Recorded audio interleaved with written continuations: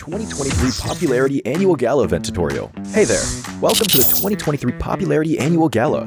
We've introduced a brand new competition and upgraded rewards. You will have to go through 10 rounds of 1v1 matches and compete to become the first ever PUBG Mobile Popularity Annual Gala champion. So let's get right to it. New competition, ladder competition. The Popularity Annual Gala event will be utilizing a new ladder promotion system. Players' initial ladder grade will be determined by their battle points at the end of the first round. Ladders are divided into 6 grades: Triple S, Double S, S, A, B, and C, with Triple S being the highest. Ladder promotion rules. Players are ranked based on the popularity they gain during the battle period. For rounds 1 to 9, the ladder results are settled at the end of every round's battle. Apart from ladder grade C, each ladder has 100 spots, with the top 20 promoted, the middle 60 retained, and the bottom 20 demoted. If you're trying to move up the ranks, be sure to stay within your ladder's retained threshold or higher before each round is settled. Additionally, ladder grades can only be promoted or demoted by 1 grade at a time, so your performance in the assignment round is crucial. Be sure not to miss it. Final showdown. Based on the rankings from the previous 9 rounds, round 10 will be the decisive showdown to determine the final rank and ladder grade placement, including the champion of the 2023 Popularity Annual Gala, who will emerge as the ultimate winner. New exclusive rewards. At the end of round 10, rewards will be issued based on the player's ladder grade and final rank. For outstanding players, they will receive exclusive rewards that can showcase their supreme honor both in and outside the game. In-game rewards include the honor title, honor name tag, and honor avatar frame, which are sure to make you stand out. Moreover, there are also physical trophies, interviews, custom-made popularity gifts, official social media promotion, game exposure, and other exclusive honorable rewards. Gain global renown both in and outside the game. What are you waiting for? Participate in the 2023 Popularity Annual Gala now.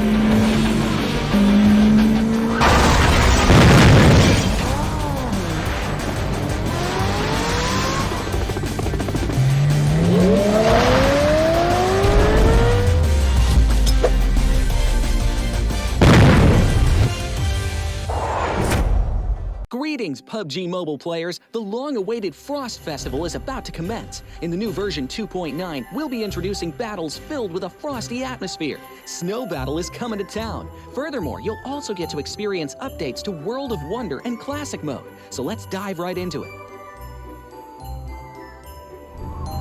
In the Frost Festival, we'll be bringing you a series of snow-themed content, including a new Snowy Village-themed area, fun interactions with snow pals, and snow-themed items for more gaming fun and excitement. When miraculous December comes, the frosty world will undergo some magical changes. Stay tuned for updates. Don't miss out.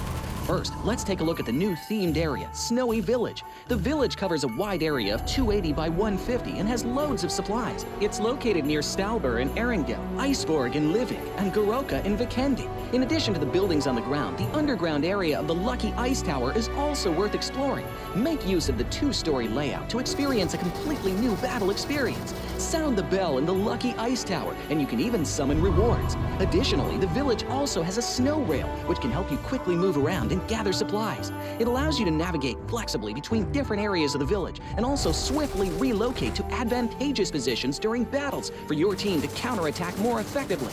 Of course, you should always remain vigilant to avoid becoming the target of an ambush. What's more, the village also features a special 2-seat vehicle, the Reindeer. It's also a great choice for transportation as it allows you to swiftly move all over the map.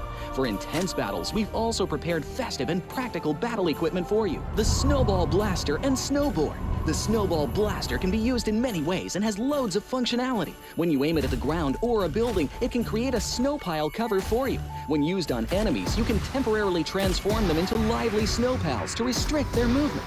When facing bodies of water, you can use the snowball blaster to freeze the surface so that you can walk on it. It's definitely a practical yet entertaining weapon.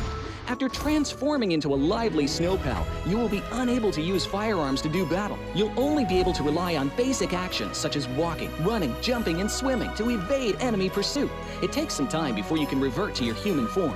Let's build a snowman together. The snowboard will also bring you a whole new experience. Apart from helping you glide and move on various surfaces, it can also be used with the snowball blaster. Explore the many possibilities and use these two items to have all kinds of fun.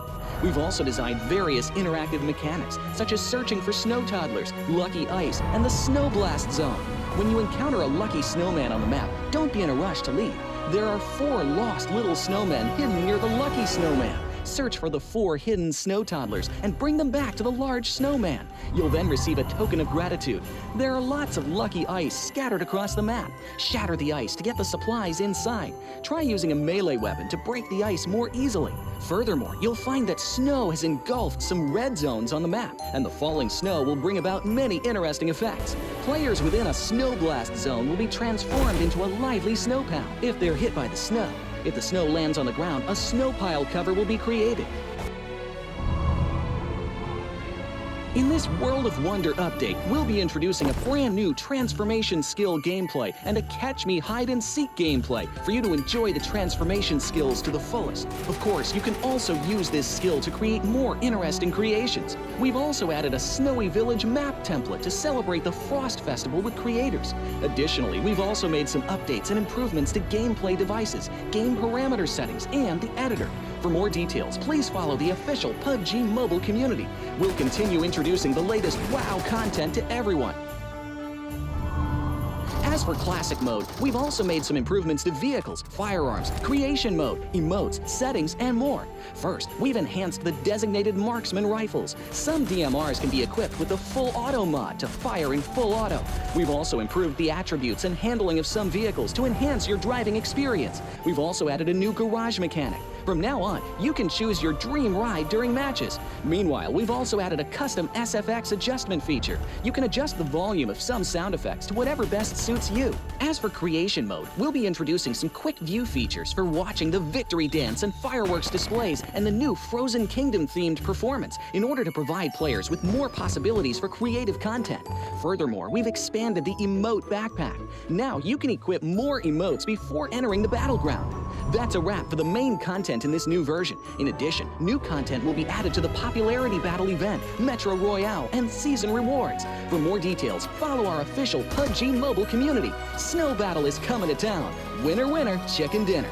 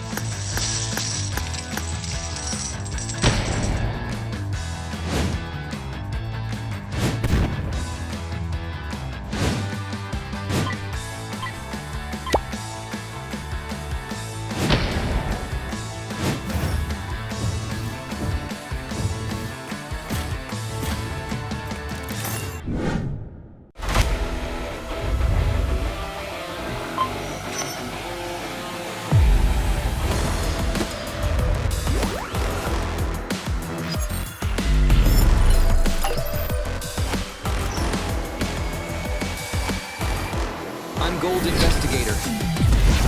Join the Investigator team and let's protect the game's fairness together.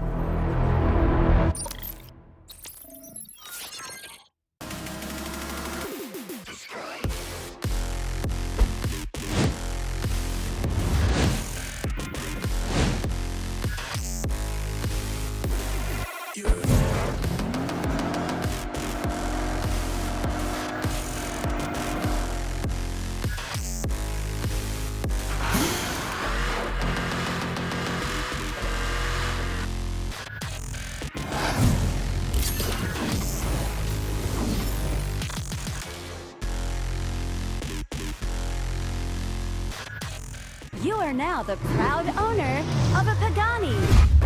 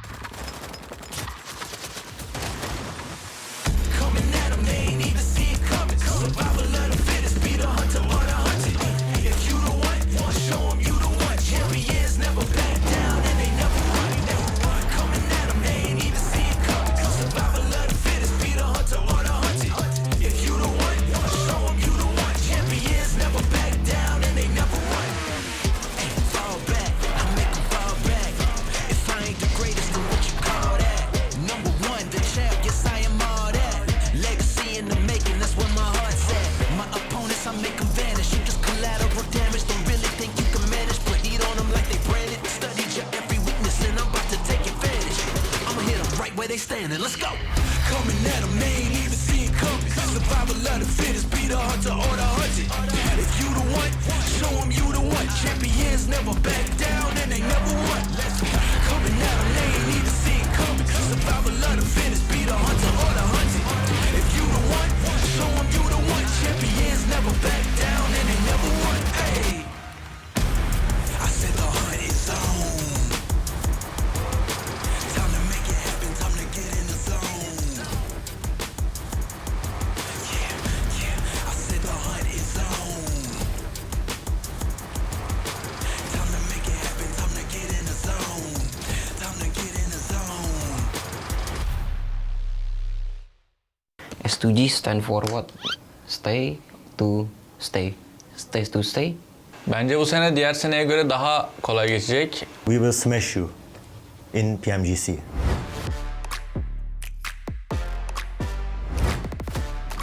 Halo semuanya, gue Luxi dari Persija EVOS. Gue Zuxi dari Persija EVOS. Herkese merhaba, ben Estúdio Silas, yanımda Kalse var. Bugün E aí galera, meu nome é Carrilho e sou jogador da Foresight Sports. Salve rapaziada, aqui é o Revo e hoje a gente vai fazer o PMGC Power Ranking. Pertama ada Yudu Alliance. Karena dia baru kayaknya sih. Rising Star lah.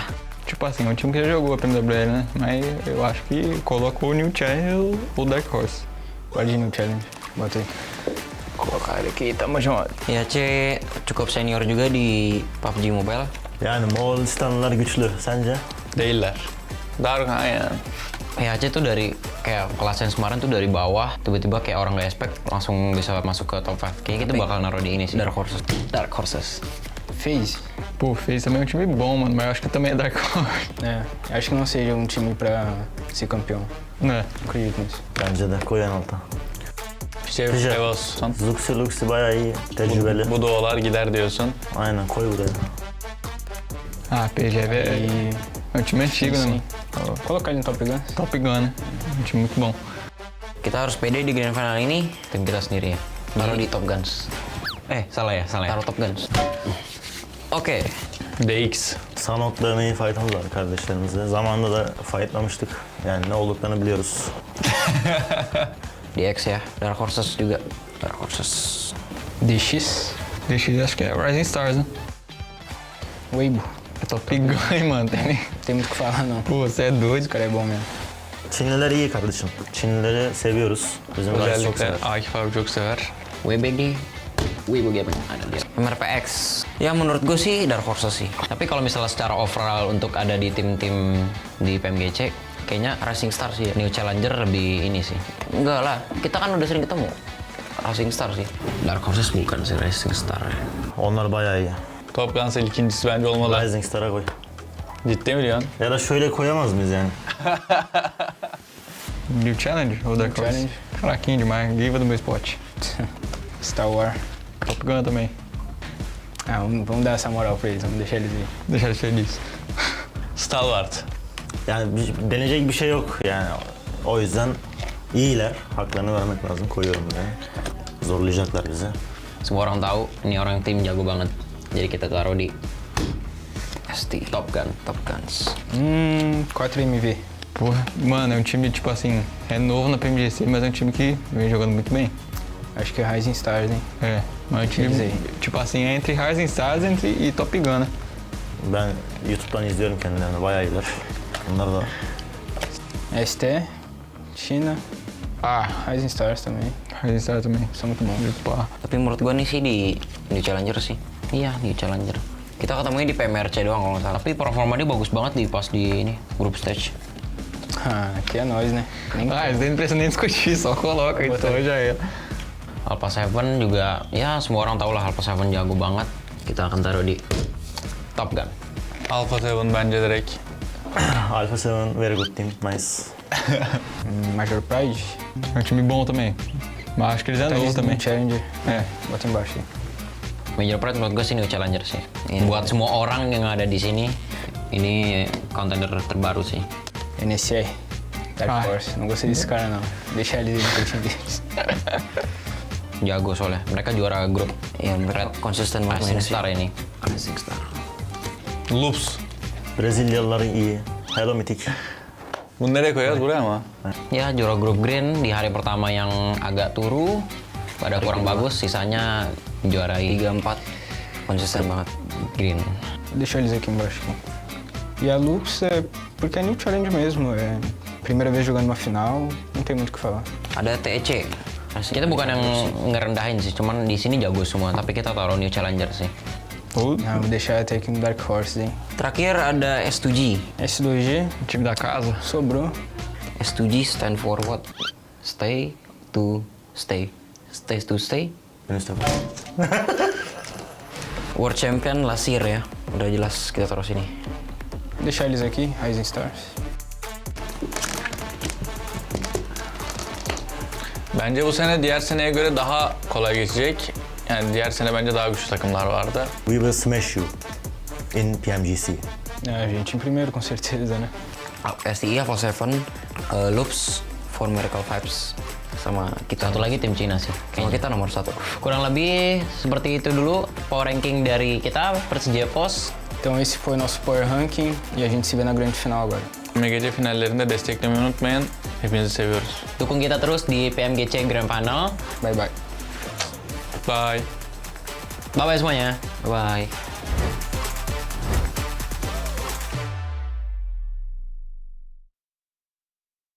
The all-new PMGC Road to Glory event is available now. Come and support your favorite team and stand a chance to win the rare esports supporter title, Champion Lobby theme, exclusive commemorative team cards, and more. You can choose a team participating in the PMGC finals that you wish to support at the start of the event. Once chosen, you can carry the team flag towards the 2023 PMGC finals venue. Each advance requires a PMGC memento. Don't worry, we'll explain how to get them in a moment. While advancing, you have a chance to trigger a Q&A challenge when you advance to a special space. If you win, you can advance one more time for free. During the event, each player has up to 5 free chances. Don't miss out. Please note that the likes you receive from friends will increase your chances of advancing more than one space per day. In this event, there are 2 main ways of getting PMGC mementos. First, there's a chance to pick them up in the Frozen Kingdom themed mode. You can get 1 per match and up to 5 per day. We heard that it's easier to find them in Snowy Village. Second, you can get 1 free PMGC memento by using 50 UC on the PMGC Lucky Spin. Every time you reach the destination, you'll earn points. Tap the gift box on the left to enter the event shop. You can use points to redeem PMGC-themed space gifts, a time-limited lobby theme, and more. Most importantly, when the event ends, the top 100 players on the flag contribution ranking will be awarded with the Esports Supporter 60D title. Upon reaching the destination, the carried flag will be contributed to the supported team, and there's a chance to collect signed commemorative team cards. Come and cheer for your favorite team. Based on the total number of flags contributed by players across the server, a team prize of up to $80,000 can be unlocked. The prize will be distributed according to the team ranking, which is based on the number of contributed flags. The higher the ranking, the greater the share of the prize. That's it for the 2023 Road to Glory event tutorial. So what are you waiting for? Hurry and participate now.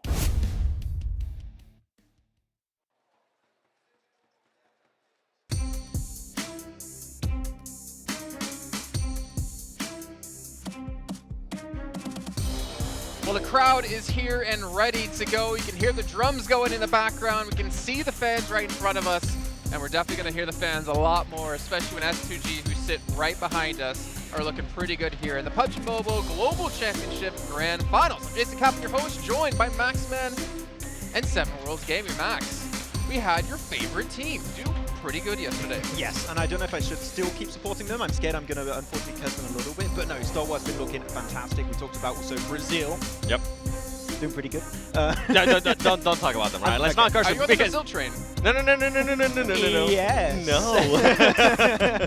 You started talking about yesterday about Nox and Red Force, and then it just started going down. At the halfway point you were like, of the day. 7, you know what? You started to convince me on the hype train, and then it just went downhill. So let's not do that.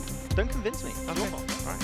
It kind of is your fault, actually, for convincing them. But Max is very convincible, to be honest. But you guys at home, obviously, we have still 2 more days of action coming your way. Make sure you're checking out TikTok in the meantime with the tag PMGC 2023 to find out stuff happening behind the scene, and obviously here on the stage, as well as a lot of lovely content for you guys to pick up. Not to mention the Infinix GT10 Pro, which I actually get to see in person and potentially steal and take with me. Because you know what, Max? This was born for professional esports players. So maybe I shouldn't take it, because I'm not a professional esports player. I played with you, and it's not, no. And the security looking down there, they said, like, you can't take it.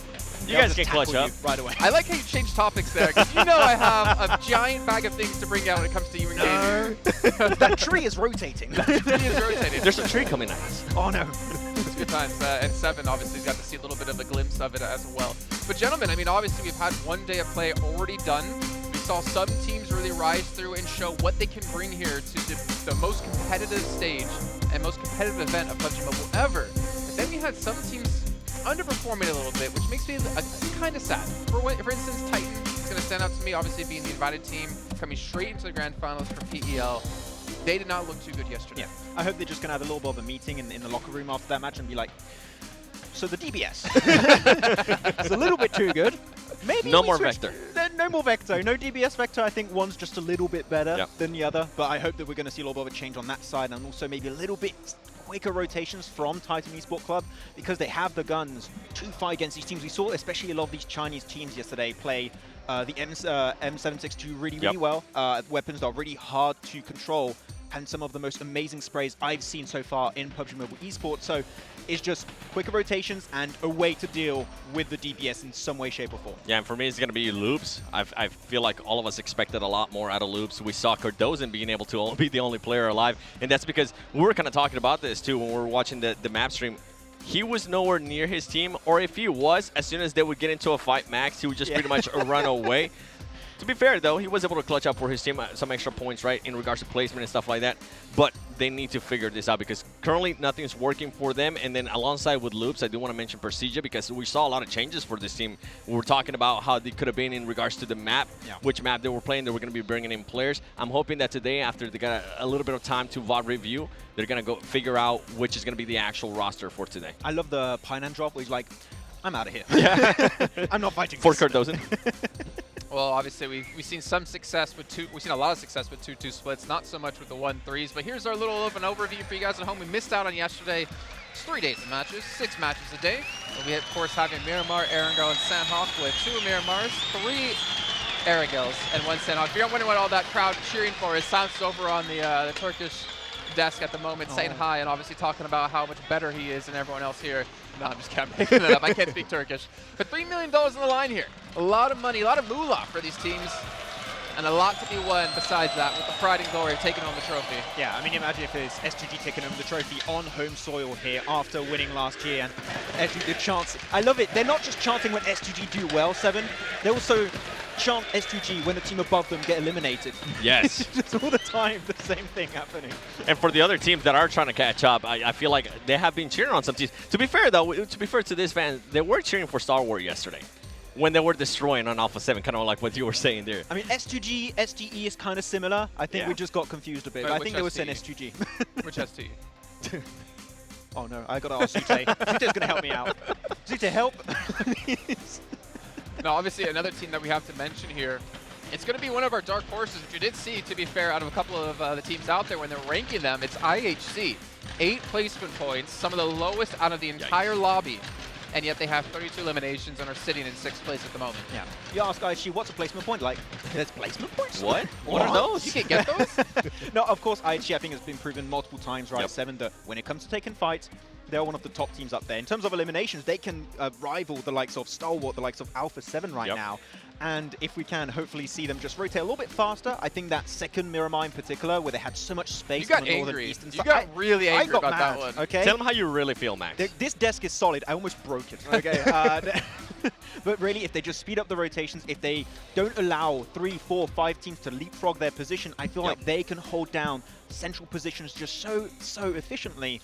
They just haven't gone to that point yet. So figuring out see their fights, right? We were seeing a lot of super early fights out of them. We were kind of talking about it yesterday, how we want to see them being able to hold off a little bit more towards the end, where they're pretty much going to be able to not only get those eliminations, they're going to be able to start getting those elusive placement points that they might not be aware of.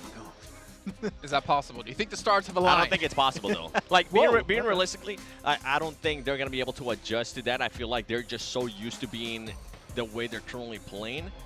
I really don't see them being able to adjust it. I kind of agree, because the only game where they really stood up and changed their approach was the last Miramar of Last Chance. That was their qualifying game, right? I just hope we're going to see a similar change here where they understand, okay, it's a 3-day tournament. If we don't start stepping up today, and you said it, Jason, today is when PMGC really starts for some of these squads. Today is your kickoff day. If you don't start to change things, you're pretty much done. It's your true test. It's a test to your fortitude as a team, fortitude of your mentality of coming into this day. Obviously, yesterday when you finished off the games, your job wasn't done. Your analyst's job has to kick in. Your coach's job has to kick in because you need to review what went wrong. You said it best yesterday. Today is when PMGC actually starts. Yeah, I did say that. I did say that. I like to hear it twice, actually, in a day that I said something. Let me say it again. Today. What about Weibo Gaming, though? This team, one of your favorite players, Masu. We got to see him almost pull, I mean, I want to say almost pull off. It felt like almost like a 1v4 with the MG3. Got a couple of knocks, but wasn't able to capitalize off of that. But they have started to look better. They've actually surprisingly to me, been the strongest Chinese team so far. Yeah, and of course you're going to look back on their Erangel win, east of Severny. They had a massive split. It was a 2-1-1 split, I believe, at the time, and they're just keeping options open, understanding especially this is a really tough circle shift. There's not a lot of good POIs to play in this kind of area. If we center it up quickly, keep options open, and I mean instantly regroup, very similar to Nongshim Red Force, when the circle pops and you can get in a better position, is going to be strong. So I feel like if they can kind of bring some of that success in today, and hopefully also tomorrow, we can expect to see a WBG be a top contender. Like right now, PEL might have another team that's not Nova win the tournament too.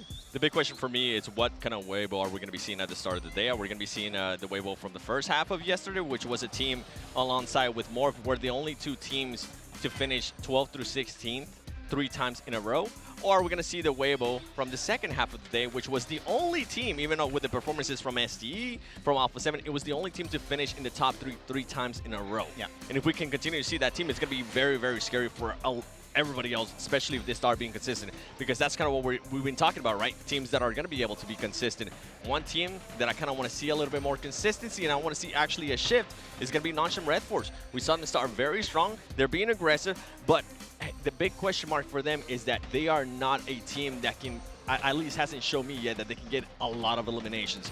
They did end up getting a chicken dinner yesterday. I think it was only just with 5 eliminations. In the first game, I think they ended up with 9 elims, but it wasn't a chicken dinner. I want to see those performances that I know Stalwart can put up, that I know Alpha 7 can put up, because if they're going to challenge, they need to start putting up those 25-point games. Yeah. I think that's the big standout point when you're looking at Alpha 7 and Stalwart, is that they can get those big elimination chicken dinners, right? And I think that's one point you mentioned about Alpha 7 when we were talking about them earlier, is that they don't tend to take ego fights because they know that that's potentially going to hurt them in the long term of these matches, which is one thing that we talk about IHC, taking early fights, losing players. You can't aim for chicken dinner anymore.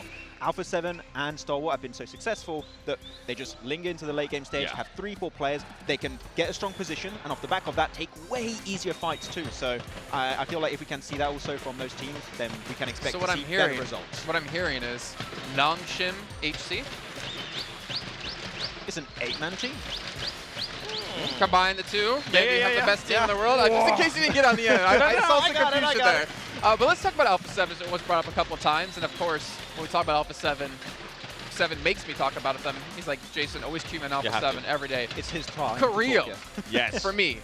I mean, I have to give him credit because I've been someone who's been so harsh on him for, I want to say, like a year or two now, because he's not been able to hit the same level of performance he had on Loops back in the day. And this tournament in particular has really shown the old school Carrillo and what he can really put out. He is proven to be, yet again, one of those really strong 4 players on our roster. Yeah, and from being able to talk to him, he seems really confident. He was actually yesterday, on official record, he was able to break the most eliminations for PMGC.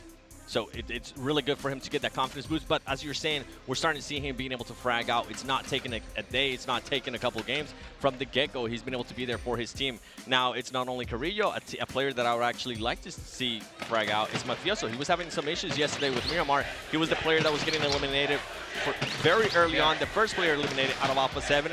But kind of what you were saying and what we were talking about is Alpha 7 is not going to take those ego fights anymore, and that was a big change for me, a big change that I actually really enjoy out of them, because when I saw Mafioso get eliminated by S2G when Alpha 7 decided to just blindly push there, old Alpha 7 would have been like, okay, you know what, we're gonna crash into them and we're gonna take this fight. Instead, they decided to leapfrog them, take advantage of the circle, and see if they could have gatekept them. They didn't end up fighting, but to see that change of Alpha 7 and their playing style, I feel like it's definitely benefited them here, and I can't wait to see what we're gonna see out of them today, especially with that Vari that they have had. Yeah, and especially from Alpha 7, I remember looking back, especially during the championships and their regional tournaments of PMPL, I want to see more Miramar in particular. I know that typically they've been a really efficient team. The circles have not been quite favorable, of course, but there's still ways you can adapt to those kind of situations. So Miramar in particular, if you're going to see an improvement, it's good. Though I can imagine Paraboy on the analyst desk seeing Carrillo break the record, like, ah, crap, that was really good. Not anymore the record. He's probably like, I'll be here next year. He's like, where are they at? Let me pull out their connections real quick. But as you are talking about, like, not going for those ego fights, the weird thing to me is that Loops, back when Carrillo was on the team, you know, two years ago, ego is what made them so powerful, what made them so strong. You know, the amount of times we'd see them get an aggressive play, they would look for a fight, they would get one knock with some really well-placed nades, and they would swarm like a shark detecting a drop of blood in water. It's weird to see that the ego that they've been able to pull away from and not force these fights out, it's still working out for them because when it comes down to, okay, we got to fight, they still know how to pull it off. And that's the thing, they can flip that switch, right? They can be aggressive. Everybody in the world knows that Brazilian teams can definitely be aggressive.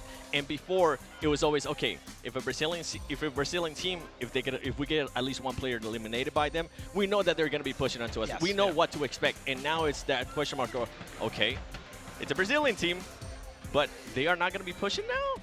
What's going on here? So it's a good change out of this team. It's actually some changes that some of the other Brazilian teams couldn't adjust during league stage, and he ended up hurting them, and that's why they're currently not here in the grand finals. And I feel like it's just benefited them in such a big way for Alpha 7. I think one really good example of what you just brought up here is that game that was east of Chopsticks in Gak Field, and they were just taking the fight north, and they had an opening knock initially on Procedure Evos, I believe it was, at the time. And what they understood is, okay, this fight actually makes sense. It's worth taking a mid-game fight to try and unlock the northern side of the circle. So I like that, and I think Redface saw in the elimination feed it's Alpha 7. He's like, it's Alpha 7, and they're pushing. I'm out of here. I'm going to go center and just see if I can get a few placement points. But it is good that they're taking fights that just make so much sense and just unlock the entire late game stage for them. Well, another team we have to mention, if we're talking about individual players of Korea, Silas from S2G. The amount of points he saved his team yesterday by being the last person left alive. There's a match where I think it was maybe our first Erangel where he was just dominating players from Major Pride as the last player alive, or maybe it was Sandhawk actually the first match of the day, getting them so many extra points. And we've seen so many times now in the past that 1 point could be a decider between you winning it all and you unfortunately coming in second place. Yeah, and S2G actually are so quick to rotate in particular, which we looked back on some VODs. They went on that first Durango in particular you brought up. They dropped north and understood, okay, this is a really southern phase 1 circle. It was just on the melee base. We're going to go for the instant rotation without any loot, which is super risky. But by doing that, you cross the bridge first and you find yourself in an advantage point where you can gatekeep your IHCs, your Deep Xaviers, all the teams coming in on the western bridge. So it is good, but as you said, there we are some players that survive as solos. All right, well, it's time to head out on the stage here. We'll be back with you in a few. Hello and welcome to day 2 of the PUBG Mobile Global Championships. My name is Barney Banks and I am your host alongside my incredible co-host Dennis. And today we would like to begin the show with a very special speech. Okay. So if you could all put your hands together and welcome to the stage the producer of PUBG Mobile and Deputy General Manager of Lightspeed Studios, Tencent Games, Rick Lee. PUBG Mobile 2023 Dünya Şampiyonası'na hepiniz hoş geldiniz.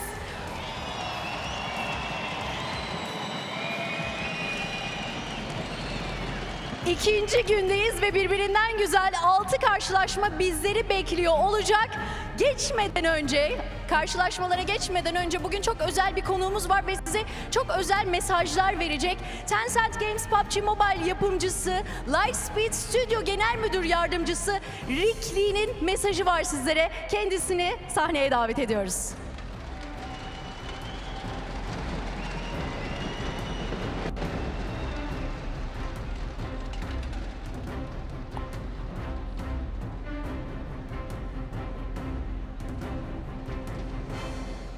各位玩家朋友们，大家好，我是 Rick。时隔多年，我们再次相聚在 PMGC 总决赛的现场，感谢大家一路相伴。我们玩家至上的初心从未改变。 I've been Duolingoing quite heavily coming into this event to practice my Mandarin, so bear with me here. But this is Rick Lee, the producer of PUBG Mobile, and this is what he's saying. Greetings all PUBG Mobile players. I'm your old friend Rick. After many years, we finally meet again at the PMGC Grand Finals. Thank you all for being with us throughout this exciting journey. Our original commitment to players first has never wavered. 跟大家一起回顾一下过去1年我们共同创造的成就。 Öncelikle geçtiğimiz yılda beraber elde ettiğimiz inanılmaz başarıları özetleyen bir video paylaşmak istiyorum.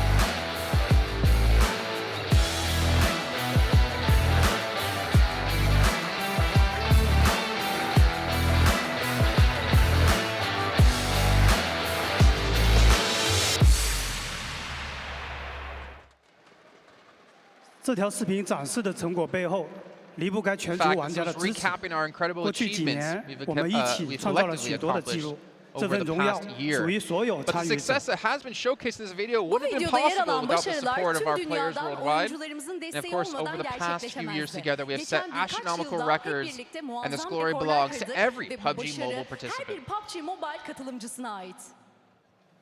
PUBG Mobile 自2018年上线以来，我们始终聆听玩家的声音，在玩法上面持续的创新，并通过许多跨界的联动，推出新颖多元的内容。 2018 yılındaki PUBG Mobile's launch in çıkışından bu yana 2018, PUBG Mobile we've olarak consistently oyuncularımızı listened to the devamlı voices of our dinledik. players. Oynayışına We çığır made açan breakthrough yenilikler gameplay getirdik innovations and ve introduced işbirlikleri fresh, diverse yoluyla content heyecan through verici, collaborations. çok çeşitli içerikler sunduk. 作为全球发行的游戏，我们希望通过产品来促进玩家的文化交流。因此，我们将名胜古迹植入游戏，与玩家喜爱 In 的 global 名人 title, we 合 aim to 作，让 facilitate 大家 cultural 探寻不 dialogue 同的 among 文化 players 符 through 号 our 和印 products. 记。 We've integrated landmarks into the Gerçek game anlamda and collaborated küresel with bir local oyun celebrities olarak beloved ürünlerimiz by our aracılığıyla players, oyuncular allowing arasındaki players to explore kültürel different diyaloğu cultural symbols kolaylaştırmayı and imprints. hedefliyoruz. Sembol yapıları oyuna ekleyerek ve yerel sanatçılarla işbirlikleri yaparak oyuncularımızın farklı kültürel simge ve izleri keşfetmelerine olanak tanıyoruz. 未来在游戏内容方面，我们会继续努力，为玩家带来更多精彩玩法。在即将到来的3.0版本中，玩家将可以扮演未来武士，运用各种强大的装备进行战斗。 Looking ahead, we will Size daha continue to fazla bring you heyecan exciting verici oyun gameplay içeriği content. sunmaya In devam the upcoming edeceğiz. 3.0 Yakın version, players will gelecekte take on 3 the role sürümünde of oyuncular futuristic güçlü warriors using ekipmanlarla powerful kuşanmış gears in geleceğe battle. ait savaşçılar olabilecekler.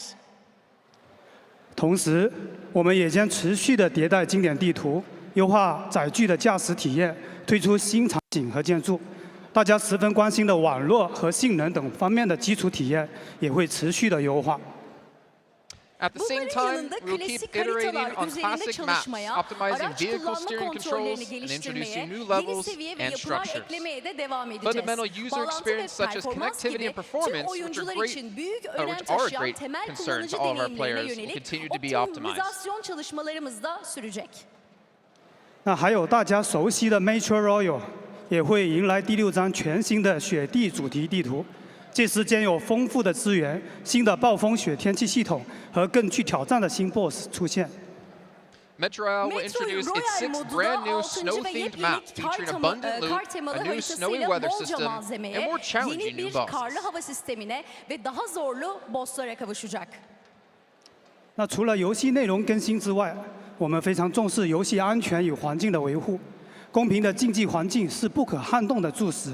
我们在外挂打击、严惩黑场、管束游戏内的不良行为等方面都持续的投入。 Beyond game content updates, we will make game security and competitive fair play our top priority. A fair competitive environment is the cornerstone of PUBG Mobile. We continue to invest in anti-cheat, combating illicit operations, and regulating player misconduct. Operasyonlarla mücadeleye ve usulsüz davranışları kontrol altında tutmak için yatırımlarımızı da sürdürmeye devam edeceğiz. 与各位分享一下工作成果。过去的1年，我们通过实时检测技术，封禁了超过1400万个违规的账号，与35万台违规的设备。 Allow me to share some progress of our efforts. Over the past year, we've banned 14 million accounts and 350,000 devices through real-time detection 14 technology. milyon hesabı ve 350 bin cihazı engelledik. 在这里，想特别感谢 PUBG Mobile 的巡查员们，在对游戏的热爱与责任感的驱动之下，今年一共巡查了超过100万场对局。那这是一个很了不起的数字。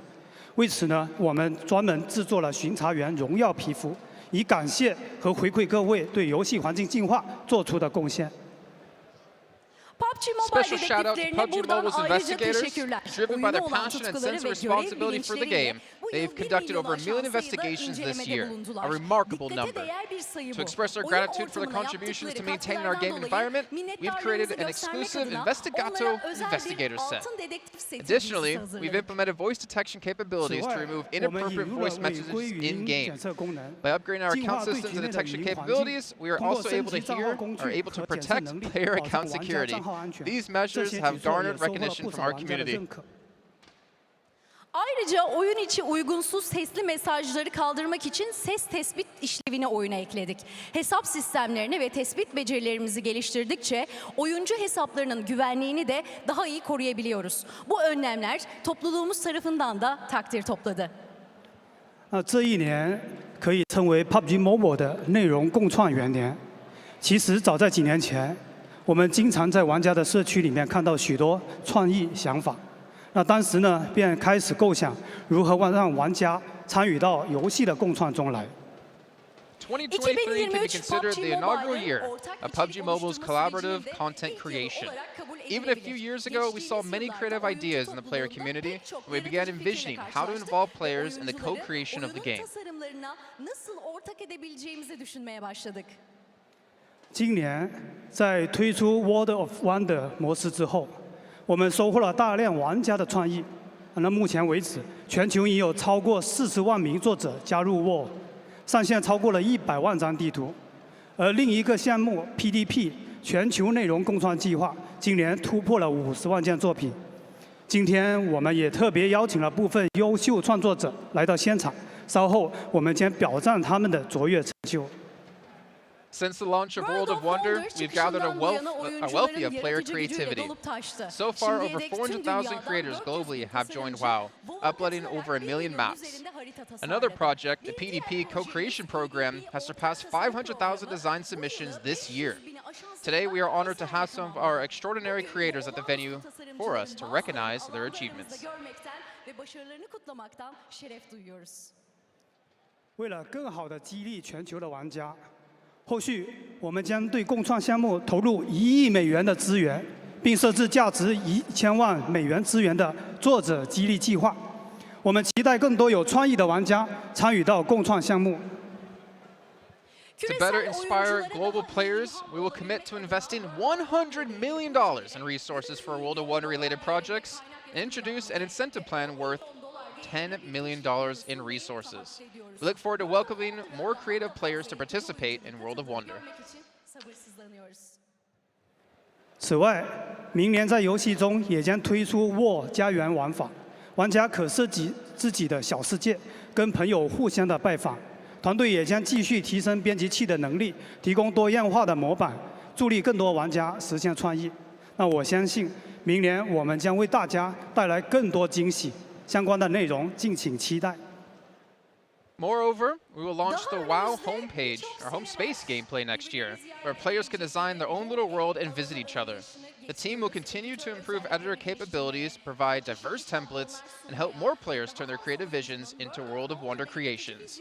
I believe that next year, we will bring you plenty of surprises, so stay tuned for more content.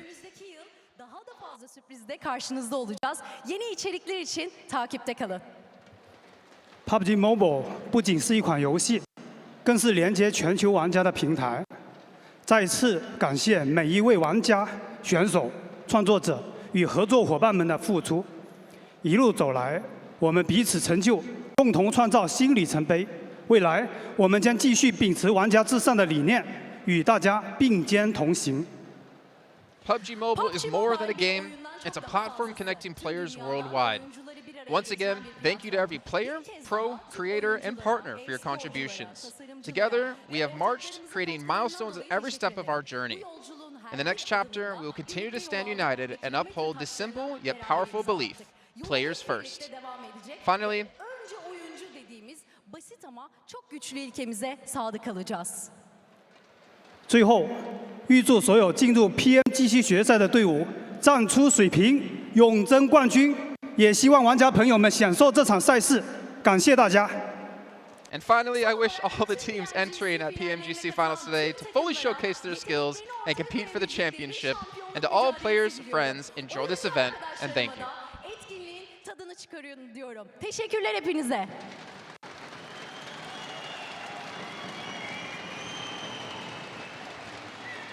Thank you so much, Rick Lee, and of course to my co-host, Dennis. Hello again. Fantastic way to start the show. I love it. And now, welcome to the 2023 PUBG Mobile Creative Vision Awards ceremony. Today, we gather to celebrate the infinite creativity of our players. Within the mesmerizing realm of PUBG Mobile, our players transcend mere participants, becoming game designers for PUBG Mobile, pushing the game's boundaries and sculpting its world. PUBG Mobile 2023 Yaratıcılık Vizyonu ödüllerine hepiniz hoş geldiniz. Bugün oyuncularımızın sonsuz yaratıcılıklarını kutlamak için bir aradayız.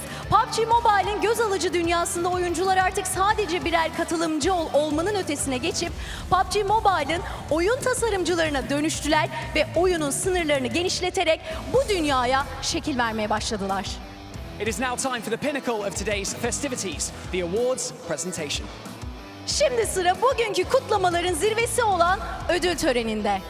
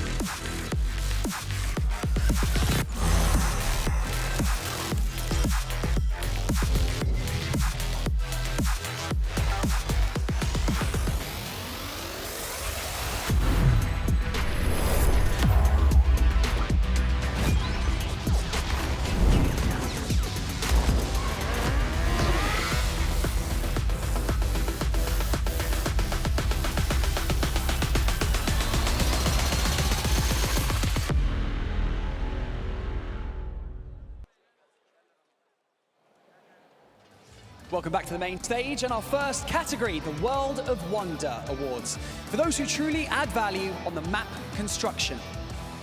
İlk kategorimiz olan World of Wonder ödülleri harita oluşturma alanında mükemmeli yakalayan oyuncular için geliyor. Hadi hep birlikte göz atalım. The first award to present is Popular Creation of the Year. İlk ödülümüz yılın en popüler tasarımı için geliyor. Congratulations to the winners of Population Creation of the Year. Gold Award. The award-winning creations all have unique gameplay, but they all won the love of other players due to their outstanding design and extremely high popularity. Yılın en popüler tasarımı dalında ödül kazananları tebrik ediyoruz. Ödül kazanan tüm tasarımların benzersiz bir oyun tarzı var ve hepsi sıra dışı tasarımlarıyla oyuncuların sevgisini kazanarak son derece popüler oldu. The next award is Best Level Design Creation. Let's see it on the screens. Sıradaki ödül yılın en iyi bölüm tasarımı ödülü için geliyor. Hadi birlikte görelim. Congratulations to the winners of the Best Level Design Creation Gold Award. The award-winning work features ingeniously designed levels, providing players with plenty of fun and challenges and great playability. En iyi bölüm tasarımı dalında altın ödül kazananları tebrik ediyoruz. Ödül kazanan tasarımlar fazlasıyla özelleştirilmiş bölümlere sahip, oyunculara çeşitli eğlence ve rekabet unsurları sunmakla birlikte eşsiz bir oyun deneyimi sunuyor. Our next award is Best Art Design Creation. Sıradaki ödül yılın en iyi sanat tasarımı ödülü için geliyor.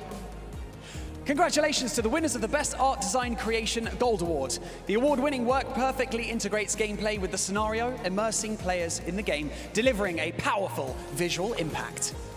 En iyi sanat tasarımı dalında altın ödül alanları tebrik ediyoruz. Ödül kazanan eserler oyun mekanikleri detaylıca tasarlanmış bir senaryoyla mükemmel bir şekilde entegre ediyor. Oyuncuları oyunun içinde çekiyor ve güçlü bir etki yaratıyor.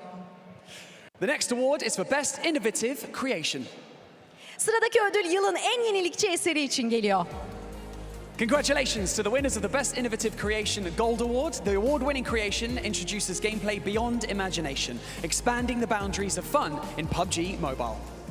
En yenilikçi tasarım dalında altın ödül kazananları tebrik ederiz. Ödül kazanan eserler hayal gücünün ötesinde bir oyun deneyimi sunuyor. PUBG Mobile'da eğlencenin sınırlarını genişletiyor ve insanları kesinlikle hayrete düşürüyor. Our next award is for Best Themed Creation. Sıradaki ödül yılın en iyi temalı eseri için geliyor. Congratulations to our winners. The award-winning map interprets different themes in a highly creative way. Each map offers plenty of exploration and combat fun, and it really is fantastic. En iyi temalı tasarım dalında altın ödül kazananları tebrik ediyoruz. Ödül kazanan eserler çeşitli temaları son derece yaratıcı bir şekilde yorumluyor. Her bir harita bolca keşif ve rekabet unsuru sunuyor.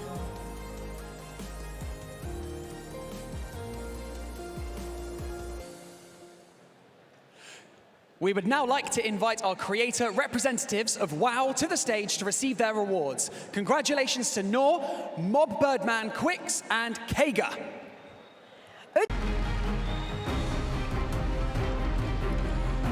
Congratulations to our creators, and here to present their awards. Please welcome back to the stage, Rick Lee. Yaratıcılarımızı tebrik ediyor ve ödüllerini vermek üzere sahneye Tencent Games PUBG Mobile yapımcısı ve Lightspeed Studio Genel Müdür Yardımcısı Rick Lee'yi sahneye davet ediyoruz.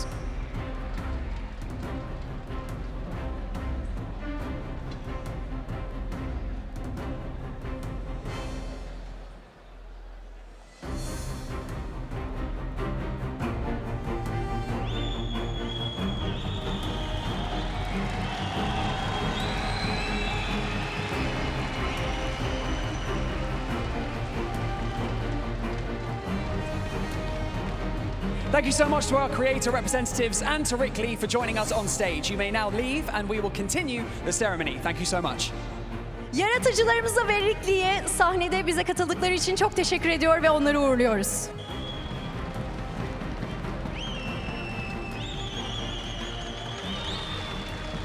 Congratulations once again. Now, let's move on to the P-topia Design Project Awards, showcasing top-notch skins and fan creations in PUBG Mobile. Get ready to be captivated by the pinnacle of artistic design.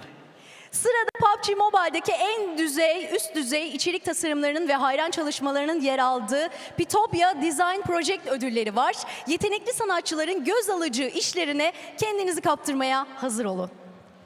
The first award to present is the Best Outfit Design. İlk ödülümüz en iyi kıyafet tasarımı için geliyor. Congratulations to Neo Yuyu, Mr. Anderson, Pavlenko Art, Amma, and Konami. These skin designs demonstrate the player's insight into culture and fashion and are designed in a delicate and avant-garde way, which is extremely impressive. Değerli Neo, Mr. Anderson, Pavlenko Art, Ammer ve Konami'yi tebrik ediyoruz. Çalışmaları derin bir kültürel kavrayışı, usta işçilik ve engin hayal gücüyle harmanlamışlar. Yaratıcılığı savaş alanına taşıyarak şık tasarımları ve izleyicileri hayal gücünün sınırsız evrenine taşımanın gücünü bir kez daha bir araya getirmişler. Our next award is for Best Firearm Skin Design. Sıradaki ödül en iyi silah tasarımına geliyor. Congratulations to Surias, Bami, SG Toyota, Toxic Thunder, and Ali Reza. These works both retain the essence of the original firearms and present different themes with interesting designs. Surias, Bami, SG Toyota, Toxic Thunder ve Ali Reza'yı tebrik ediyoruz. Bu tasarımlar orijinal dokuyu korumakla birlikte uygulanan çeşitli temaların uyumuyla kullanıcıların dikkatini çekmeyi fazlasıyla başarmış. Next up is our Best Vehicle Skin Design Award. Sıradaki ödül en iyi araç tasarımı için geliyor. Congratulations to Pam Ryder, Left Arm, and Shaz Tokyo. These vehicle designs were full of whimsical ideas and boldly incorporated different themes, bringing unimaginable appearances. Pam Ryder, Left Arm ve Shaz Tokyo'yu tebrik ederiz. Çılgın fikirlerin cesurca uygulanmasıyla hayata geçirilen bu araç tasarımları hiç beklenmedik bir yaratıcılığı ortaya çıkarmış durumda.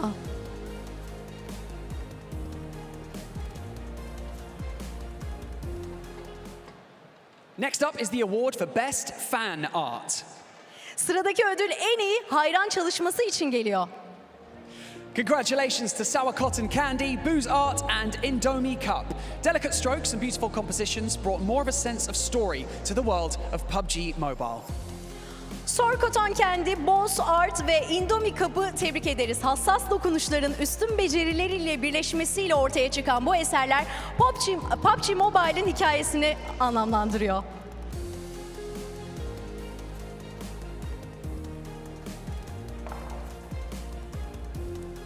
Next, we have our annual Integration Design Award.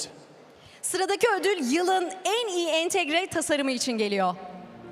Congratulations to Sukrit, Siham, and Alid After. These works really became skins in the game, receiving a lot of attention and praise.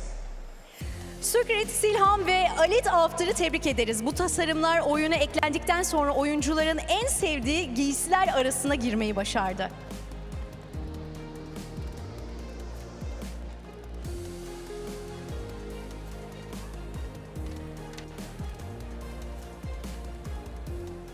Next up is the Most Popular Design Award. Sıradaki ödül en popüler tasarım. Congratulations to Sukrit. Your work has become the most popular PDP skin of this year, leading the fashion trend in PUBG Mobile. Great job. Congratulations. Sukrit'i tebrik ederiz. Bu tasarım yılın en sevilen PDP seti oldu ve oyuncular arasında yeni bir akım başlattı. En popüler tasarım ödülünü sonuna kadar hak eden bir eser. We would now like to invite our creator representatives of PDP to the stage to receive their awards. Congratulations to Sukrit, Shaz Tokyo, Bami, Mr. Anderson, and I, Jalid. Ödülleri almak üzere PDP yaratıcı temsilcilerini sahneye davet ediyoruz.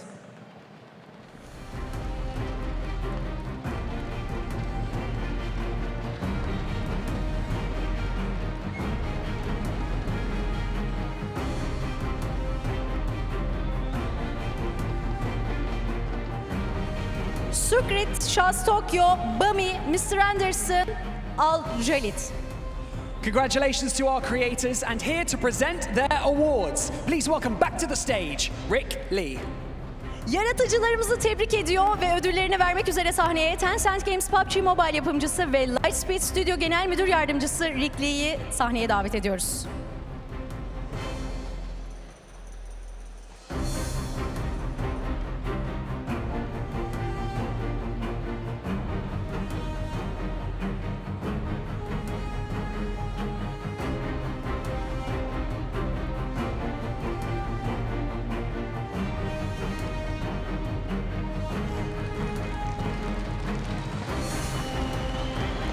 Thank you so much to our creator representatives and of course to Rick Lee for joining us on stage. You may now exit as Day 2's matches will soon begin.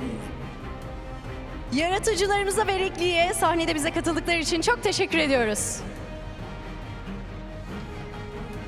As our award ceremony comes to a close, our thanks go out to all the creators who made the ceremony magical, and the innovation inspired us all. Let's keep pushing boundaries. We are also looking forward to witnessing more people participate in both PUBG Mobile World of Wonder and PDP projects. And now, let's head over to the desk to kick off Day 2 of the PUBG Mobile Global Championships. Ödül törenimizin sonuna yaklaşırken bugünü özel kılan bütün tasarımcılarımıza en içten dileklerimize, teşekkürlerimizi sunuyoruz. Yenilikçi yaklaşımları hepimize ilham kaynağı oluyor.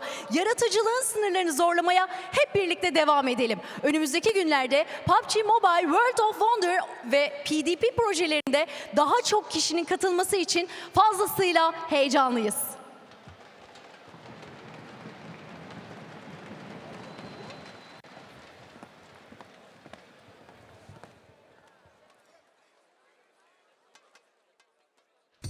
Gentlemen, I'm going to ask you one question, and one question only, and then probably some more later. Are you ready? Yes. I almost expect you to actually go extreme out of nowhere. I'm extremely yes. Extremely yes. We're about to kick off our second day here at the PUBG Mobile Global Championship Grand Finals live from Istanbul. And honestly, I cannot wait to see what's going to happen today. Obviously, we had our teams dominating yesterday, but I have a really good feeling it won't be that easy today. Obviously, the practice we've been talking about of overnight, of really revamping what they've done right, what they've done wrong, and fixing things. I'm curious to see what all the teams are going to bring today. Because for me, this is, as I said, as you backed me up, both of you, It's a true testament to a team that can become a champion. Yeah, I think the first day you have a lot of points that are up for grabs for teams that maybe can be a little bit, have more space in circles because teams are trying things out, trying to find their playstyle and just see if it fits for this kind of tournament. But now it's going to be less points up for grab, which means that that point rank at the top is going to be a little bit smaller potentially at the end of the day, which means a great opportunity for comebacks throughout today. So even if your team at the bottom of the rankings here, 7, you still have that hope, that lingering fate of glory in the distance you can come back. I'm with you, especially if you're one of those teams towards the bottom. They have to do something within the first 3 games. Right? Yeah, more 6 definitely. points. Unexpected. Super far behind. They need at least 2 chicken dinners in a row and continue to perform really well, because it's not just about the chicken dinners. We know the other teams are going to be performing well. They need to be consistent, and they need to make sure that the point gap doesn't get too big, because I feel like today is when we're going to start seeing those point gaps be bigger and bigger. If you saw me looking around earlier, I was waiting for this moment, trying to see when S2G enter the arena and head on back to their position. But yeah, I mean, Stalwart right now, 62 points. It would be amazing to see them, or even Alpha 7, honestly, take home the title for their region, for their country, because these 2 teams and these 2 regions in particular have been putting out so many damn good teams these last few years. But Xavier damage. Yes. But Xavier. But Xavier damage. I mean, I think it was Lamborghini and Levi's that both were top 5 fraggers for day 1, right? And just when it comes to the individual fragging power of this team is great. Though when we compare back in the league stage 7. Sorry, even the FaZe guys are getting in on the cheering. They're supporting S2G. Yeah. Maybe he won't be screaming at them anymore today. No, he's screaming their name. At first he was just going, ah! And now he's going like, S2G! Silence! No, but with this Xavier, I feel like we were talking about teams maybe being able to put out 1 match yesterday and being able to kind of be there towards the top. I feel like this Xavier was one of those teams, because remember, in the second Erangel, they ended up with a 4th place finish, but 16 eliminations. I feel like today, if they can narrow it down, we know that they can get those eliminations, right, alongside with IHC, but it was just 1 match. They're the Vietnamese IHC. Is every team can be an IHC? It feels like. I mean, I'm not wrong. They were running around ruining people's days yesterday. Brazilian IHC. But the thing, it was just for that match, because after that, we didn't really end up seeing them that many eliminations out of them. They were getting awful placement points as well. And honestly, this is going to be a battle. I can't wait to see what's going to happen between these 2 teams. Stalwart, are we going to be seeing the Stalwart from yesterday, or are they going to be switching it up? Are we seeing the Stalwart from tomorrow? Are we going to see the non-IHC Stalwart? There you go. And then Alpha 7, are we going to be seeing the Brazilian IHC come back? What, loops? IHC, we love them. We just want them to get some placement points again, Just get placement points, please. If you have 50% of the circle, move in a good compound. I would love it. Thank you very much. Though Lamborghini, he's got the car to rotate. That's why he's always in circle. Yeah. You know, so the thing is, right, we're talking about Xavier, is that I think we were all surprised to see them come out 1st place at the end of last chance. Yeah. Not a team that I expected, to be perfectly honest. However, they've been able to frag out quite heavily. Yeah. But they've not been able to work on their placement game here. They're Kalaris' favorite team. You know, he told me in private he loves the team, Xavier. He loves the Dingoes. Yeah, he loves the Dingoes. He really does. But it really is weird when you're looking at Xavier, because there's a night and day kind of performance and approach from the league stage in this tournament. They were very placement point focused in the league stage, but I feel like they understood just aiming for the circle and getting good position is not going to be enough. We need to start getting those elimination points on board. So it's just their mental game as a whole, 7, that has shifted significantly. And Lamborghini, just in the Optimus Prime, shifting in a Lamborghini to rotate in circle, and he gets in. You know what? Credit to you, okay? I was like, just randomly dropped Transformers in here. I was going to make fun of you, but then you made the proper sound. Thank you. Wait, what I was going to say about this team for this Xavier is more consistency. I mean, if they are going to be continuing to frag out, right, I want to see more consistency in that those elements spread out throughout all the matches. Agreed. Not just one heavy on one match, because I mean, they ended up getting what, a total of 29 eliminations yesterday. 16 out of those eliminations came just from that one match that I was talking about earlier. We need to see that being spread out, and we need to start seeing those placements. The way I like to formulate it a lot of the time is, for me, the mark of a good team is when you look at their bad game. What does a bad game look for this team? Is a bad game a 0.16th place, or is it a 11th place with 3 eliminations? That goes a really, really long way on these tournaments that only last 3 days, really. And I feel like that's currently where 1st to 3rd place, I mean, Stalwart, Alpha 7, and SCG are currently being able to differentiate themselves, especially after day 1 with what we saw out of them, right? If they were having some bad games, they were able to recover quite quickly. Some of the other teams were not able to do that. And now going back to Huevo, what I was alluding to, which one are we going to be seeing? Are we going to be seeing the first half of yesterday where they were absolutely awful and they were coming towards the bottom of the page, and then they were able to pick it up with the chicken dinner, and then were able to continue carrying on that momentum at the second half of the day? I can't wait to see which one we're going to be seeing. Jason, you've got to stop this. But the thing is that we're actually getting placement points. So, not like IHC. Chinese stalwart? I was literally going to say that. We can see our top Sanhok performance as well going into this match. You only get it once a day, however. But my question is, S2G, D Xavier, Paradise, are we going to have a rematch yet again here today? Yes. I was going to say no. Oh, I think, yeah, because they didn't fight. They did chill. They did fight in the very beginning. But then they're like, okay, let's relax. I'm more focused on not be point IHC. loops. No, to not be IHCs. No, that's a hot drop that I think doesn't make much sense. I want to see especially two teams rotate a little bit faster, Procedure Evos and FaZe. They're the two I'm really looking at entering this one to not get caught on those bridges trying to cross over. I think there are circles where you could adapt, especially we know that on Sanhok typically the eastern coast is very free. If you're struggling to find an entry point and the circle tends to go to the east, just go for northern or southern wrap, and that should open up opportunities for Procedure Evos and FaZe in these games. And I'm going to be looking for this quick rotation too for some of the other teams. You were talking about Procedure Esports. I'm going to be looking at what Loops Esports is going to be doing, right? Because Loops, remember the hot drop yesterday? We were not happy with it, all right? I'm hoping with the current positioning that there are, I don't want to see any hot drop. Yeah, wherever Karatozin goes, follow him. Okay, he will survive. I don't know how, he just makes it happen. That's actually a good point. Just stick to him like glue. And then he potentially won't die. Or actually, the moment he died early, there's one game where he died early and they all survived really late in the game. So maybe just like, oh, misclick. Oh, I naded you. Oh, sorry. Oh, another one you got. No. What were we saying last time? What if they start just sabotaging their own team? They make sure that Cardozen dies first. Just, oh, he left you behind. You didn't take get this off angle, Cardozen. Please, go get that off angle. There's no one in there. We're good. There's nobody in the compound. Is free. I'm still concerned and looking over towards Basija in particular, because as we mentioned before at the start of the show, the rotations in their players, the roster, putting specific players in for specific battlegrounds. Now, for me, on paper, that sounds good, but in execution, I feel like it doesn't live up to how well it could potentially be, because you can never underestimate a player who's feeling warm, who's feeling ready, who's feeling in the zone, and what they can bring in any match in any given day. Yeah, I was talking to Junior, one of the Indo talent, and he told me they are very kind of performance focused in the sense of if one player is not performing good, mainly on Redface, which was really interesting to me. If Redface is having a rough start to the day, they're just going to bench him for a little bit. Apparently, even though, of course, you're going to adapt that kind of approach in a PMGC, but it's interesting to see that they really adapt from Battleground, where they tend to do 2-2 splits on Sanhok, 3-1 splits on Orangua and Miramar, so they're trying to have the better players, the most adapted to the map and the playstyle for that map. But I don't know if I like that though, Seven, because like the amount of pressure, it's already hard being here at PMGC, but then to know like if I don't perform this Battleground, I'm going to be taken out.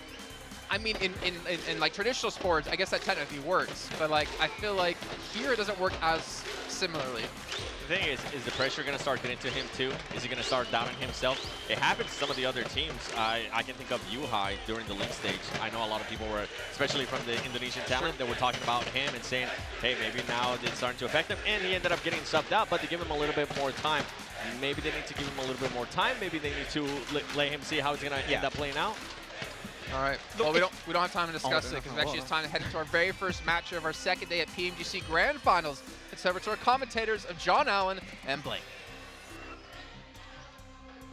We are going into the first match of day 2, blank Sanhok yet again. We are back over to the jungle once more. I'm excited for this one. I mean, the fans are absolutely roaringly loud here in the actual arena. It's unbelievable to see what's happened over the last day as well. I mean, A7 doing incredibly good work at the moment. But honestly, I think it's more Stalwart that's really surprised me. And Xavier. You know, I kind of predicted them coming into this tournament. I thought they'd do well, but I didn't think Xavier would be able to adapt quick enough to a PMGC environment. You know, this is sort of new ground to them with the shuffle in roster they've had. And going against some of the best teams in the world, it's not easy a lot of times. I think that they haven't reached those high heights yet, but yesterday didn't look so bad that they can't bring it back today. No, I mean, you had people like IHC blasting off, right? S2G obviously being able to keep themselves in, struggling through a couple of matches and getting quite a lot of points for it. But it is really teams that we're looking at towards the top, Alpha 7 and Stalwart, that rivalry that has now come to fruition so far in the first day, and I'm sure will continue to rage on into day 2. But I'm sure that the fans are looking to silence them here, as S2G certainly have the home crowd support. I think nobody can deny it. They are certainly playing with the wind at their back. Silas on screen right now, the man that did the most, the mythical action for them yesterday. Some really sick shots coming out from this guy, and I think that he carried his team all the way towards the end moments of those matches. And really, it does require you to have one strong player on the team, and I think Silas to be stepping up now in the PMGC, such an important moment for the lad as well, considering that he had his slight fall-off, right, during this year. The rest of the team sort of had to rally a lot. Halsey was unbelievably consistent for them, but Silas is back. But only for the main stage, apparently. He brings it out when it matters most. What can you say? Defending champions as well, right? They are defending their title on their home ground, and they really, really want to try and keep up that pace, because Stalwart, Alpha 7, they will break that lead out if they are given that opportunity. You cannot let up for one moment, otherwise it will slip through your fingers. The difficulty with this team on your screen at the moment is that Alpha 7 do not miss out on points, right? No. Every single game, they're going to put up point after point after point. It's what made them so difficult to chase over in their league. It's what made them so difficult to chase over in the actual league stage of PMGC as well. So I think this is the scary thing for a lot of teams, is that as soon as you start to falter, as soon as you start to let up a little bit on the gas, well, the boys still have fuel in them. They're going to keep on going. So there is definitely teams here that can keep up with their speed, you know. Even the boys are on DX Xavier, they've got themselves a Lamborghini. Surely they can keep up at this rate. But again, remains to be seen. This sort of is the start of PMGC, as Jason said, because realistically, this is when things start to get a bit more cut in stone, right? This is where we start to see things be sculpted in the storylines. Who's going to have that chance tomorrow? Who's going to be able to make it look good right at the top of those tables? I think, yeah, as you re-highlighted there, as the desk has said, it is that benchmark that we're looking to set today. I'm imagining we're going to see about 8 teams at the end of the day be in competition towards the top of the tables. I think probably realistically only about 5 or 6, probably more like 5 in competition for that top spot itself. But there is always the case that everything can change on a dime. Everybody being careful, everybody loading up, getting ready for Sanhok, making sure they are all prepared. You do Alliance on your screen right now, I believe, as we've got a little bit more performance from them, I think, than maybe a lot of teams were, or a lot of people, a lot of fans would have been expecting from them coming in to yesterday's matches. But they did show quite a lot of, I would say, rotational presence, sometimes faltering in fights, but I think that their decision-making has been good.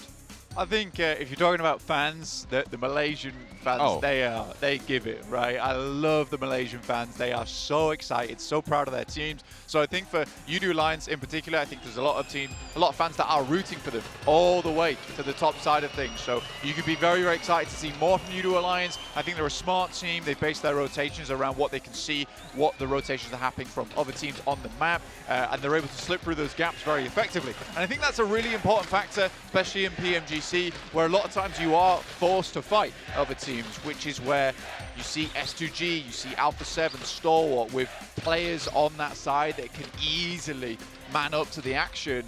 You know, UDO Alliance, on the other hand, great in those endgame moments. They're not as confident in their team fighting towards the beginning of the game, so they just cut it out completely with some very good cerebral plays towards that early game.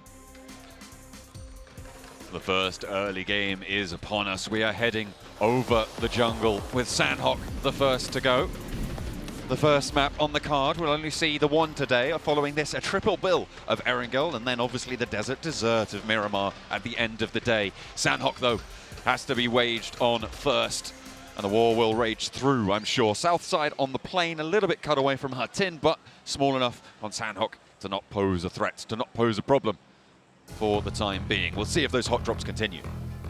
So here we are, kicking it off for day number 2, match number 1. It is Sandhog. We've got the boys dropping around the map, Stalwart over towards boot camp, but a very special little hot drop on the cards for us at the beginning of this game. It is Paradise Resort, S2G versus DXavier. They will continue to vie for this position. A little scrap, I'm sure, picking up weapons. It looks like everyone's fairly well armed at this stage. Enough to take the trades. I wonder about the armor, though, and it's the first blood drawn by S2G. Second step out, and it seems to be going well for S2G on their home turf, but hang on a minute. They have started to suffer 2 eliminations sent back their way. A knock for DXavier, so even Stevens right now on the small engagement, on the hot drop. Hamzy G looking to turn the corner here, but moves up to his teammate. Could hop over the wall here and find another knock, but just about staying out of the sightline. Steps out wide, might be in danger now. As DXavier continue to rage on through. The Paradise Resort steps through, with DXavier might just be able to get the edge here. S2G still holding on, but the last player stands. Levi's for S2G is going to be their last barrier, and he goes for the spray. The UMP up the stairs, they're sticking the res. 1v1 on the cards right now, soon to be a 2v1 once that res goes through. And for Levi's, last player alive has a chance to maybe get 2. It's lonesome. S2G down to 2 players, not ideal, but 3 eliminations start the game. Great news. 4 Miracle Vibes here versus Loops. Loops down to Cardozin. Once again, the story repeats itself. And for Loops, this has been a disappointing tournament. You've got 2 third-party presences as well. Besiege Evos on that northern shore as cheeky little shots from Apex for MV. They need their quota to be met, Blank. They are up to 4 now, so they'll need the 1 more to be able to make it work. That 5 elimination quota that we saw from them yesterday. Morph on that south coast, taking a look over, making sure they've got all that intel. Looks like S2G are still going with 2, DXavier just on that 1, so not much more action over in Paradise Resort if that's what you're worried about. But Pine Iron also being sorted out. Seems like both these hot drops have gone poorly for everybody involved. Yeah, 4 Miracle Vibes down to just 2 players. Unideal, I would say. Circle over towards that eastern side, so pretty similar circle to what we saw yesterday. Could still swing up towards that north side, but for S2G, the fight hasn't gone as cleanly as they might like. We'll here fully stimmed. There's a definite chance for him to potentially take down these 2 players, but again, Kelsey, Hamzy G, no one to turn your nose up at. Very good players here, but again, it's that issue for S2G now is that their Sandhawk most likely is going to end around about 4 eliminations if they're able to pick up Levi's as they exit. For me, then, the question is, what can Alpha 7 do? What can Stalwart do, right? Because this is their opportunity to open that lead. We talked about it before the match. If you let up on the gas a little bit, these teams will start to accelerate away from you. The 10-point gap that Stalwart currently have over S2G shrunk by 3 by the elimination points that S2G have gotten. So they're 7 points ahead, but still, they're all 4 alive. They're in a really priority spot on the east side of boot camp right now in terms of where this circle sits. They've got a lot of control of the rotations from the south, moving out the west side of Quarry. They can take a lot of oversight there. So this looks like it could stack up to be a great game for Stalwart, which is terrible news for S2G. With Alpha 7 winning yesterday as well, like, it doesn't bode well for you, right? Where they're going to start to get potentially more points on the card, reclaim that 2nd place spot. For S2G, though, I think they did more than enough yesterday, to at least give themselves that little bit of buffer. It's just the fact that you're right. Stalwart and Alpha 7 could absolutely have 2 good blinders of a game, especially with the majority of S2G going down, who were the ones to put down the entirety of the Stalwart squad, or at least make their lives hell to the point where they had to prematurely exit out of Sandhawk. This time around, a bit more of an easier time ahead of them. U2 Alliance on our screens versus IHC. Ooh. The elimination machines. Looking to churn a couple more up in the factory. Zeol not quite finding the angle just yet. They're not getting too ahead of themselves on this engagement. U2 Alliance skirting around the hills. Obviously, those vehicle sounds will be very well heard by IHC. They'll get ahead of it near Barn. The southeast side of Paradise Resort. Nongshim Red Force currently sits south of Paradise Resort in that area towards those hillsides. Stalwart still stretching out their line from the south of boot camp out to the east as well towards the roads that sit there. Titan right in the middle, the north point of Quarry. A really pivotal point for them. and again, a team in a pivotal position that wants to start to carve out their legacy in this tournament.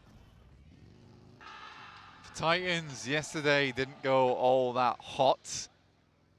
A little bit cold, like the weather here right now. 23 points. That's not too bad, but again, it's one good game away. That's all it's going to take. Ooh, Major Pride. They've spotted a player from Stalwart. That line that I was talking about from boot camp out towards the east. Major Pride have spotted a weakness, and Action will pay the price for it. Hasn't been flushed just yet, so chance for a response from Stalwart is yet to come through on the elimination feed and yet to come through on the battlefield as well. Can they get back to Action? Can they pull him back to his feet? A regroup probably more necessary now for Stalwart, and they're going to have to shrink their influence, shrink their presence on that part of the map.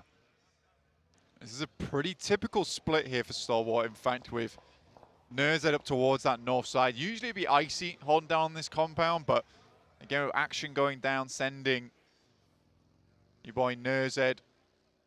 Not ideal. Very good player when it comes to facing off against multiple players, so you can kind of leave those two guys interchangeably. For Major Pride, I would say they got quite unlucky on Sandhawk yesterday. It was a case of just getting completely outplayed by Silas. But I suppose you don't see that single player making those types of moves, and Major Pride need to realize that right now they're at the PMGC. Not a single elimination is going to be easy, not a single knock's going to be easy. It's not a case of a 4v1 is a granted win. We saw an incredible amount of 1v3s, 1v4s yesterday. What's always going to be in your mind, everything's got to be well calculated. Circle off towards our eastern side gives U2 Alliance a bit more land to play with. They've claimed a decent space. They decided to opt out of the engagement between them and IHC. Fair enough. I wouldn't sign that contract either. That's a real tough time if you want to go for that one. Someone's going to have to do it, though, if they want to win out the game. We'll have to wait and see. Titan also being proactive in their position. They were in that north point of Quarry. They've now moved up. So have Nongsh and Red Force, these two teams, the Chinese and the South Korean team, both being proactive. Ayala doing the devil's work over in Painan earlier. Man, 3 eliminations. The question really is there is like, how did they lose that engagement, right? It's a 1v3, he wins it, yet they go down to a single player in Cardozo. Again, we were just speaking about how, you know, 1v4 is very possible. Can't count out those last players. You have to be very careful at how you approach it. Titans, you were mentioning how they had a decent spot to play around with. I do like this position. Eventually, you would like to transition over towards the buildings next to Suki. Much more defensible, sort of invite players and teams in towards the buildings that are on the low ground. But right now, Titans are very happy to hold both positions, especially considering we're only in stage 2. Still a lot of time to go. Once again, Redface getting that info in. Just gathering it up, Major Pride moving through, unaware of the danger that lurks beneath in the grass of Sandhawk. But it's always there, especially on Sandhawk. Redface passes that information back on over. He is a backstop for Procedure EVOS right now, so that means that they are now fully aware of Major Pride's presence to their southwest side, and Redface can jump into action as soon as these players start to get a little bit too bold. Effect might actually be running straight into danger here. Steps up, but he spotted him. Effect on the swivel, really heads up position there. And there is Major Pride corner over on the other side of the stadium for us. They're pretty happy about that one. It's time for Major Pride to do something. Put up or shut up. It's a great spot there from Effect, honestly. And he was blasting yesterday. Had a lot of their eliminations in pocket for Major Pride. And the gods work on their side of things. Sort of hoped that Dino and Nomi would step up a little bit more. But it is nice to see a return to form for Effect, considering he was, for a long, long time, considered to be the best player in EU. Certainly quite a legacy to leave, and if he can bring it back here, if he can show us what he's made of, he might be able to keep Major Pride topped up towards the higher ends of these tables, because 15th place, it's not illustrious. It's not going to be the result they were looking for. They'll want more. We'll see if they can claim that today. 628 currently playing on the northwest side of Paradise Resorts. This is the site, of course, of the hot drop between S2G and DXavia that left S2G on 2 players remaining, Hamzy G and Kalsi. we'll see if 628 can make their way through uncontested. Yeah, exactly. This is what I was talking about at the start of the game, right? Is the fact that there's a very similar circle to what we had yesterday. Now, if I'm 628, should definitely be assuming the FaZe will be approaching from that south side. So I do like this little wrap from 628. It's not worked out too well with the next circle shifting all the way down towards that south side. And Alpha 7 get themselves a fantastic little position over towards the eastern side of Quarry. Weibo Gaming currently playing up towards the high ground on that south side. Gives them a lot of oversight over towards teams like Pasija Evos, who likely be taking up some of those compounds on the western edge. Just force a lot of teams to move off the back of that one. Let's wrap back to something you were talking about before. Black, oh, hang on a minute. I'll take a pause there because Hamzy G's lighting people up now. It's going to be 628 running into a little bit of trouble. But he hasn't got a knock, and his position's now been revealed. Actually, hang on a minute. No, he did find the knock over towards 628. Dropping those smokes. Sunan wants to keep them as 4, and rightly so. Only 2 players from S2G means that they can't rightly push out, but the nade in hand for Hamzy. He's spotted. What a cover off coming through from 33Z. Keeping 628 in the running. Really, really well played there to keep that position on lock, to keep that crossfire active. You respect the game, though, honestly. From S2G, I like that play from Hamzy. The nade would have been on target as well to get the double knock, or at least 1 elimination, 1 knock off the back of it. Kelsey spots out 33Z. Sunan will dispatch Hamzy. Finally, maybe 628 can go on their way. Levi's is still in this location on the south end of Paris Resort, just waiting, biding his time. Kelsey with the shots over towards 33Z, gets the knock, looks for the flush, dropped back behind the wall, didn't quite fully claim it, so still an opportunity for them to get the res, for 628 to pull themselves back up to 3 and try and keep on trucking wherever they can. In the meantime, Major Pride are locked in with WBG across the way over towards Quarry. Looks like Alpha 7 are getting involved as well. Plenty of action starting to play out on that south side. Yeah, I mean, if you asked me to predict it at this moment in time, probably would be going for Alpha 7 at this point. They have such good sightlines over towards the western side of Quarry, which are really hard to deal with, especially with how many teams are on that western side, and Alpha 7 currently have very free reign on it. It might not end up on the south in terms of the circle, but by the time that Alpha 7's done, should be a lot of area cleared on that south side. Oh. Looks like Effect's going to have to be on the swivel again. 4MV crawling in behind with the remnants of their team from that southwest side. Effect back up with the rest of the roster. Playing on a walled compound now. A pretty solid spot for Major Pride, but it's going to be difficult to move further north. Look at the cluster of teams that sits up there. Pasija Evos, Stalwart, FaZe, Nongshim Red Force as well, and they're going to have to go around. This is Alpha 7's time. Yeah, this is very much an Alpha 7 game here. If not an Alpha 7 game, very much so in terms of eliminations. They're going to be able to take a lot of shots over towards these squads on the western side. Nice shot there from Nongshim Red Force. Takes down 1 player from FaZe, probably the last player you want to see go in Mela. He's been quite a force to be reckoned with on the FaZe roster. Seeing them into that 9th place right now, currently in the mix, in the middle of it all. And FaZe now down to 3 players. They're trying to make their approach here. Ventura's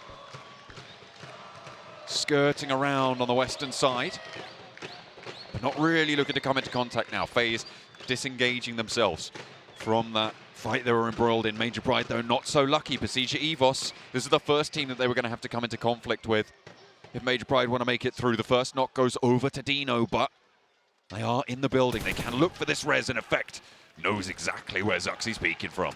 Yeah, this is definitely not a position that Major Pride wanted to find themselves in. They know how hard this spot is to play. That is an unbelievable corker. What an aid coming through. Up to the high ground. Zuxy doesn't see it coming. It was a bold push out from the door. Fully broadside onto that angle to get peaked, and somehow it pays off. Major Pride, they found a second opening as well, but they still have so much further to go on this rotational path. God. Rubber ball turned frag grenade. That was a proper bouncer. Really nice to see. IHC, though, don't give up the ghost. They demand conflict coming through from Udo Alliance. Stalwart, though, in conflict their own with FaZe. They're down to 3 players, and Action takes a heavy hit. Vitores running through them like a spear. With the DBS, moves on in. Looks for the rest of them as well. Stalwart cut down to size, 2 players. And again, this is Alpha 7's time, right? They have got Stalwart in their sights. They've lost 2 players. S2G kind of in the dust at this point. They're only playing with 1 player, and Kelsey, I think, has just gone down, eliminated. With those 3 eliminations on that northeast side, the fans are happy. They'll take those 3 points, I suppose.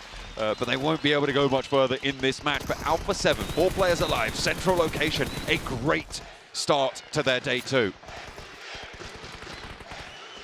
Stalwart down to 2 now, Alpha 7 still at 4. I think it's absolutely amazing that the fans still cheering for S2G. And it must be a really nice thing as well, considering you go down, you get the cheers. It's almost that case of we'll go again next time. It's all right.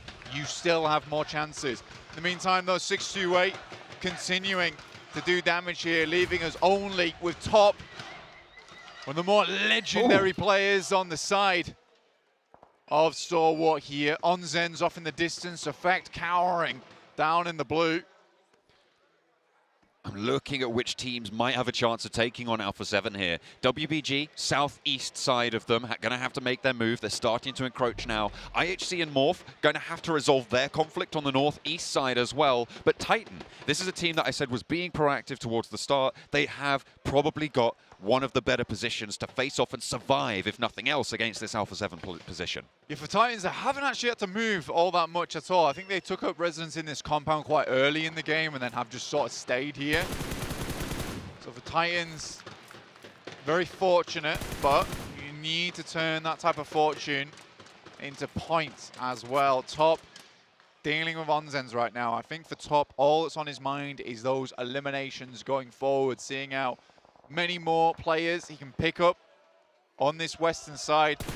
He is sort of safe here. FaZe does go down. Vitores loses the player. And for Top, let's put it this way. He has that guard of Alpha 7 on the eastern side. And he can just chip points over towards squads like this. Major Pride, as well as Pasija Evos. Misery. Oh, he's broadside. This is going to be so difficult for Misery to survive. He needs a miraculous shot, but it's not there. And Major Pride continue with 2, but they're cut across with Alpha 7. Carrillo looking for the shots to try and slow them down on the quarry opening, but seems like they've made it to cover. We'll see if they can keep it on going. 4MV have been crawling in for a long, long time, and finally they get spotted. It's WBG to take that honor. Last player now to stand for them. And Apex will try and continue on the run from Painan. Their exit made all the harder by those early frags that they came up against. A rundown and a hop out. Brilliant stuff coming through for WBG. They are getting bold with it. Southeast side, they're just going to shift away from them again. IHC on your screens, getting far into this match, surprisingly. Then again, it is Sandhawk, I'd say. This is where their playstyle really does thrive, but not allowing anyone to slow them down. They spot the shots coming up from up the hill. Ooh, Ming looking to try and suppress the rock side. Demo behind the tree, pops the heal. IHC keeping themselves together now. WBG wanting to find these picks, because WBG going to have to move as well with that shift that I talked about before. Ming looking for the close angle, but Demo keeps cutting across this open ground behind the tree again. He dips left, and how has he made that dash? Demo with the fancy feet. What a cross. Wow. Lose fire in his footprints as he speedily makes it across towards that rock side. Instant heal. Has a good outpost, but they do need to keep moving forward. Nade sent in by Bamboo over towards Rock. Godless is in the open. Bamboo will take him down. In the distance, a good spray. Locks in. Stalwart will be eliminated as well. And it just continues to get better and better and better for Alpha 7. WBG, though, 4th place. Remember, they're looking to push up over S2G, try and catch up towards Stalwart as well. A chance to put a dent in that gap. Titan fighting to jump up as well. 6 eliminations so far on the match. They want to find a couple more. Demo's not done for IHC. Takes down Bamboo. Difficult push here for IHC, honestly, because Titans have so much cover, yet IHC's rocking up towards where Weibo Gaming's playing, as are Alpha 7. But Major Pride making far into this match. They do. They managed to get across that quarry position as well, which is a very, very tricky crossing, especially with the positions that Alpha 7 held. They fought off against Besieger Evos and made their way through. Pretty great fashion. Major Pride, 2 eliminations though. They want a little bit more in the meantime. IHC will fall, 4 eliminations, 3 placement points. Not the best result, but out come Alpha 7. They are on the hunt. They want to rack up as many points as they can here. Close the gap and open a new one against Stalwart. S2G fans not best pleased. Not happy about it. But A7, they've got the secret sauce here on Sandhawk. I know some of people don't. Second win in a row of days here if they manage to make it all the way through. Weibo Gaming praying for an Eastern shift here. If they do, A7 will have to fight uphill towards them. Will not make life easy. Mafioso keeps watching out as well. The Major Pride down below, but the circle shifts up towards that northern side. A7 want to take control of those central compounds. The Weibo's not going to let them go quietly. The wall is still in for WBG, but they have to make that crossing sooner rather than later.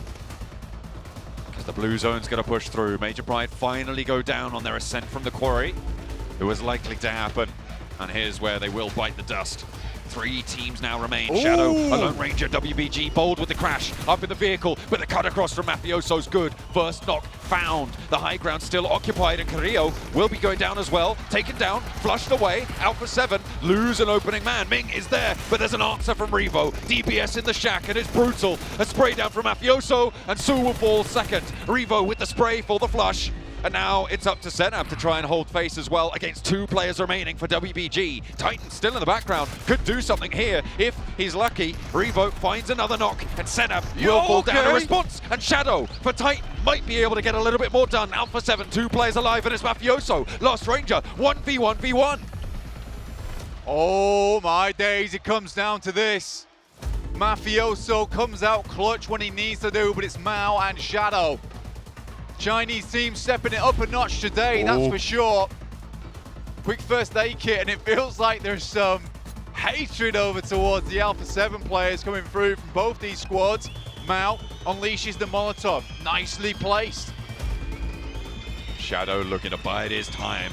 If Titan can take this one down, it will be an incredible performance. Drops the smoke out the front. Mafioso has to move first here. Shadow, position known.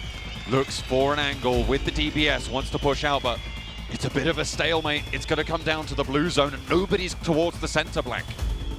Weibo Gaming, embrace the power of the DBS. They bring it to the international stage to see what they can get done. Shadow in, alongside with Mao. It's a two-way conflict. Mafioso finds the first, looks for the second, and he makes it happen. Once again, Alpha 7 cannot be stopped on Sandhawk. They're able to take it home in the jungle. The shrinks went to them. The circles were in their favor. WBG put the cat amongst the pigeons with that final crossing, with the crash across the road. And Shadow looked like he might have a chance there, but towards the end, the Brazilian team were able to blast it away. And with a shutdown, those quick 2 eliminations, it was the S12K blank that did it. Funny that, 2 Chinese squads using the DBS. Mafioso's got nothing but an S12K, takes a leaf out of their books and does them dirty with it. Anything you can do, I can do better, apparently, coming through from Alpha 7, but second win in a day here on Sandhawk looks fantastic. Really solid stuff. They held down their zone. They closed the gap between them and Stalwart. They're looking to try and keep that top spot under control. S2G went down a little bit earlier. They're going to drop down further in those points totals. See, they're pretty happy with that one. You got to be. What a way to kick things off. A lot of valuable points earned by Titan as well from the middle of those tables to try and push their way up. Yeah, I think for Titans, this was an incredibly important game. For Weibo Gaming, I think another thing to talk about here, John, is the fact that, you know, realistically, looking at their games yesterday, they certainly stepped up in performance towards the end of the day, and I think my question about them was whether they're going to be able to continue that going into the future, right? And today they have. Certainly with that first game. Again, both Chinese squads that were doing not so great yesterday have started to turn things around a little bit. It always is the case when we come to these international tournaments. As day one feels a little bit rough, and they get the hang of it. They start to understand the mechanisms, what goes into some of how these teams play, because it is very different from their home format. I think what we've learned from that match is that the hot drops are not going well, is what I'm seeing, right? You got DXavier and S2G, both of them losing. It was 2 players for S2G, 3 players for DXavier in Paradise Resort. Over in Painan, you had, I think it was Loops and 4MV going down very low. Loops going all the way out. 4MV managing to survive quite a while on 2 players, but still getting cut down to size. Not working out here on Sandhawk. We'll see if they're going to learn their lesson for tomorrow, because that's going to be the last one they'll play. But we're putting Sandhawk to bed for now. We're going to be moving and turning our attention to Erangel in a minute. IC getting caught in a pretty difficult location, but still find the eliminations at the end of the day. Let's put it that way. Alpha 7 though, great start for them, and looks like it's going to be another good day for the Brazilian squad. So Brazilian fans at home, you can certainly be happy about this one. It's always that first game that makes a world of difference to this squad. They made it happen here.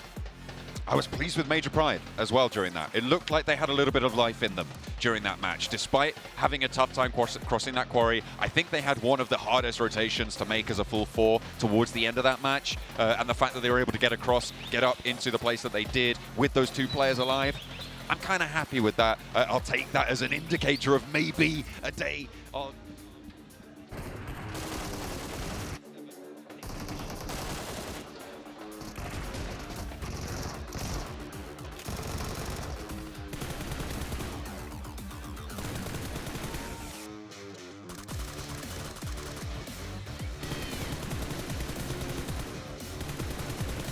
Well, Alpha 7, back-to-back Sandhawk wins here at PMGC 2023 Grand Finals, and they have put on a statement.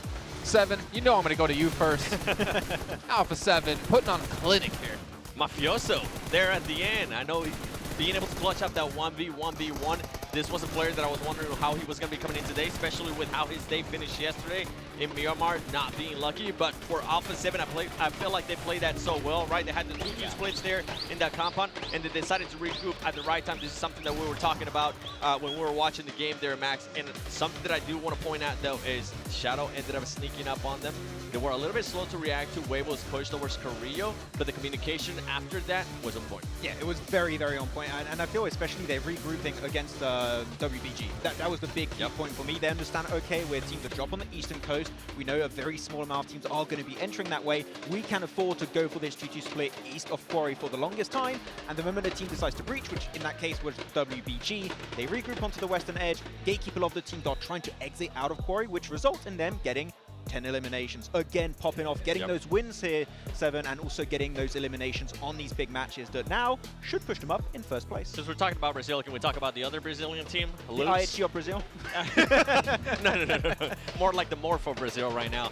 Because, boy, they are absolutely throwing loops. Once again, we're talking about how we wanted to see them being able to just not take that hot drop in Painan. They decided to go for the hot drop again. Ayala did end up getting a nice 3-piece, but they were only able to convert just one into an elimination. And not how I wanted Loops to start off their day. I'm pretty sure not how they wanted to start off the day, considering where they were at the start of the day in the overall. And Redface just sees that as an all-you-can-eat buffet. He's just like, 3 eliminations inside of Painan. We're just going to get a few of those on the way. And also, DXavier, S2G, fighting inside of Paradise Resort, which I thought that was weird. They had a lot of respect in that first day. Northern side was for DXavier, S2G taking the southern edge, and they don't really have to fight too much. I think it was just Nongshim Red Force, the command, brewing that entire fight. But here they just clash right from the get-go, which I still don't understand why it's happening despite having one game going exactly this way yesterday. So it still needs to be changed. And now they finally decided to take the fight, right? What I don't understand from STG is how they decided to slow down, because they did have the advantage against DXavier. They did have a 2v1, but they decided to slow it down in a big way to the point where they didn't end up engaging, and then STG decides to take a weird fight outside the circle. Against 628. Against 628, which made absolutely no sense, and it was just due because of a knock. Once they got that knock, they're like, okay, let's make that push. They still didn't have the numbers. It just made absolutely no sense for me, that fight from STG and 628. Well, Alpha 7 able to get themselves back into first place here, overtaking Stalwart Esports. As I see WBG as well, getting themselves up to third. A good push here out of WBG, not to mention Titan as well, because Titan, for them, the amount of points they put up, 15 We're talking about, I was saying actually that I think Titan performed so much better today, and we're starting to see it here, able to get themselves into 8th place now, and China, they're coming back for a vengeance. Yeah, playing strict center. Yeah, 12 to 8 actually, as you say there, 7. And here's centering up so quickly because they understood, look, Barn, Quarry, Arion, Sanark is a bit rough, so we want to do in a similar fashion what we had on the WBG's game on their angle yesterday that they ended up winning. We're going to just center up, play a compound, and stay there for as long as we possibly can, and just take to a bare minimum the amount of movement you have to do late game. You're mentioning Corey, and I actually wanted to talk about Corey a little bit because you were looking at your team in particular, Stalwart. My team. In a really good position to gatekeep multiple teams. There was what, Presija, FaZe, Major Pride, and then one mistake cost Stalwart that potential hold. Play into split again. They had such a good position. They sent Icy, I think, over to one of the sheds, which is a shed. Playing as 4, maybe not the easiest. A Gitoon, sorry, I have to say it properly. Thank you, Jason. And they just stay split. And of course, you're going to have, I think, on the very first fight, it's FaZe and also Major Pride collapsing on that position and being split. Of course, you're going to get a player knocked. You can't get the res. You're losing players. You can't take the fight anymore. And you just got to survive and snake your way into the rest of the game. Stalwart. Teams are going to respond a lot quicker to these kind of situations. Splits like this might work in the league stage, might work in survival last chance. It is not going to work at these grand finals. And it's weird, right? Because yesterday we were highlighting on Star Wars how they could be so dominant whenever they do find themselves in a location where they don't have to rotate, where they're already set. And this right here was the complete opposite. It is Sandhawk, so I'm going to give him a bit of a break since we always do end up giving teams a bit of a break. And now we're going to be going into Erangel, which yesterday they were the team that performed the best, as we're able to see there on the top performance for Erangel. What kind of Star Wars are we going to be seeing on this one if they do end up in a position? I'm hoping it's just a flash in the pan here, what happened in Sandhawk. It's just Sandhawk. I'm not going to freak out. But yeah, I'm with you. I didn't like it. As soon as we saw it happen, we're like, why are they still split? I don't know. It's weird. I love how every time we make a point on a Sandhawk game, it's like, but it's Sandhawk, so whatever. Yeah. That's the underlying factor. It's still Sandhawk, so you can't really think too much about it. Yeah. But Major Pride, I want to give them credit, obviously in a very tough position as well, having to potentially rotate through Stalwart, but instead they're like, we go into Corey. Yeah. And they went to Corey, got 4th place finish. And for them, I think considering the performance they had yesterday, being in the bottom 8 teams, actually lower than that, but I didn't want to go that deep and onto a European team, they need every point they can get. And at least it's a good sign of their understanding of we can play Corey. We've seen it in the past, especially with Nomi playing off angles in this one. But they at least played that one, got some placement points under their belt. If you're playing around Corey, you want to try and just wrap around and dodge the fight, which is what 4MV ended up doing and actually clashing into WBG. But because they saw 4MV do that exact rotation I think they wanted to do, we just can't go for the exact same rotation, so we have to fight through. But North is going to be Stalwart, who didn't gatekeep too well, but still they were Stalwart up there fighting FaZe. What we do, go into Quarry, we know as a fact, us, Major Pride, we are not going to get a chicken dinner this game. We're not even possibly going to get a podium finish. Let's just still try and get a few eliminations and a few placement points if we can by playing in Quarry, hugging the ridge side, and just trying to stay out of trouble for as long as they possibly could. Yeah, and since we're giving props to some team, I kind of want to give props to Shadow from Titan, because the way he was able to time that so well whenever Weibo decided to push onto the Korea side, he waited for the right moment because he was able to see the Alpha 7 players kind of covering where he was going to be pushing in. As soon as he saw that push, as soon as he heard that commotion, he went for it, and he actually ended up getting some knocks, ended up getting some eliminations. Well, we also have to give credit to the IHC of Mongolia, also known as IHC. They did rotate in a little bit earlier, which was nice to see. We've obviously criticized them quite heavily when it came to rotations. And Max, you talked about how many times where that final match of Last Chance, was what got them through. We're seeing the adaptations. They got 4 placements. Sorry, they had 7 eliminations, 3 placements, if I'm not mistaken. Able to get something going for them, able to at least extend into the placement category where they've been heavily lacking. Yeah, if you're looking back on this rotation, and I don't know if you'd agree, Seven, on this one, but I don't think it's about the speed at which they did a rotation, which was a big improvement from what we saw yesterday. I think it was the quintessential rotation. It is the easiest entry point over to the northeastern edge because, again, Eastern Coast, 2-3 teams drop there with a circle that continuously shifts over to Quarry. That is going to be your path of least resistance in that kind of circle. So they read it properly, like, okay, we're going to go from that camp, just play the high ground position because we know we have this space to work with and we can just get free scouting done. Later on, it gets a bit troublesome for them because teams start to take that position, but at least they had an entry point that makes sense in this match. What I enjoy from IHC is that they decided between Circle 3 and Circle 4, instead of taking those fights, which they could have actually taken those fights, they decided to just focus on that position, decided to go towards the circle, which is completely different than what we saw yesterday. They were willing to take those fights. Maybe they were listening to what we were saying, start focusing a little bit more towards the late game, and maybe we'll continue to see that here in Erangel coming out. We cannot fight? Wait a second. Cool. Placement points? That's pretty cool. They already got half their placement points that they ended up getting yesterday. They ended up with 4 placement points, so it's good to see a bit of a change, even if it is Senhawk. And that's what we said. Day 2 is the real day 1. Yep. PMGC Grand Final. Let's go back to it. You know, it's funny because if I think back to the For Miracle Loops fight, which we kind of did not expect to happen again. Same with S2G Xavier. I was talking to Scott, one of the Turkish cast, or I guess he's a desk or he's an analyst today, and he was saying that For Miracle just better aimers than Loops, and I was kind of surprised to hear that. But I think we're seeing it in 2 back-to-back games on Sanhok. But you know what? It's time to see how things are going to break down on Erangel. So we're going to head over to our casters once again to kick off our second match of the day with Blank and John. We've got our triple billing of Erangel coming up very, very shortly. We're going to be hopping in for the first match after the respite from the jungle. I'm sure it's very much needed for a couple of those teams, specifically the ones they were just mentioning. They're going to be happy to be able to get back into the battlegrounds, I'm sure. Yeah, I mean, for S2G, obviously struggling a little bit over on that map versus the Xavier. It's not an ideal hotspot to be going for over on that Paris Resort, especially when you don't win it out comfortably. Yes, there was a bit of a different story where S2G were actually able to win the majority of that engagement, get a lot of their players back up again. They had a strong game off the back of it. Major Pride also able to make that rotation finally. I don't think it's a winning rotation, but it's certainly one that gets you into the end game, especially with the circle they had. Though, John, I think it's all about Alpha 7 right now.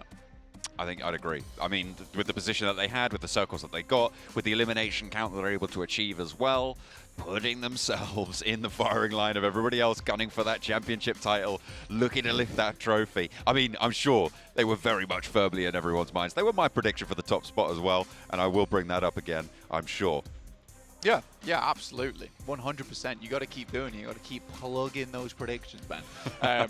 But our angle now for our second match of the day, and we'll see exactly what these players have in store for us. Honestly, I was quite happy with the way that we saw the Chinese teams start to pop off a little bit more. I think there was some disappointment over the general media yesterday for the teams coming through from China. And it's nice to see today that they step it up a notch, right? It was necessary, it was required. I think day 2 is where you can't really let things falter, you can't let them slip. It's where you have to re-grasp PMGC, bring it back under control. Hey, sharing is caring. Oh, look at that. Giving the popcorn over. Very kind, very kind. Dropping those points across. You love to see it. And you're right, I think to highlight the resurgence of the Chinese teams in that last match, although I would say I was slightly disappointed with 628 in the position around Paradise Resort. I feel like, you know, they came into contact with 2 players from S2G, and a heavy toll was extracted from that. So I think what they assumed was that S2G had already left, and they also had a pretty rough time of it because they made the right decision in my eyes. It was the case of yesterday they got done in, let's say, by FaZe over on that north side. So instead they opt to go for an eastern rotation past Paris Resort so they don't get locked in over towards the rocks on that western side. Instead, the circle hard shifts down towards the south. They have to re-wrap back around again, potentially facing FaZe, so they have to be a little bit more cautious with it. They get caught by S2G in the process after making a lot of noise. I think that's one of those games where you can realistically say that they got a little bit unlucky. Let's start off our middle billing of Erangel. 3 on the cards. The first will be a plane path from South George over towards the east side, cutting over Yasnaya. It's quite north-leaning here, Blank, but shouldn't be too hard to find some of those vehicles. Maybe a little bit of a hot drop scrabble for 1 or 2 of them. We'll have to wait and see. It looks like an early break south for 628. Stalwart kind of hot on their heels right now around that Gatka split. See if they come into conflict with one another. We'll have to wait and see. FaZe going all the way up towards Zaki. I think for this western side, it does get pretty chock-a-blocked. Won't lie to you. With IHC, that southern edge around Crates, you've got Alpha 7. North George, Zaki controlled by FaZe. Right now, we're not seeing a one-on-one action between FaZe and IHC anymore, specifically with FaZe deciding to give it up on that hot drop. Wasn't going too hot for them at all. I like this drop coming through from Stalwart, though. Very nice. You don't see it too often other than in these international tournaments with some of the best teams in the world. Yeah, it's that 3 out of 4 players on top 4 average damage here on our angle. That's kind of nice from DXavier. But yeah, you don't see it too often with Stalwart, which is this western approach, this western split. Get some vehicles.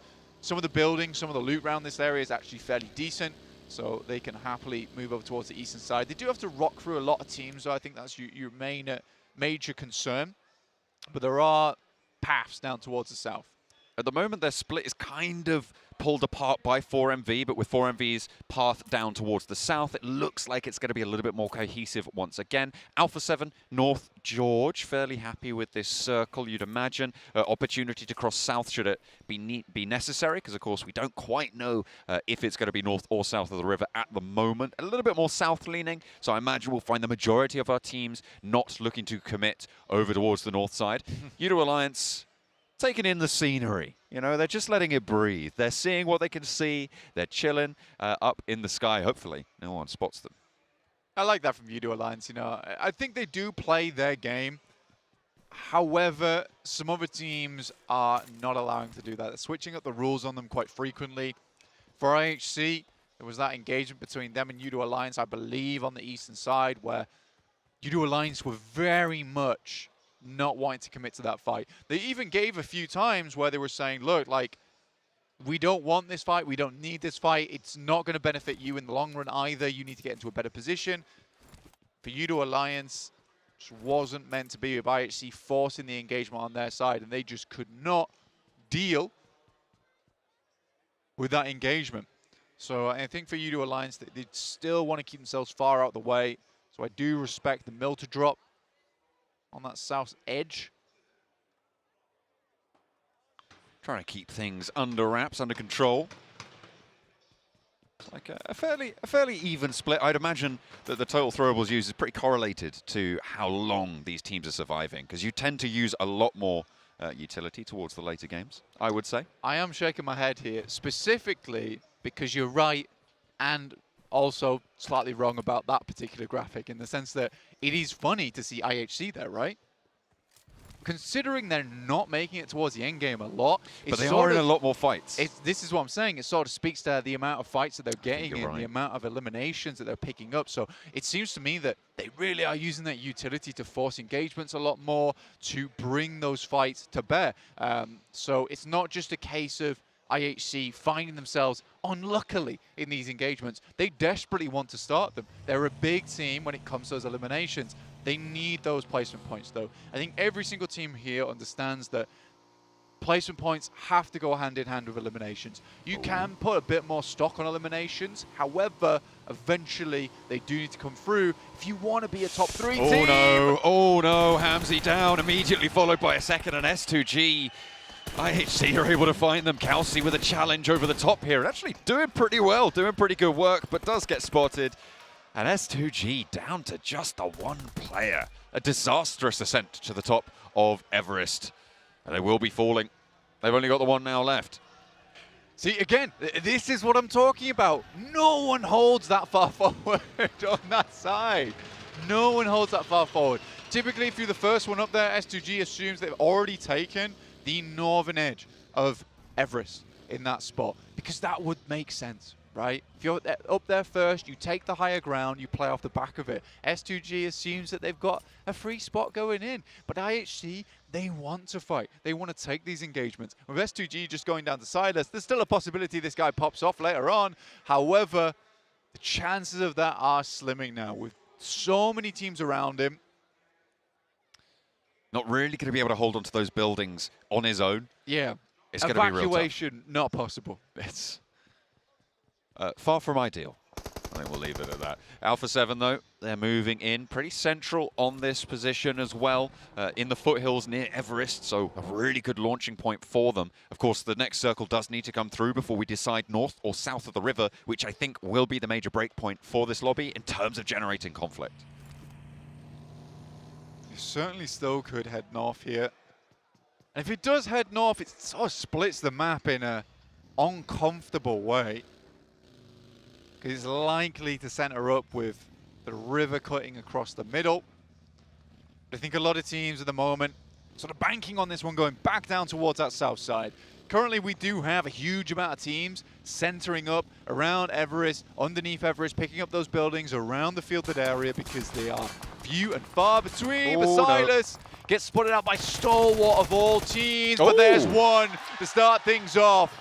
This boy pops off. And he's popping down. Top was able to put him to bed, but he gets the one. That's what he was looking for. Over onto Icy with a cheeky little spray close range.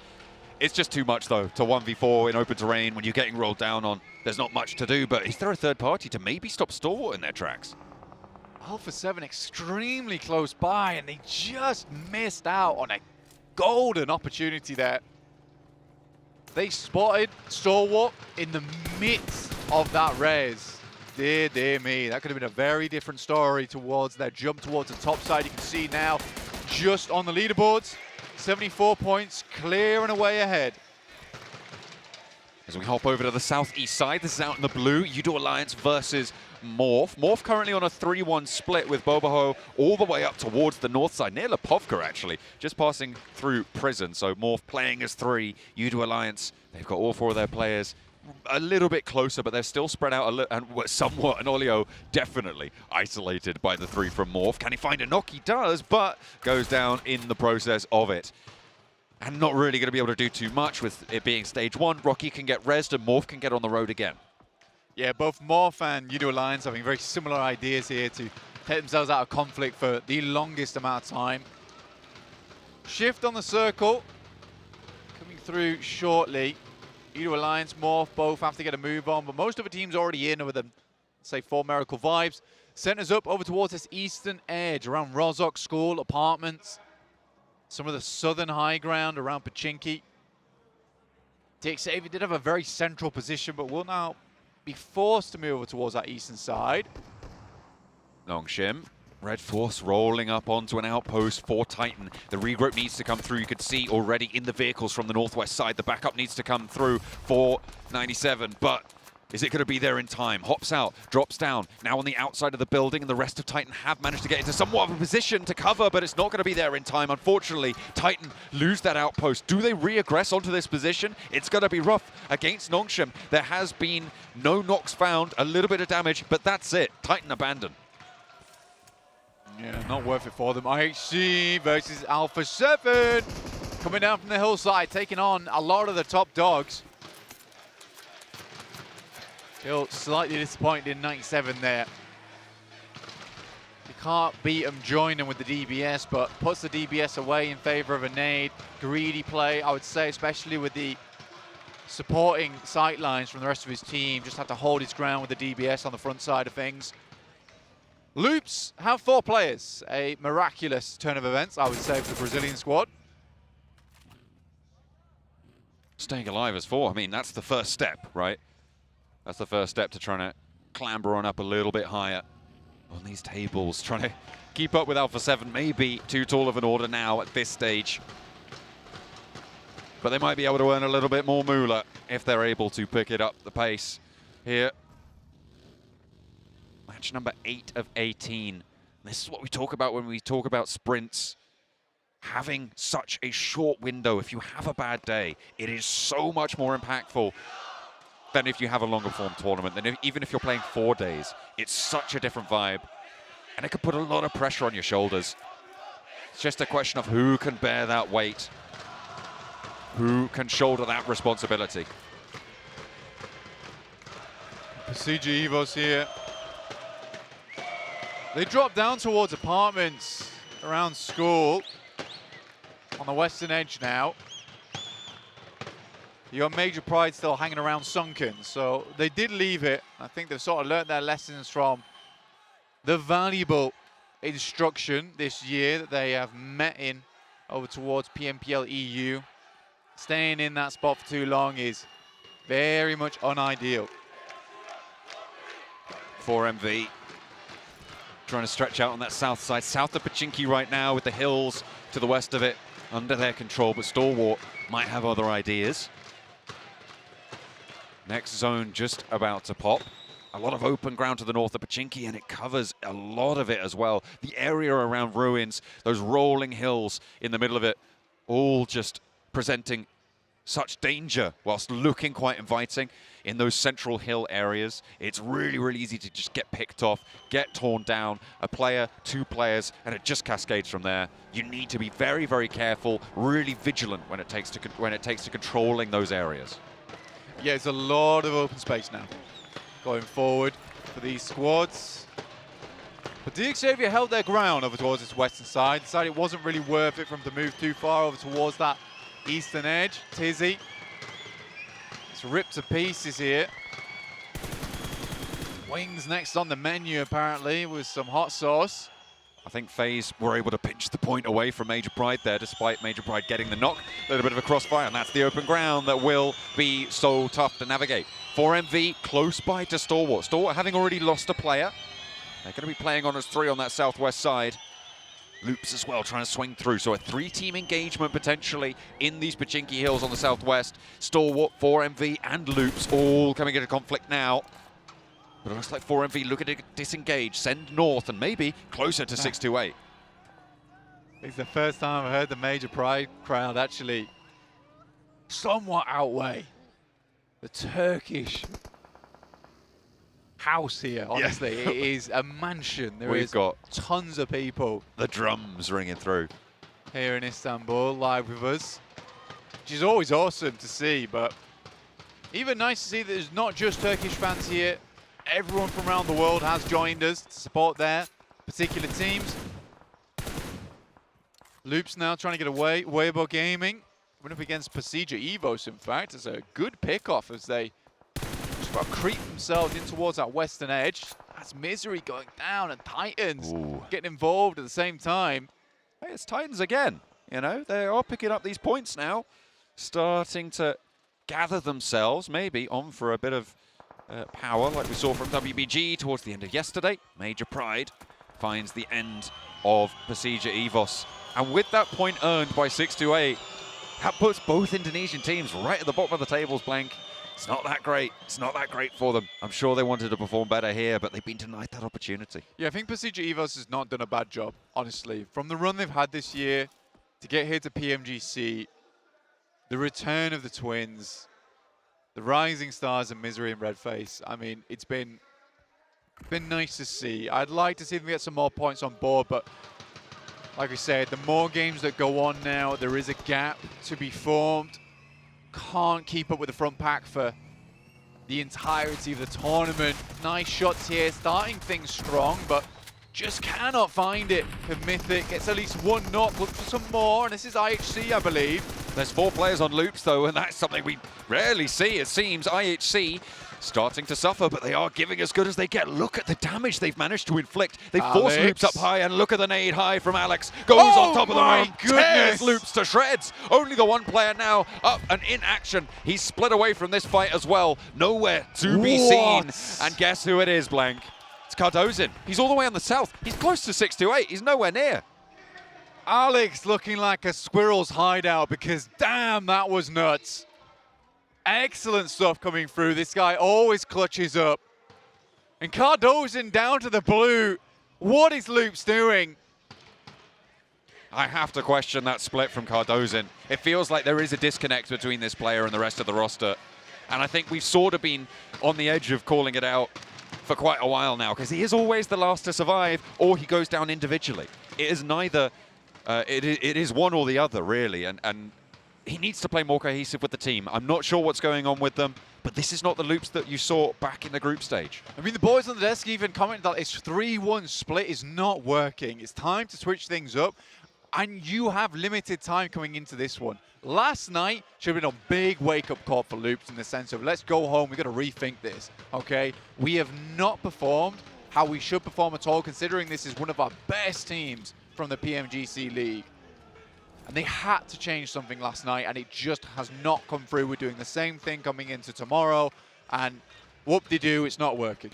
I mean, I think whoop-de-doo is a pretty apt summary of what Loops have been able to do this match so far. Certainly disappointing, but the good news for Brazilian fans, of course, is that Alpha 7 still very much here to play. Playing on the southwest side of this circle. They're in a Pretty solid spot for this next one. Major Pride continue to rack up a couple more points. We'll see if they can go the distance. IHC still very much as a full force, but FaZe now the next challenge for them. And 1 and 2 put to bed. FaZe having a tough time of it. Even when FaZe dropping in Zaki as far as they can away from IHC, still locate them. They got the radar set to FaZe right now. Certainly seems that way. They dread them, and they're trying to run from them. But IHC are inevitable. Mormon, Mela left alive, and to be fair to Mela, you've still got the mischief maker himself on board. Yeah, Mormon's also a pretty decent player on that squad, and we have to remember that IHC is being pushed in by the blue, chased by it, hunted. They've got to pass over pretty open ground to get through, but I think they're more than likely going to go for a bit of a slightly more northern split. Some bombastic grenades coming through from 628. 4MV with some shots, but not really able to do too much as the nades continue to bobble on down. 33Z wants more, he wants the spray, he wants the challenge, and another knock is sent out the back lines of 4MV, leaving them at their last man standing behind the buggy. Nice. And it's curtains for them. 628 on the southwest side, able to stay as 4, and convincingly so. Yeah, lovely shots coming through from 33Z.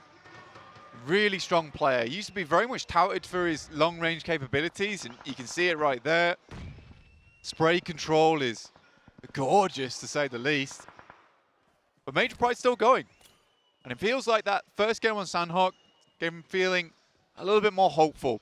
IHC on the same trend. 8 eliminations, once again. Very early on into this game.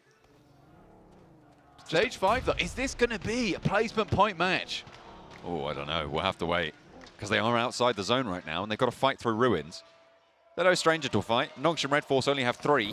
On the southwest side, FaZe only have 2. A potential to try and force them into one another and third party on this position on the south side. IHC could also try and leapfrog, but then you've got DXavier in the way and the threat of those teams behind them coming on through. A Mormon spray down, finds a knock, and the vehicle goes up in flames. 2 points. Retribution for FaZe. Yeah, nasty little shot there coming from Mormon. Definitely assists his boy Mela. Now Zjol and Godless have to make their great escape, and I lied. It's not a placement point game for IHC. They still got 2 alive, come on. They tried. I'll give them that. 2 more eliminations, they kind of be on track for a good average again. Mela nades over to Sporter. Nongsh and Red Force coming under the purview of FaZe right now as Wings goes down, but it's just a little bit too late. Unfortunately, the spot goes down onto FaZe, and now it looks like IHC want to move, but Major Pride have turned their attention out to this direction. On that northwest edge, a lot of gunfire's been heard, and they want to rack up those points where they can. 3 eliminations already found, and they are going to turn tail and instead turn their attention towards Titan. Further out to this east side, Titan playing as 3 players, and in this ditch, they need to be careful, but they find the knock onto Nomi. It's a bad first knock to take here onto Nomi. They're not allowing to back off whatsoever. Dino gets really lucky. Good shots from Effect in the back, playing as that backstop. Not allowing to peek up, but another lovely nade over the top should shred Major Pride. But Dino, Naomi, back at it again. Nades going through. Another one almost blows up in Naomi's face, but looks away just at the right time. Shadow ate so much damage from that nade before, but already had the first aid up and in action. This time around, though, not so lucky. Suppression continues. Effect now looking to reposition the res as well, potential. Bamboo wants to keep this nade going over towards Naomi, but how does he keep dodging this? He steps down from the spray and Effect's on in, but it's not going to matter. Morph chime into the engagement and put an end to the proceedings. Major Pride staying alive. 5 elims so far as well, doing some good work right now. 7 on the side of 628, feeling themselves in this game. And when this team starts to get a little bit aggressive, they start to look fierce in these matches. Alpha 7 down to 1 now. Picked to pieces by DXavier. 628 off in the distance. Spray downs from Xavier on the inside there. Nongshim trying to rotate in, trying to backfill on the egress from Major Pride, but look at that regroup. Naomi moving back on in, as well as that send coming back on towards the north from Dino. Both of them now holding face against one player from Nongshim Red Force. Can he hold his nerve wings behind the buggy? Gets one onto Dino. Now maybe looking for the second as well, but Nomi able to shut it down. Major Pride needed to go back and reinforce that northern flank. However, they have done so successfully, and they are up to 7 elims. Weibo Gaming, third place right now. 2 elims on this game. I mean, they've been consistently good with it on the placement points towards the end of the last day. Alpha 7 have gone down. Yeah, they went down there to DXavier alongside with 628. It was pretty good, and now DXavier not finished yet. Saw that some of their eliminations stolen away by 628. Coming strong, some lovely nades coming through from Chua, as well as Levi's will take down the rest of the pack there on 628. You can only carry 2 main weapons, Blank, but each of these teams seem to have a pair of cannons on those arms every single time. These nades have been impeccable so far. I'm really loving seeing this utility usage. It's what you want to see. Spray downs towards Stalwart, and maybe another team in the top 3 taking the knee. Morph looking to slow them down somewhat. Icy now really the last force. If he can get action back in it, if they can get that heal off, might have a little bit better of a chance, but you got DXavier with other ideas. Bobo Ho from Morph attempting to get themselves out, but it's DXavier once again looking over towards Stalwart. Major Pride get the circle, but one more obstacle in their way before they start to feel safe on this game. Good shots from action. Major Pride looking to take the fight now to Weibo Gaming. That's the big engagement for me, and Nomi opens up the bidding onto Waimau. Needs to try and hold out on this hillside. You can see the reposition coming through in the distance with DXavier moving. I'm looking at the picture-in-picture on the bottom right of your screens right now, and look at that, DXavier actually flanking around. Major Pride have trouble now on this ridge side, and you can see they've read into that. They've heard those vehicles move. They know they need to keep that reinforcement there. That's a strong rotate coming from DXavier. They saw the move made by Major Pride, instantaneously take the high ground from them. Now Major Pride feeling a little bit uncomfortable themselves. Still have to move further in. Weibo Gaming gets handed an olive branch here. Potential moments of respite for them to look for those reses, keep that 2-2 split in action.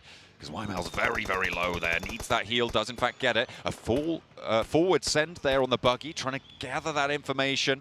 Getting a little bit more intel towards that Major Pride outpost. Effect now in a 3-1. He is the straggler of it. Effect looking to try and handle it. Chua has got 3 nades. Potential to be able to land this one onto Effect, but he's holding his nerve nicely. The 2-2 split from WBG has been maintained, Black. It's a bit risky though, let's be frank about it. Could have gone very wrong. Sort of saved by the bell there. Circle moves back up towards that north side. DXavier really happy about their rotate now. Stalwart though, very far into the game. Again, a little bit further would be nice, especially with just the 2 players they've been running with for quite a while now. This is an achievement. The backside, Weibo Gaming take another knock here. It's Bobo Ho locks in. It's so unfortunate for WBG that their forward position, their north of the 2-2 split, is so suppressed by Morph and by Stalwart, to be honest. If they can get rid of those teams on their south, they have a much easier time of regrouping and keeping that position on the hill that they hold right now. This circle is better, I would say, for Major Pride than it is for DXavier, as Major Pride continue to make things happen now. Looks like the crowd might have been swayed by it as well, as the S2G fans now rooting for their regional comrades. Dino keeping tabs. The guys in from DXavier allows Effect to move further up. I think Effect had a couple of nades left on him. Morph makes the terrifying run, but Lamborghini stops them short in their tracks. Bobo Ho on the back lines now for Morph, trying to keep it together, but it's got to be a little bit too hard for them. Waimau stays alive for WBG, and they are all there, but by the skin of their teeth, to be honest, it is very unlikely that we'll see all 4 of Weibo getting back up from this one. Bobo Ho still crawling in. Secret Agent Cody Banks on the southeast side. Got DXavier here. Send a couple down. Try and get a bit more of a spread on. Lamborghini will finish off the remaining players. DXavier find themselves with 10 eliminations in this match, eclipsing some of these other squads in the performance they've had here. Gorgeous rotate earlier on. Great read from Major Pride's push over towards Weibo Gaming, giving them real chance into this match. The duo forwards for Weibo Gaming. Major Pride trying to shimmy down this hill. You can see the divot they hold right now has such an open angle towards Weibo and DXavier. Such a difficult cross. They've got a vehicle though, so potential to drop a smoke or two and get across, take that fight against the duo from WBG. Effect has a big mission on his hand here. I think he just about spots out Levi's. Don't know if Levi sees him, but the fact they send him up here, he has to be the linchpin in this situation. His first move is going to be the most important one. That nade doesn't tag anything either, so information not passed back, and this is the dangerous push. This is what they were looking for, the 2v2 now, up and on the hill. Naomi, Dino both moving forwards, Wymau burning behind the vehicle, steps up for the trade but can't find it. There he is in the back line though. They've still got one more player to deal with, and they're falling. 2 players down now for Major Pride. They need to find the DBS shot, but it's all going to pot. And WBG hold in a 2 versus 4. DXavier now looking to roll over the top of it and put this one to bed. DXavier turn the tables on them, and it's the team from Vietnam to be able to take them down. What a masterful set of rotations from this roster. Sick game coming through from DXavier. Goodness me, Major Pride blow the vehicle up in their faces. Sick hold from Weibo Gaming, keeps them on track, hold it down. Imagine if they didn't go for the 2-2 split. At the end of the day, maybe, just maybe, things could have looked a little bit better towards the end there, but it is PUBG Mobile. Things can always go awry, and having that 2-2 split allowed them to have at least one strong position towards that end game. But that might see Weibo Gaming even further up the tables. I'm not sure where they'll land, but this has been one hell of a rise for that team. Absolutely. Major Pride did very well in that match as well in terms of their points. Really, really good to see. I said I liked what I saw over on Sandhawk. It looks like the adjustment from this team has come through. It was a very unfortunate final fight there. That kind of was the only play that they had available to them, though, to try and take the north point of the WBG hold. Yeah, there was certainly a chance for Major Pride. Just fluffing that approach a little bit. The issue you find is that you have the players 2 different locations. Usually you'd stack up, so for Major Pride, just all eyes down towards the player behind the vehicle. You see Gap up in the distance just get free money, free reign, essentially. And it's DXavier. Huge amount of damage done as well. A really, really clean game from them. 11 eliminations, I believe.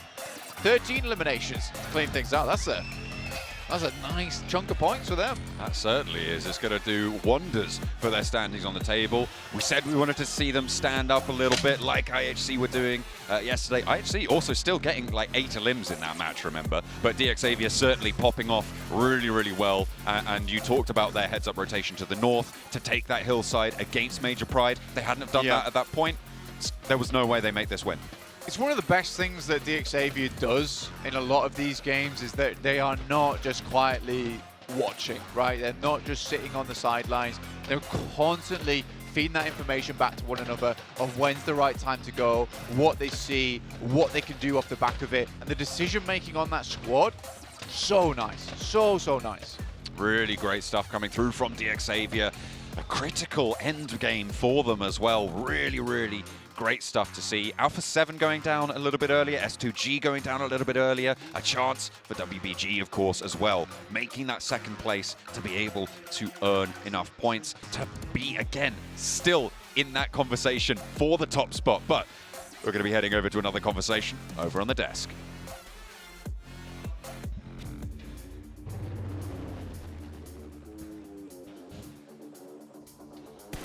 Well, DXavier no longer the IHC of Vietnam.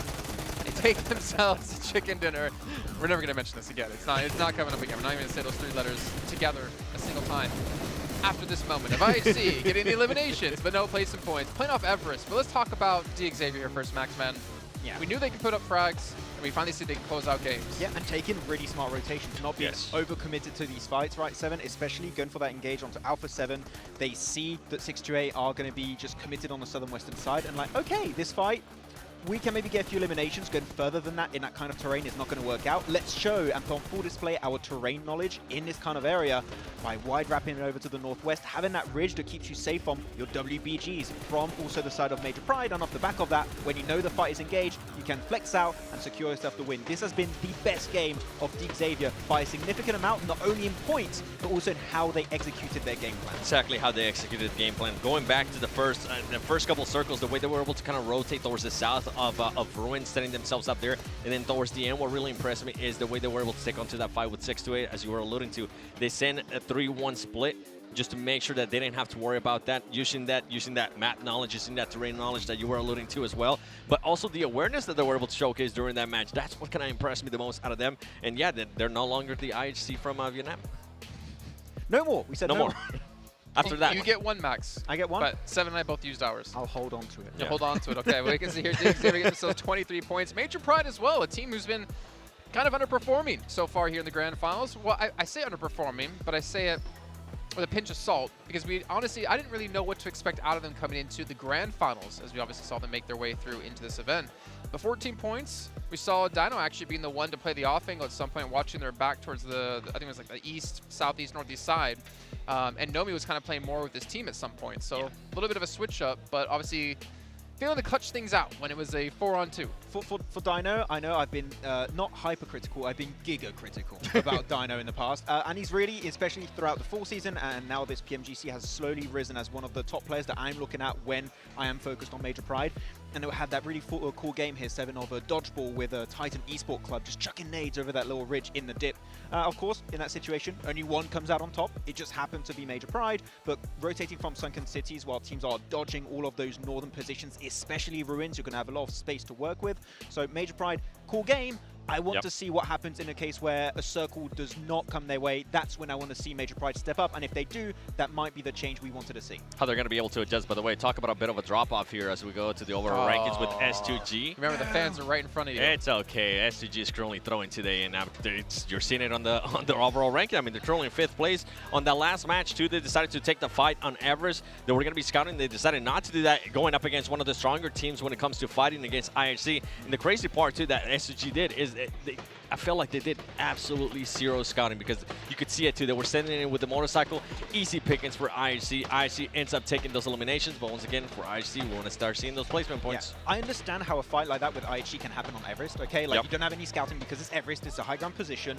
The moment you have the slightest bit of information, a team is up there, it is not worth the fight for, because you're supposed to get information off the back of a position like this. If you're losing players, scouting is never going to be worth it. So right there, SGG should have just left it. This is really interesting, actually, considering we've had now 4 Erangels. You can see d'Xavier at the most eliminations on this with 14 placements. Obviously, 10 of those coming with a victory here. But you can see, like, Stalwart, 15 elims, 20 placements. Weibo, 17 eliminations, 16 placement points.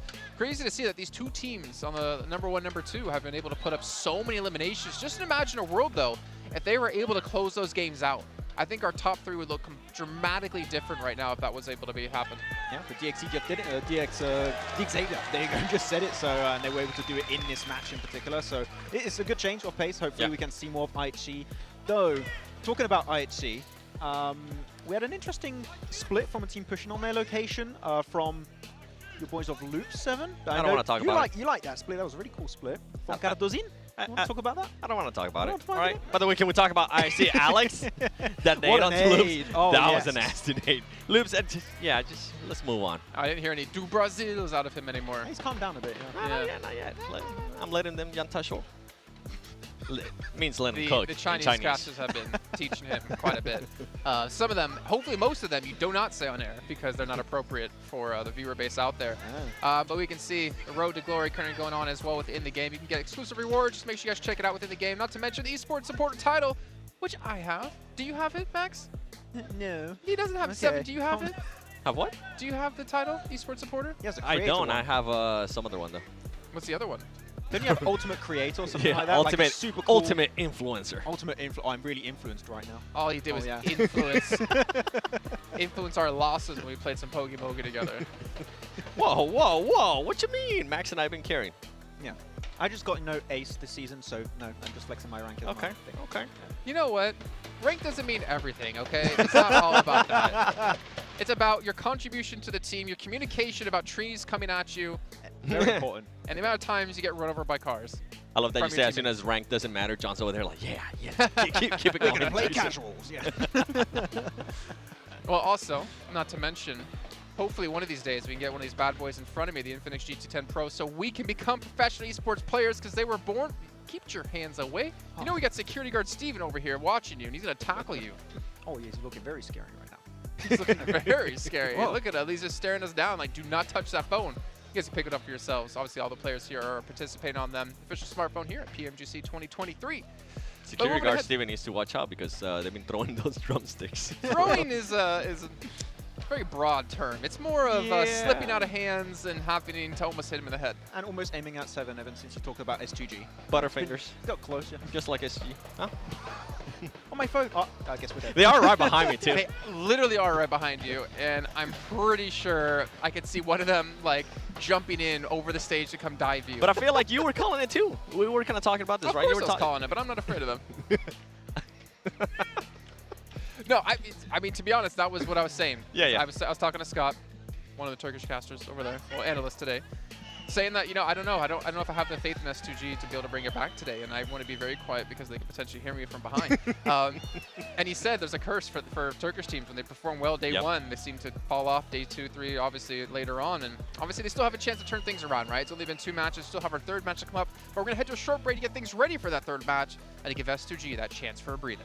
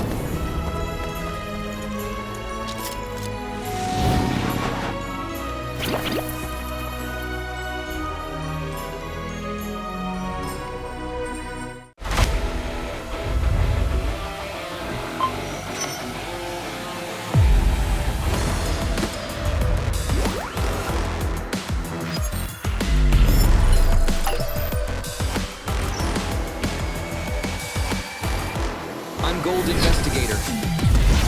Join the Investigator team and let's protect the game's fairness together.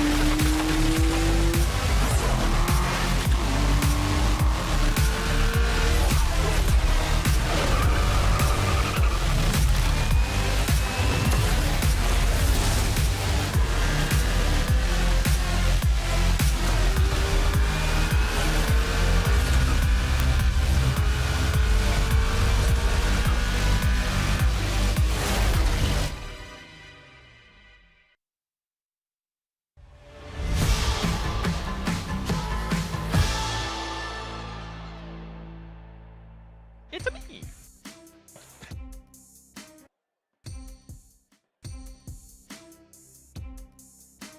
You look real hard at that previous shot. You can see us. We're about the size of 7 like he is on the desk, but we are there.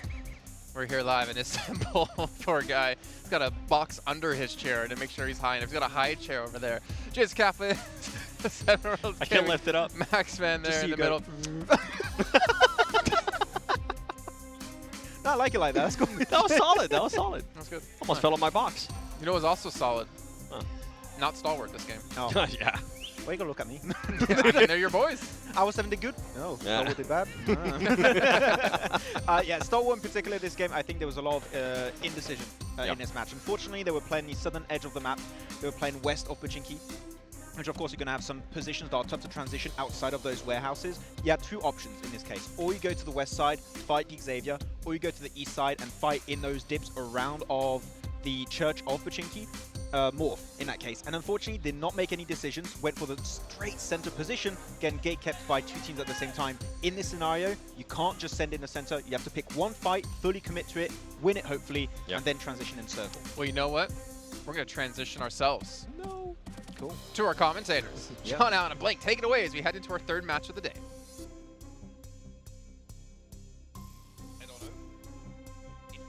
Yeah.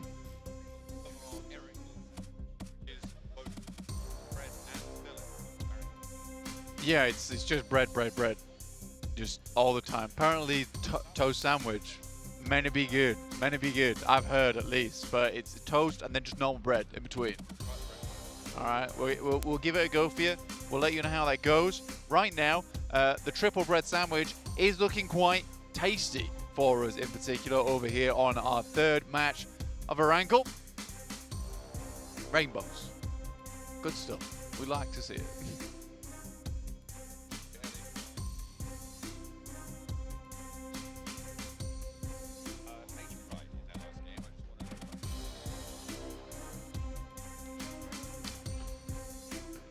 Doing fairly well right now.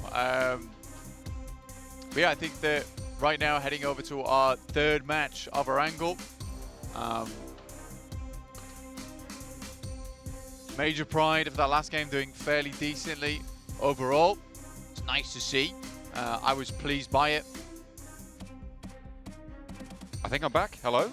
Can you hear me now? Hopefully. I think I might have been muted there for the start of it, but we'll see if we are in fact going to be getting on in.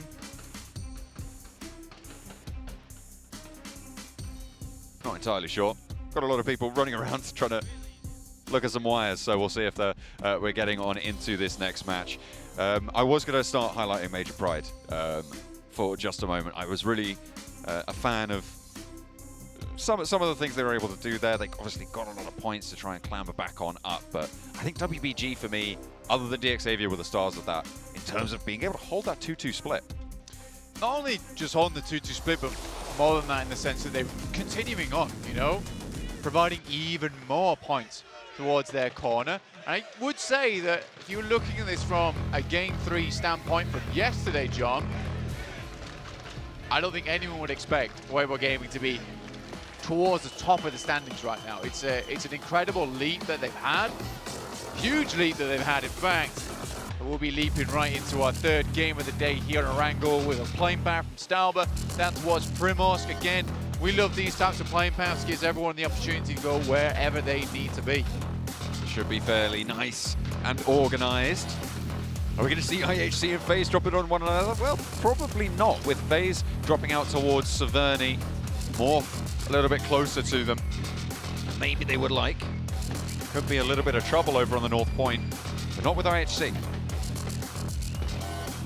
S2G heading a little bit further down here. Udo Alliance actually up towards Stalber, taking the high ground for themselves.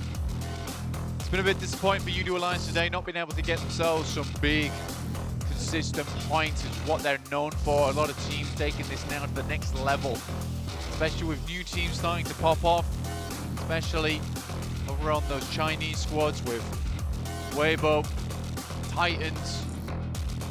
To get a little bit more done here. DX Xavier in particular, very impressive on that last game. A bit more what I expect from them. And IHC, once again, running those numbers.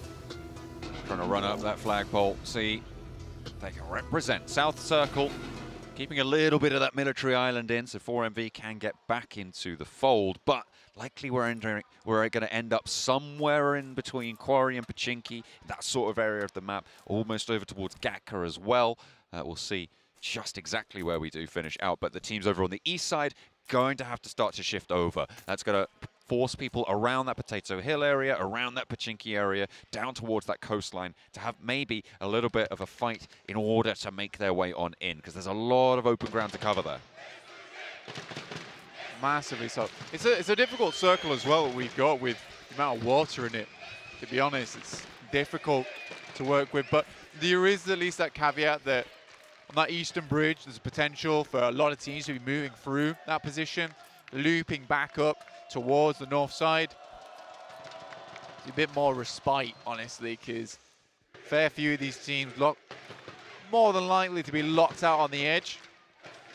Nungshan Red Force, where have they gone? Really would like to see a bit more from this team. Still putting up points game after game, though. Currently 6th place, 55 points, looking good. Pretty clear top 3 at the moment, John. Seems to be quite a solid distinction, but Xavier, they're in 4th place. They're looking to try and chase. Obviously, if they can repeat their performance from the last match, they'll be in with a pretty decent chance of jumping up to meet them. The Vietnamese team would be very happy to be able to do so. I think that would be quite a turn up for the books as well. You liked Xavier. You had them in the conversation for quite a while. And obviously, I'm assuming you're going to be pretty happy to see them knocking on the door. 10 points behind the top 3. Yeah, honestly, I was not a big fan of Xavier at all. And I'm not afraid to say that. Last year, even though they did fairly well, I do think a lot of that came down to luck. And there was a lot of camping going on, not a lot of smart rotations. But, you know, watching them grow this year, a few new additions to the squad, on their core, they've made a massive amount of improvement. I think that's the thing that really does earn my respect, in particular, is just improvement. And I think you can certainly see that with Xavier. So I would be pleased to see where they've come in a year's time to now with the smart rotations, excellent gun skill, really honing in on those nades as well, to be in a top 3. I think it will be tough for them to lap both Stalwart and Alpha 7 at the moment, who look like to be the true rivals. I mean, I called them arch nemesis apostrophe before this tournament started, which they certainly are, because both teams neck to neck right now. Trying to keep pace. Easier said than done. Needing to find any advantage wherever they can. And to be fair, you're talking about improvement over the next year with the addition of that extra Super League season over in the SEA region. A little bit more chance of development as well, a little bit more practice on board. So we'll see if they're able to leverage that and continue their careers moving forwards. But for now, their sights are firmly set on Alpha 7 at the top of the tables. Weibo Gaming, 3rd place, tied right now with Stalwart, but the tiebreaker goes to Stalwart. The chicken dinner difference right now. What's keeping them apart? S2G on there, rotates now, moving down through the fields. Locking in as central as a position as it gets, considering the amount of water on the south side. CG Evos also attempting to make a rotate through on the northern edge, just the south edge here of Everest. We do have Major Pride on our screens, you know. Nice improvement from them in terms of point standings as well, now up to 10th place. It's a good place to start as well. You know, it's one more good game away from getting in towards a top 5 bracket. Difficult to bring that sort of thunder back to back though, especially in a PMGC tournament. With the circle shift, teams are taking up residency around the Gatka area. S2G drop on that split, but they've regrouped together. Playing up as 4, Pasija Evos a little bit further west, and Nongshim Red Force looking to fend off their position on this gas station, but it's only Sporter really in this locale. Suki, 97, turn the corner, and that's going to be curtains for the outpost of Nongshim Red Force. And you said it earlier, we really haven't seen much from this team, not in the way that we did in the first day. I talked about them a lot as in terms of this bastion of consistency, but it's starting to get a little bit watery here, Blank. For Titans, yeah, I think that they've had a really good improvement today. It looks a lot nicer for them, you know, 3rd place over on Sandhawk. Managed to get far into that last game as well. So for this 3rd game, I'm hoping the Titans can do something similar.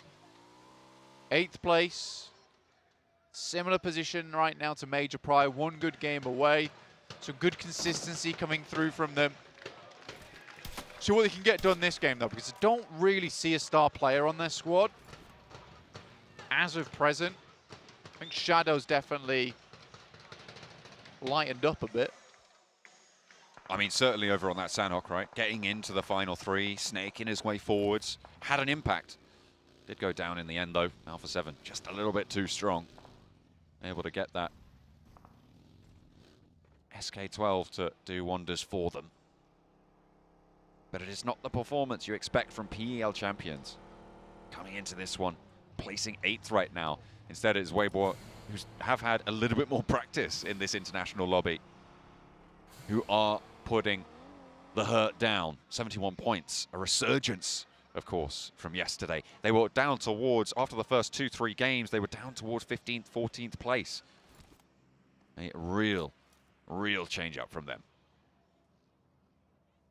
Some good circles on their side. We'll put it that way for now. True. I mean, despite that, for Weibo Gaming, doesn't matter if you have good circles, you still have to convert, and I think that they've been doing very well on that front. And they've deserved some of these holds that they've been getting, especially versus Major Pride in our last game. That was not an easy one, but they managed to make it happen. Always, both those teams were always going to go down to DXavier in the end.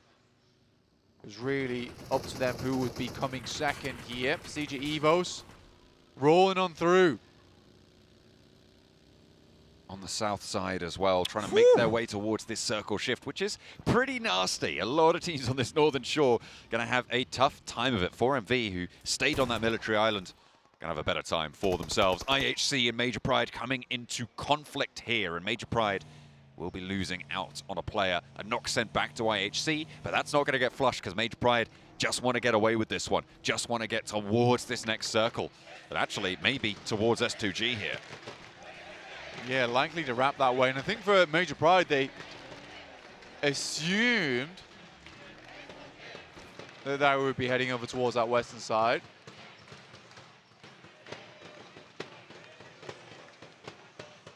Alpha 7 playing up on Ferry Pier.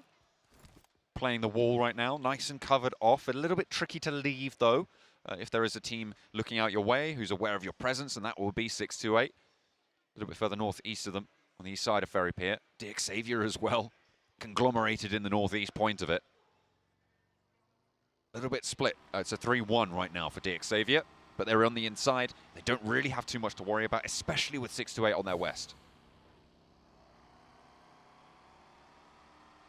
Stalwart tempting to get themselves. They're on the south side of the fields right now.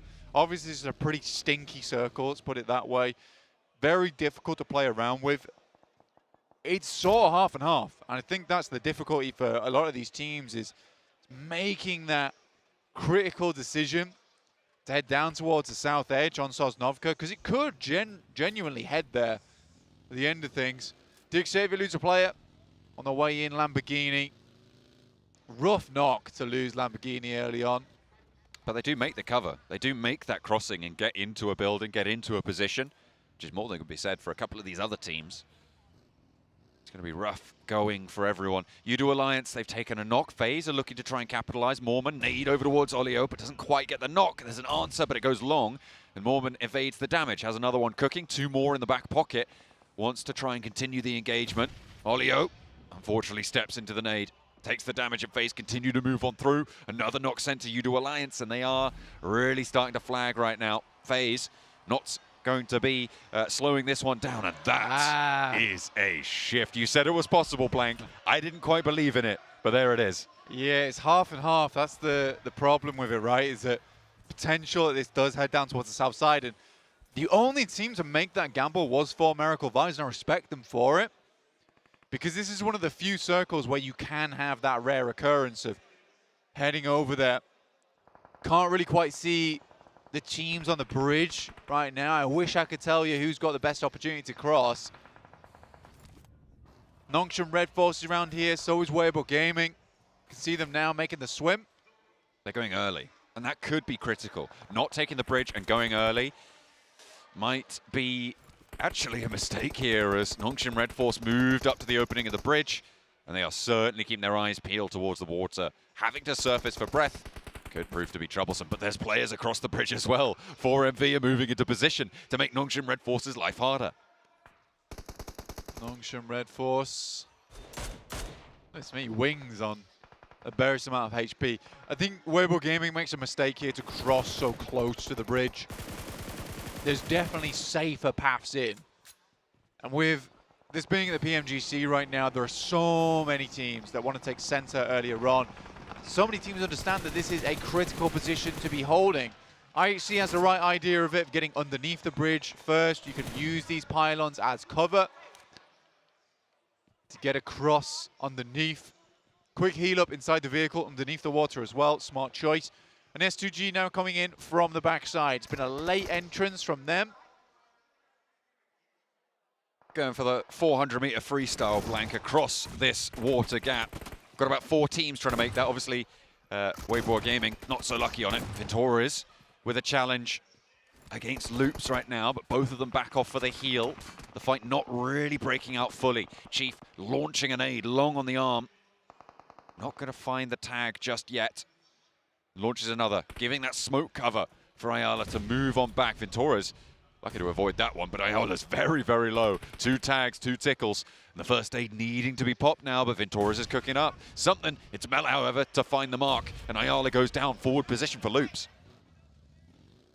And for Loops, there's really not a lot of confidence in these guys anymore. They just don't seem as strong as they used to be. Mythic at least finds Mormon on top of the rocks. They're locked in now. Towards this position, Chief out on his lonesome. Mela looks to put him down. The shot's coming across towards Cardozin and co.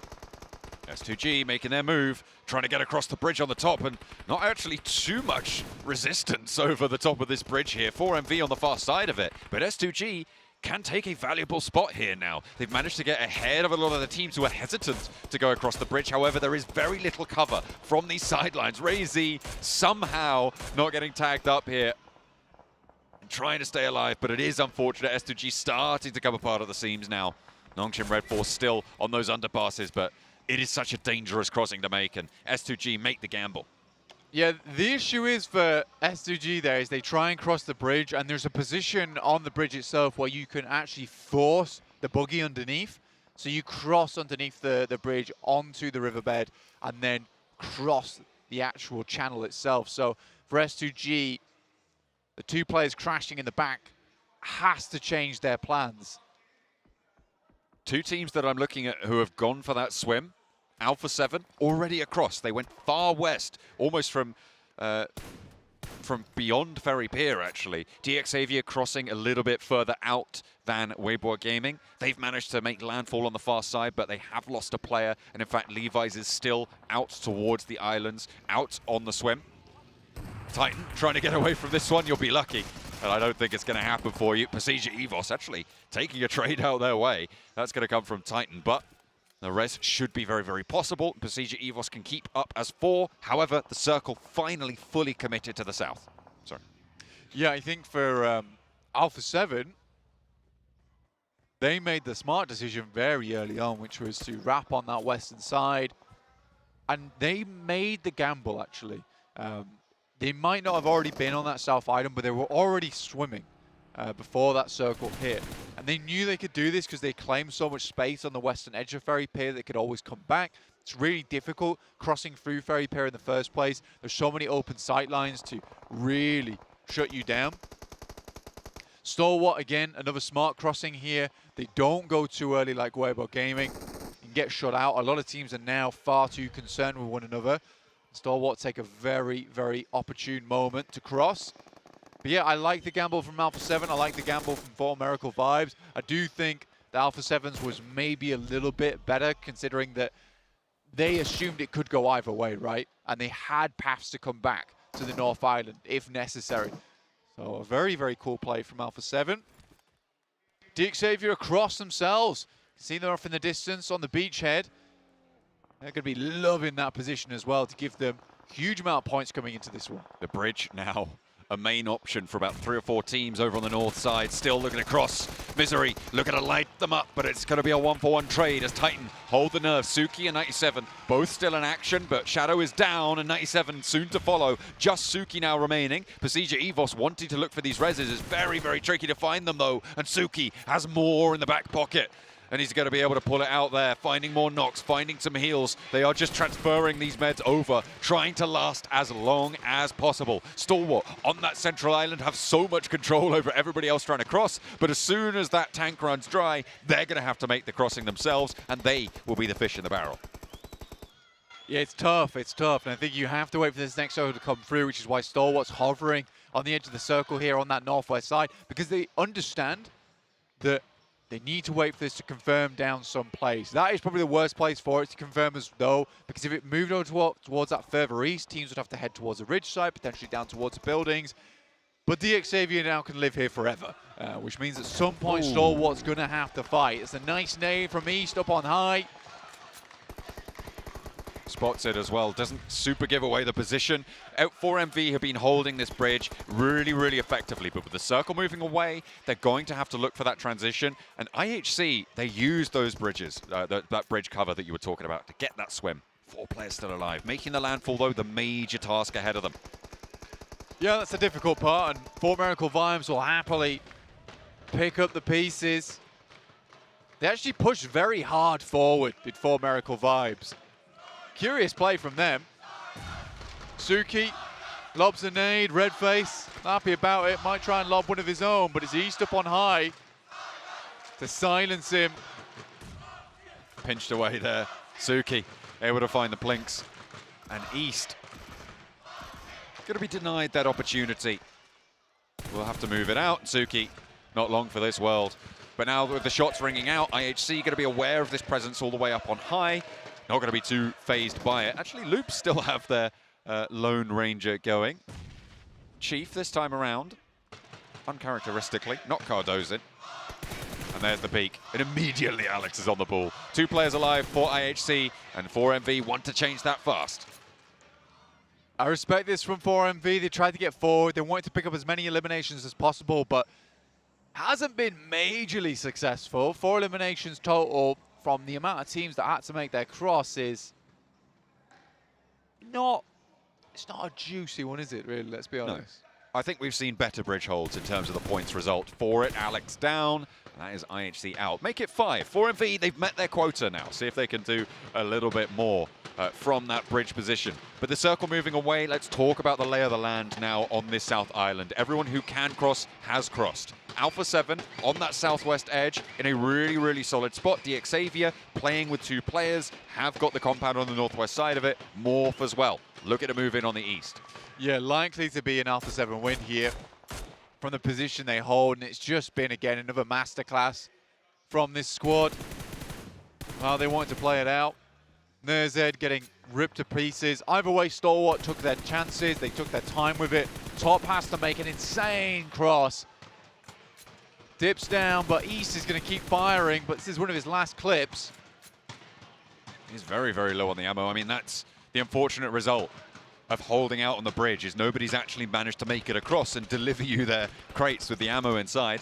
So you need to be a little bit more careful, need to be a little bit more proactive now, try and roll over some positions where you've taken people down.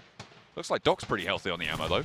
He's got plenty. Try and distribute that. 6-8, their last player falls to a nade. I wasn't expecting Sunan to be able to make it much further, and he will be out now. 4MV's got to be careful, because Morph's actually headed up towards this ridge side now. You can see that. Alpha 7 wins. But for Morph, they've got an excellent angle over towards 4MV. Nerzed goes down, but both Stalwart players did get themselves into a fairly decent spot. Some really nice long grenades does take down top. Action left remaining, who is taking some gorgeous shots over towards him. East trying to shimmy out the side of the rock and get an angle on the ankle of Action. Baron dipping behind the vehicle, steps a little bit too wide, and maybe Morph have something to say about it. Another nade over towards top. Doc's close by. Action knows he's there, but can he do anything about it? With East covering off his position, he can't really stand up at all, and is just pinned in right now to the bunker. A nade, an opening knock is all that Action needs to maybe have a little bit more to do, and that's what he's going to find over towards Baron. He knows Doc's further down to his left, into that smoke. Has to step up though, and it's East for the challenge, and he has it. On the floor, waiting, biding his time. Mate, what is Morph doing? Why are they giving up on this? It doesn't track. I mean, at the end of the day, you can try and get this high ground over on this side, but you're still going to have to clear out 4MV at some point. Ooh. Nice shot from Mafioso there. Leaves the Xavier down to just the one player. But Morph could have easily cleaned up 4MV. 3 elimination points. Now they leave the backstab still in play. Not sure I agree with that. Felt strange that it was up to Action in that situation. I mean, and he was doing quite well with it too. If you're Morph, you probably lack a little bit of confidence right now. They are not doing well on the tables. And with Rocky going down, they're going to be cut to 2 by 4MV, the team that they could have swelled on over. And I think it is just a lack of confidence for this roster. Now it's up to Alpha 7 and 4MV, the major forces in this lobby, trying to move into the southwest and the northeast. But Alpha 7 have taken a knock here. Morph losing 1 or 2 more, and Morph are out. Yeah, this is probably one of the most clear mistakes we've actually seen in the PMGC so far. 4MV up to 10 eliminations. East with 6 of them. Great hold over towards that bridge side. And Baron trying to wrap around. I am so confused by the performance there coming through from Morph. 4 Miracle Vibes essentially just get a free fight over towards Stalwart. And a free couple of eliminations over towards Morph in the end game. Alpha 7 know they need to get rid of this team. Surely they heard the third party come through. Chua though, just needs to live this one out. A second place, brilliant news for them. Xavier would be happy to convert on that match we just saw from them on the first Erangel. Looks like East knows there's a player inside Soda. Alpha 7, Mafioso has got the bead. He almost knows exactly where he is. Look at that. I think he saw a backpack shimming around. Just holding his nerve. And that leaves Mafioso almost forced to maintain this off angle. And he is going to find the sliver of a pixel there onto Chua. But it keeps him on the back line, which means it's a 3v3 on the southeast. 4MV here's the shots, decide that they want a piece of the action. East first to face. There is a knock towards Revo.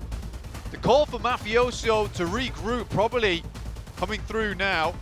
Molotov, and Doc gets away. So all 3 players still surviving this one. Well, very interesting finish here, John. Alpha 7 do fully lose Revo there. Carrillo almost naded out as well. Could have been disastrous. He's caught in the cross. East needs to tag one more shot, but Carrillo hits the deck, gets up again, makes the dash, looking to try and get across to safety. Needs to heal, and with Mafioso over, it's the time for Chua to try and start to move forwards here. Needs to try and find something if Xavier want that second place, but a 3v3 atop the hill. Alpha 7 have the inside track. Yeah, Baron, I think he knows that Chua down toward the building below. No matter what Chua does, likely that both teams understand that getting rid of him first. Ideal scenario, right? Both teams then confirmed at least a second place. Getting that smoke out for Baron so he can maintain that angle over towards Chua. Don't think he has a vehicle there. And he is the only reason that this fight hasn't really bubbled over, in my opinion. I mean, you can see Mafioso going back to take this angle after getting that ghillie suit on board. Has the Groza as well to back up the Mini 14. Chua open into the ground and is doing pretty well to stay alive here, but not for much longer. Mafioso finally gets that tag on. Alpha 7, 5 eliminations and a chance to take another chicken dinner here to try and solidify themselves towards the top. Yeah, nice game from Xavier. I'll give him that. They got far from a difficult position. A nice early rotate gets them there. Alpha 7 versus 4MV. Mafioso with the Corrosa. Low ammo on it, 2 clips left.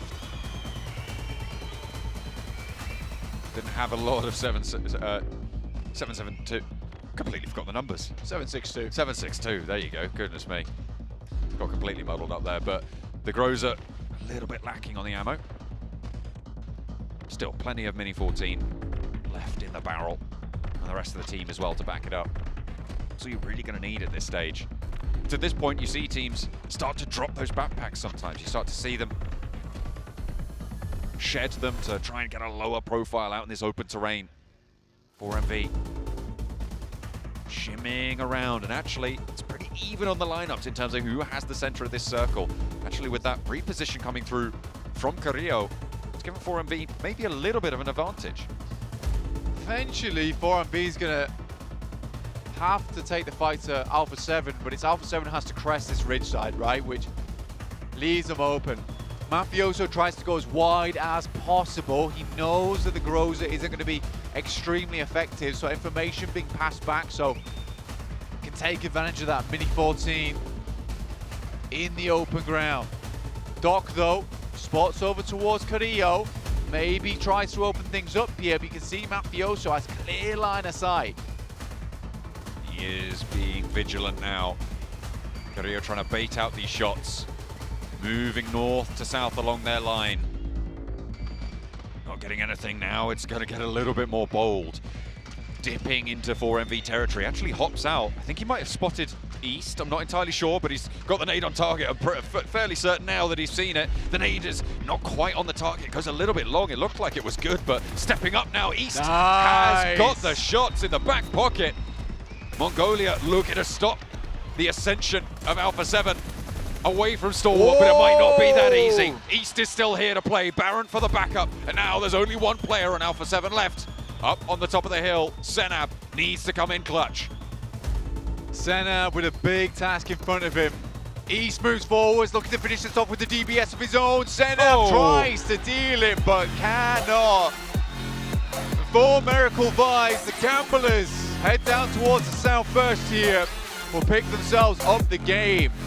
Nice bridge camp there from East, and some fantastic PUBG Mobile at the end there from him. Even just the shots over towards Carrillo, it kind of takes balls, man. To stand up versus him after the first nade comes through, assumes he's going to follow up with another bit of utility. He does with a Molotov, but tracks him wonderfully well. Incredible stuff coming from 4MV. You called them the Gamblers. They were rolling the dice, staying on that military island and pushing up towards that bridge position. Clearing out everyone on that other angle and making it work to move back down south at the mercy of Morph. Being allowed that opportunity. And I feel like East has to be the MVP here. It's got to be. Yeah, I think for 4MV, there is that slight thing in your mind that they get gifted a win off the back of Morph just running away. Yeah, maybe. They had a couple of options that fight items, run away. They chose run away every single time. Was a little bit unfortunate because they could have absolutely taken the second place themselves. Could have Morph if they just committed to that fight. 1,400 damage, 8 eliminations. What a game from this lad. Incredible showing, and to be honest, it was Doc and East doing the majority of the heavy lifting there in that scenario. Baron and Apex, though, I mean, Apex didn't really do a lot there, if we're honest, looking at those numbers, but Baron was pretty important towards those later stages, making sure that that low ground was still available for East and Doc to move around. Yeah, I think Doc was sort of hand in hand with East there at the end. It was a strong showing versus Alpha 7, but I do think this is the type of games where you get a lot of adrenaline running. You get a lot of wind at your back as well from taking that spot on the south side of military, and you're like, this is a game we can win, absolutely. And that pushes them very, very far into that end game. And then dealing with Stalwart into Morph, who really could have had them. I think that just sends you into overdrive. But you can see that from Alpha 7, almost 55,000 meters traveled. A really, really long game for Alpha 7. And to get second place off the back of it, sort of shows why they're currently at the top of things. Absolutely. They were one of the few teams that were able to make that crossing across the water, getting that swim wide out, not being watched over by anyone, getting everybody over to that south shore. DX Xavier as well went for that swim and stayed alive for a long, long time. They were able to keep that one rolling, but in the end, it was the Military Island team who was able to take it home. 4MV claim a chicken dinner.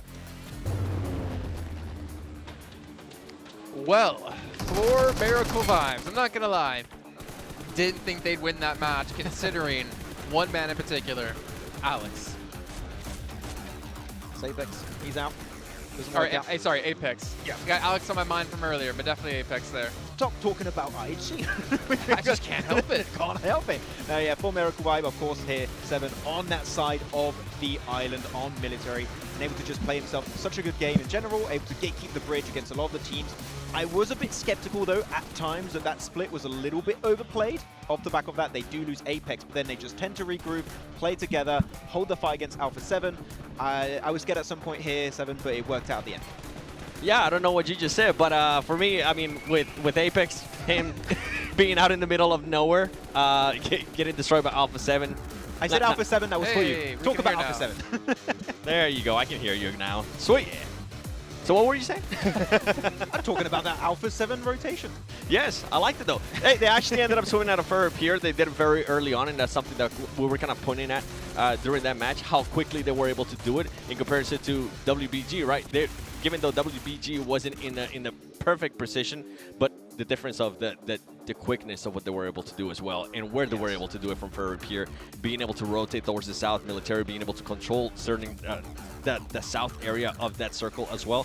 And not only that, not only the fight that they took against Apex, also how they were able to take control from Morph, because Morph was thinking about maybe rotating that way. They were able to eliminate one player from Morph and ultimately allow them to kind of end up with a top 2 situation. And actually talking about Morph, as you bring them up, 7, one of the best rotations in this game. They see the entire madness happening on the Western Bridge. Yep. We want to avoid that as much as possible. Let's go for the wide wrap, dip into blue for a bit, go onto the Eastern Bridge, and off the back of that, you're sharing most of that landmass on Military Island between yourself and 4MV, which of course they don't end up winning the game, but if you want to have a chance of doing so, that rotation from Morph was going to be enabling you to have a potential setup later on in the match. Yep. I mean, they got about 50% of their total points over the first day from this match alone with 7, but for Miracle 24, honestly, there were so many things we could criticize about their play. Now let's start off with the first one. Obviously, we see the zone shift back over towards military, and they had this wide spread, Max, and we had a little chat about it. I was saying I kind of liked it initially, because you can see all the teams swimming across, you get some early damage in,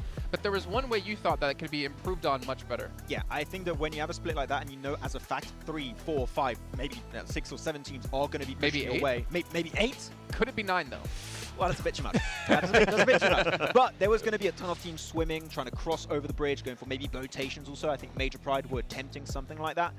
Having that bigger split where you have 4 players individually in their own spots, if you get a single player knocked off a team like going on the beach has the perfect opening angle on you, chances to go for that res, very slim. I think you go for the 2-2 split, Jason, which is what I was talking about during that game. It is the best way to hold it down. But Apex thinks, I can 1v4 Alpha 7. You can't do that. It's not going to work out. And I think that's why I enjoy what East was able to do earlier in the match, because he was the player that was on the bridge. He was the player that was kind of keeping an eye out for teams that were going to be passing by, trying to cross that bridge, and also crossing through the water. 7. Oh. I know you're not that tall. Maybe you can't see it. Who's that 8th place? Uh-oh. 8th place? S2G again. I can't say it. The fans are staring at me. I already said enough earlier. What's that red dot on your forehead right now? What's going on? Damn, Max! They got an Orman and 8-tech scope right now. They looped it up. So anyways, Alpha 7, first place. There you see Star Wars still hold on to 2nd. Weibo in 3rd as well. Before Miracle able to push up to 5th place off the back of this one at 64 points. Still very much in reach, considering we still have a day and a half of play left to go. Yep. One team that I actually want to talk about is WBG. No.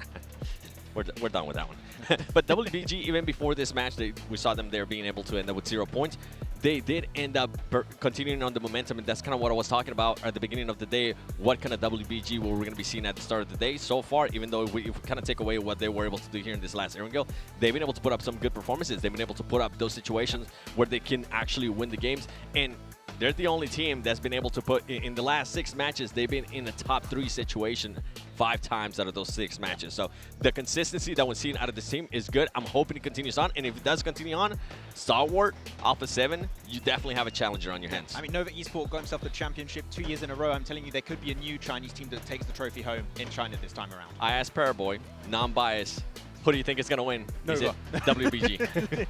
Nova next year. He's like, Nova. Like, wait a minute. But obviously, taking a look at that, WBG, I mean, Suk on the team. We cast him back when he was in 400 men and in the first PMGC Season 0.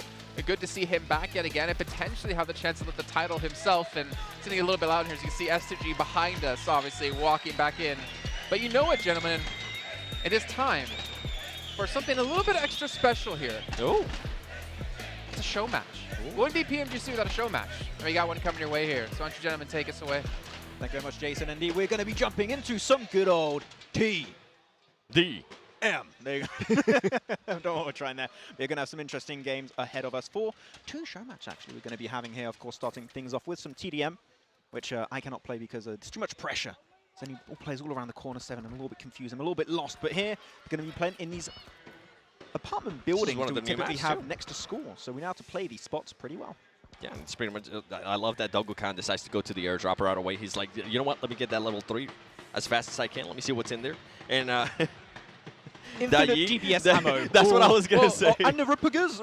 Keep in mind, by the way, we got Loxy and Solke here. Oh my word. Oh, he's back. Nice arm shot right there from Boros. Yeah. Loxy and Solke, of course, going to be possibly carrying a little bit. And on top of that, RPGs though. I need to play this. I want to play this TDM. Where's the zombie? Where is it? Let me we need to go back to Zombie Arena right now. You know what we need to do? We need to write down that creation code, and we need to test it out ourselves. Yeah. wait, we had 2 names for some previous TDM maps that John and Blank came up with. Okay, John in particular. We had The Room, we had Zombie Arena, Apartments. Blanky B's apartments. I like that. I creatively challenged the seeming to run here in here on the desk. Yes, I've learned from the best. Okay. I actually would have liked the buildings or the apartments. We'll change it. The apartment is the official name here. It's not even close right now. Blue team is currently just dominating. Yeah, Barish G with the DBS, of course. With the DBS, you got infinite ammo, and Solke's got it too. Loxy's got it on their side. You know they're just going to be popping off here. 13 points going over to the blue side, though, but pushing these staircases, 7 with the DBS in hand is always going to be such a tough task at hand. It is going to be a tough task. And here we go, throwing out some smoke, see how much that's going to be of help. As the blue team is waiting for Dogu-Khan, just waiting for the right option to take those shots. He's going to be able to take some shots. He's going to be missing some shots, too.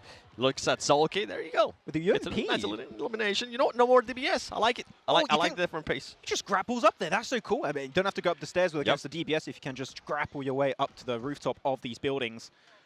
So I'm seeing some players also with the tag S2G. Don't think they're part of the squad, but with some orm shots also from a distance. Hey, going over the windows, one single shot here. You'll have tier 3 helmets and vests, so you can't quite get that single shot to connect. But right there, he gets it, connects it, and that's the Lynx AMR coming in play, 7. Yeah, you don't want to stay too still, especially if there's an AMR around. He's going to be able to get it. Oh, nice. Oh, he missed. Nice I love this maps. I love this creation code. As soon as he said that, he gets sent back. Like, oh, I'm going to do such a cool play. Okay, guess not. Decline. Going back the other way. That fan in the middle, though, when you're able to build some kind of fortification, you have really good information with that third-person perspective of each individual window, so you can just give some free info to your team. I'm intrigued. How is the unyielding going? That's the beauty of this, right? You're kind of combining a lot of stuff from different modes that PUBG Mobile has had and added it into the team deathmatch. The building, everything else, I like it. They just locked him out of the top floor of the apartment there, as you saw as well, with the ice wall. Like, you can't come out. This is our building now. Hold the door. Blue's getting really close to winning. Only one more elimination, and they're going to end up winning this TDM. Now, the Lynx AMR, come on back. That wall was asking for it. Okay. There you go. Oh, there you go. Blue side, able to get himself some good elimination, and it's Roxy from Regnum Carrier, my favorite game.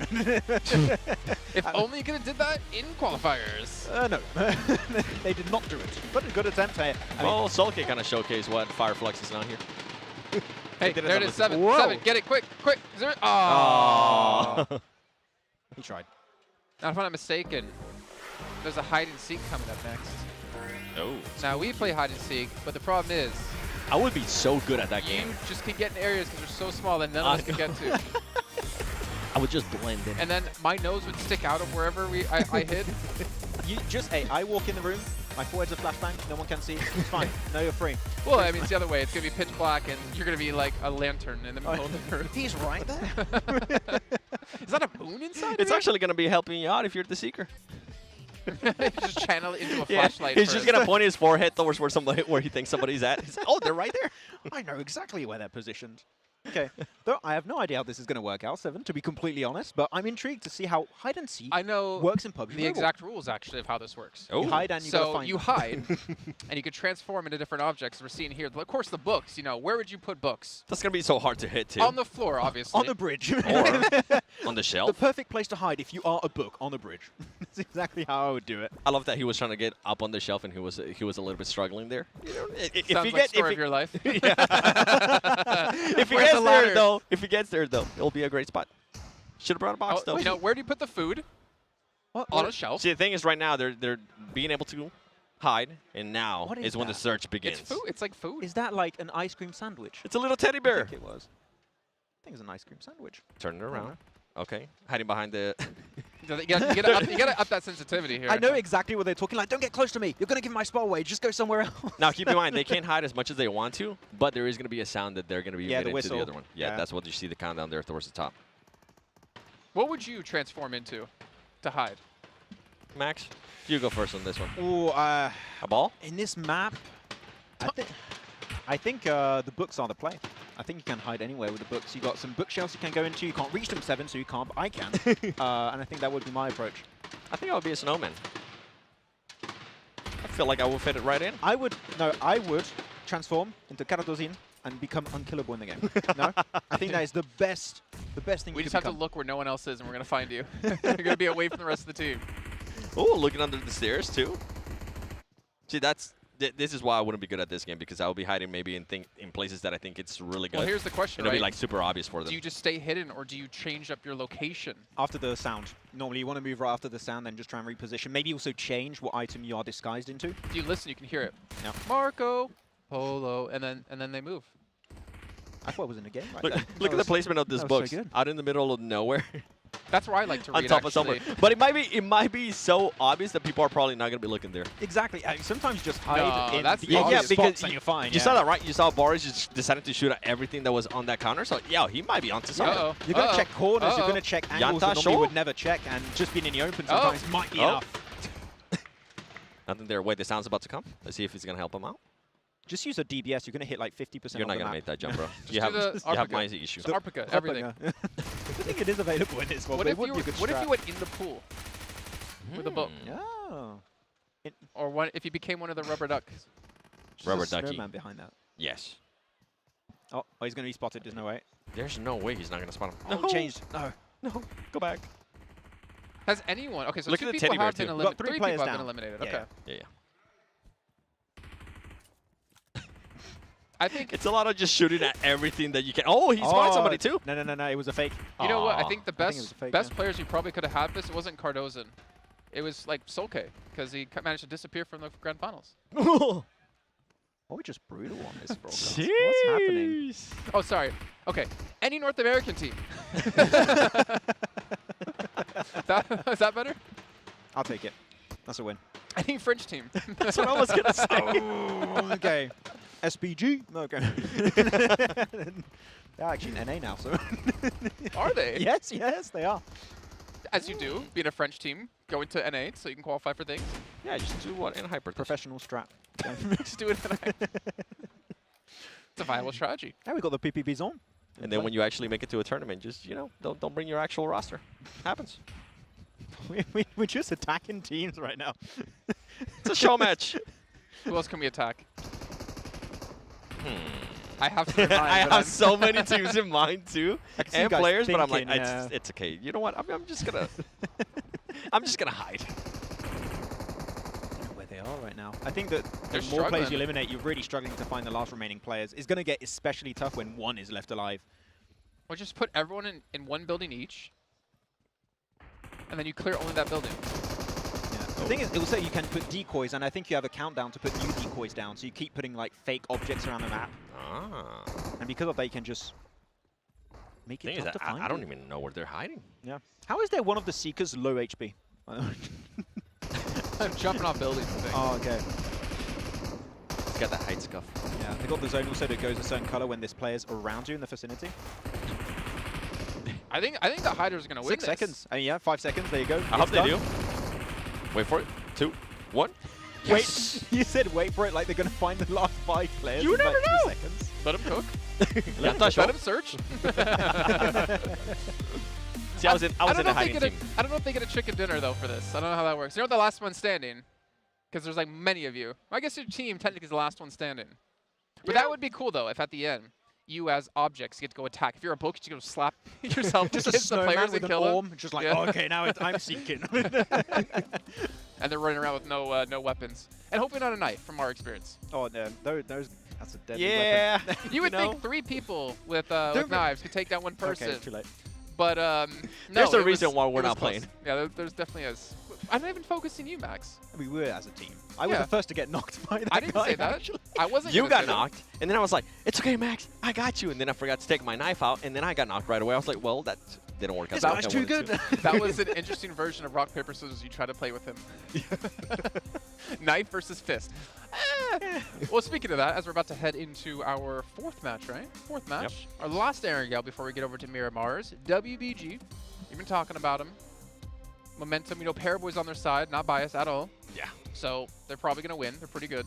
I'm actually, to be fair, happy to see the kind of performance we've seen out of them. I don't know, for some reason in my head, looking at obviously the teams who qualified through the group stage, I feel like we've seen a little bit of lackluster performances this year when it comes to like China and teams. And technically within history of PMGC, minus obviously your Novas, right? And I guess technically your foreign your men's. It's nice to see that China does have these insanely strong teams, but more importantly, they're able to perform when it comes to the global finals. Yeah, I think PMWI, you can even look back at Tiamba that was even struggling back then, right? Tiamba.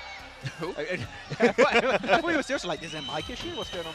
But yeah, and of course, it's good to see a Chinese team here, other than Nova, able to perform at this kind of level of play. But, and you mentioned it a few times, right, Seven, ever since match 4 of yesterday, they flipped the switch, it seems. They changed like how they were approaching this game. They were speeding up, and they put on full display their map knowledge, in my opinion, which is like second to none in this lobby, especially on that close to Saverni finish where they ended up winning. The way they were transitioning from dip to dip with just a great game plan in mind, and the execution of that was so strong. I feel like they're okay. Hide. Give me the gun. Wait for it. Give it to me. Let me have it. Give it. What is he? Oh, his shirt. I want a shirt. Headshot. Nice. No, but with WBG, the thing that has actually changed a lot, being able to find that groove, is that they have started to focus a little bit more towards that center circle. I felt like that's what we kind of saw them being able to, especially in this last match, even though it completely backfired, we saw them pushing it, trying to make that swim. It wasn't going to end up working out, but you can see that that's currently where their mindset is at, being able to focus towards the center of the circle. I think that when you're in a situation like that for WBG, you have 2 kind of situations. Or you go for the swim early, which I understand because there's less teams that are going to be gatekeeping you on Sundovka Island. Or you gatekeep your position north and hope that the circle might end up coming back your way. You just have to commit to one play. They went for the swim. It didn't work out. It happened. It was such a hardship. I'm not going to hold it against them, especially with how they've been able to play. You know what? Forget them. What about Alpha 7, man? I'm so happy to see the composure, most important in that last match, knowing, all right, let's send it quickly, get across, and let's just relax. Let's just wait. Because at worst case, they're just going to get placement points. Yeah. Because they knew so many teams had to rotate in through bridge, and they knew they had to just play out the time and wait things out. You know what? We don't have time to wait anymore, Seven. I'm sorry. You get to talk later on. We have to Mafioso, I love you. All right, you heard it here first. Seven loves Mafioso, and we love John and Blake casting.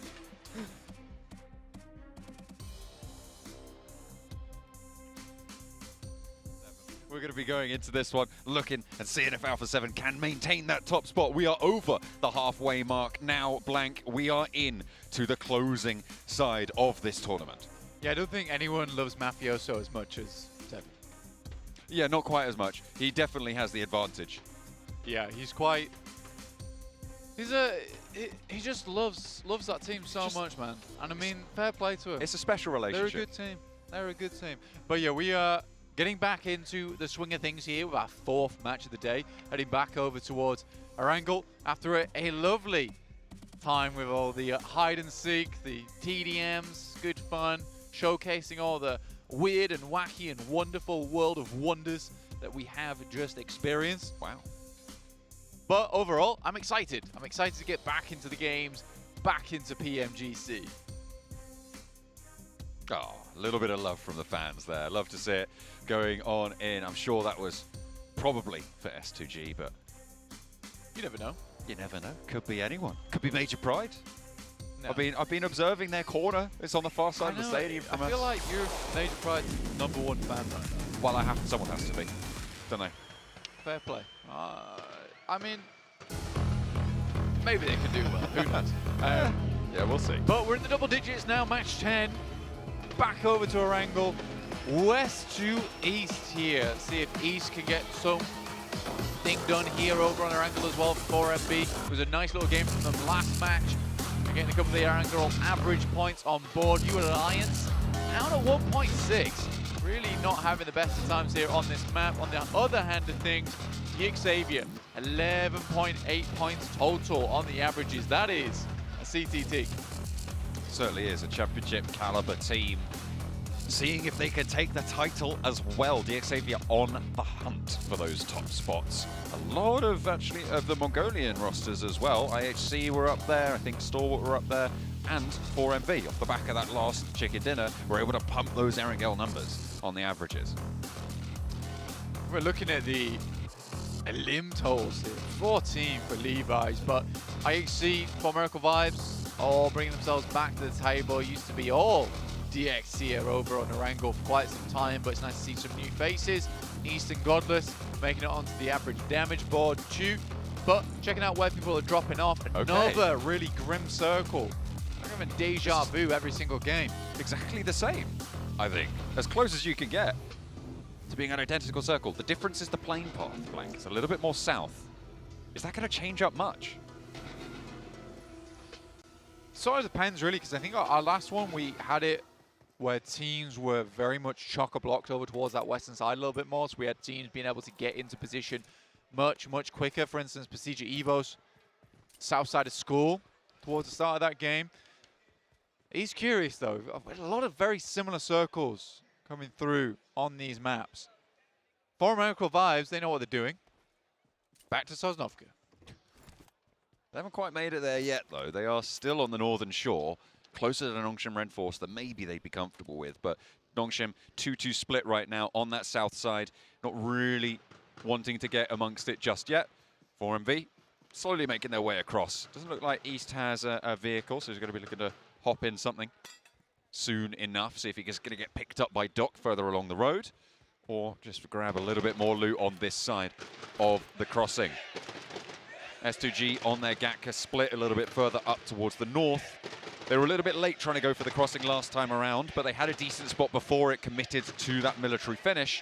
We'll see if it's going to go there again, because I feel like at this stage, it would be fairly unlikely to go there once more, but stranger things have happened. 50-50, right? It either does or it doesn't. Yeah. So, I mean, could do, could not. I mean, it's just flipping the coin, realistically, at the end of the day on that side of the map. Again, could definitely head over towards that western side, in which case we cut Sosnovka off completely. We don't want to go back to Sosnovka, that's for sure. It's a cruel, disgusting place to be. I think teams looking for those average points on these matches, especially our angle, reliable map. You don't want to be worried about having to swim to Sosnovka, having things ruined. But you do see that our top squads know how to deal with that kind of circle, even when things look very rough for themselves. Stalwart got across, Xavier got across, so did Alpha 7. Currently, we do have little bit of a small gap between third and fourth place with Weibo Gaming not getting any points on their previous match. And Xavier managed to pump up to 69 now, just 2 points behind third place. But Alpha 7's not as far ahead as they might like, right? I feel like at this point in time, they would like a bit more of a buffer, but Stalwart ever close behind them. The Mongolian region, just in general, so powerful in this tournament so far. Stalwart second place, fifth place, sixth place, both Mongolian teams. 4MV, IHC, both of them taking up that mantle. High up on the tables, doing work to try and keep in and amongst it. Certainly available to jump up even towards that top spot for any of these three teams. See if they can do their region proud. Stalwart, We've seen this story from them so many times, being just on the precipice, of being able to take home the title, but denied so frequently. Is it their time to finally overtake the person in the lead? Because right now they're only 8 points behind Alpha 7 towards the top.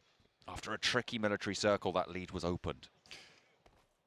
Interestingly enough, S2G very close right now to 2 players from Stalwart. With Nurzed in action over towards that northern side. They do get in vehicles, start to move downwards, but that could have been a tricky fight for them considering they were so far split. S2G currently running a death ball right now as it sends on down towards that south side, towards 628 and Primorsk. Stalwart's on their way to regrouping.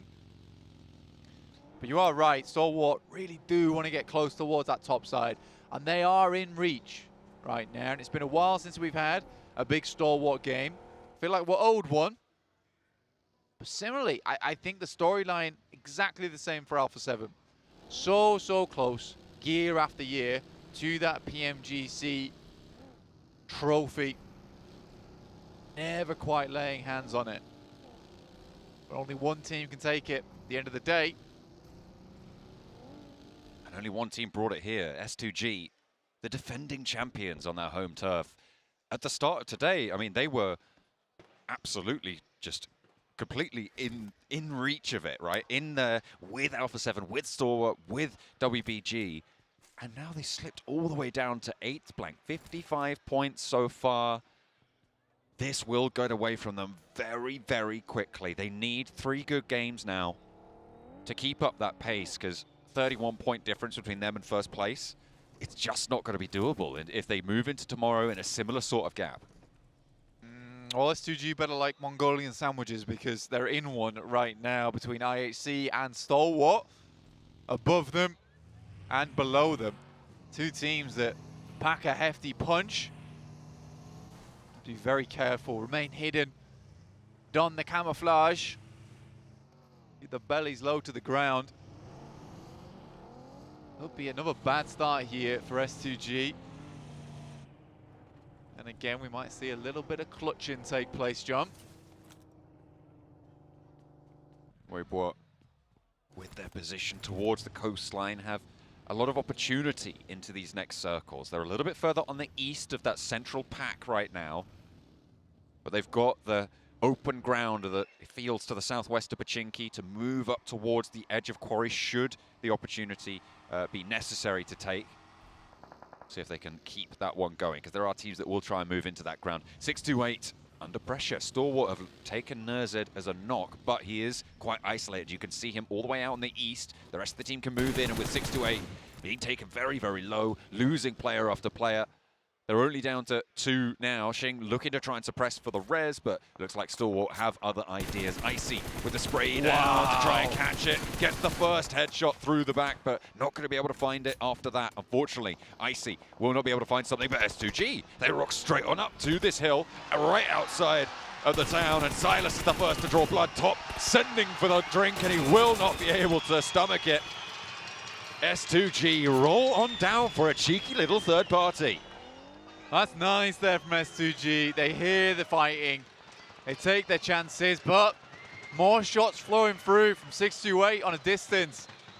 S2G in a bit of an uncomfortable position now with the sight lines. Circle heads over towards the western edge. Still tags being found from Sunan, but finally there's a backstop coming through from Hamzy G, but Sunan's not done. Not just yet, not out of it. 628. Thrown that life ring by the S2G rotation. A hard west shift. Alpha 7 moving in on the north side now of this engagement. They have got a lot of the west coast under control, and this is great news for them. Teams packing in around Quarry, starting to make that area busy on the south side of the Gaka fields. Silas not rezzed yet, but was dragged, kicking and screaming over the top side. Provide that res to come through. Stalwart decides that, again, another salvage match on the cards. Icy will be confirmed by Kalsi, bringing them up to a strong total of 2 eliminations at the beginning of the game. Nongshim Red Force taking the warehouses on the south side of Quarry. Stalwart getting into the marsh. Only 2 players remain. It's unfortunate timing for them on that third party, but very heads up from S2G. It looked like 628 were done for there, but they're allowed to keep on going for the time being. 2 players still alive. Nongshim, as you said, on that north warehouse of the quarry. So we're taking a look at a lot of these open hills. Alpha 7 out on the west, no one really at their back. S2G might try and wrap up that west side.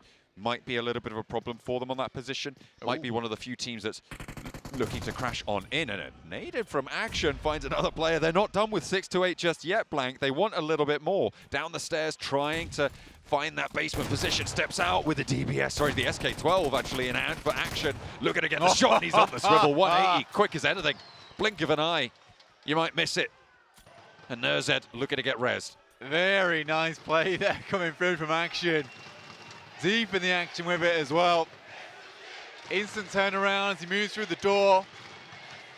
Crushes the hinge on the hand. DVS to the face. 628. Thought they got away with murder.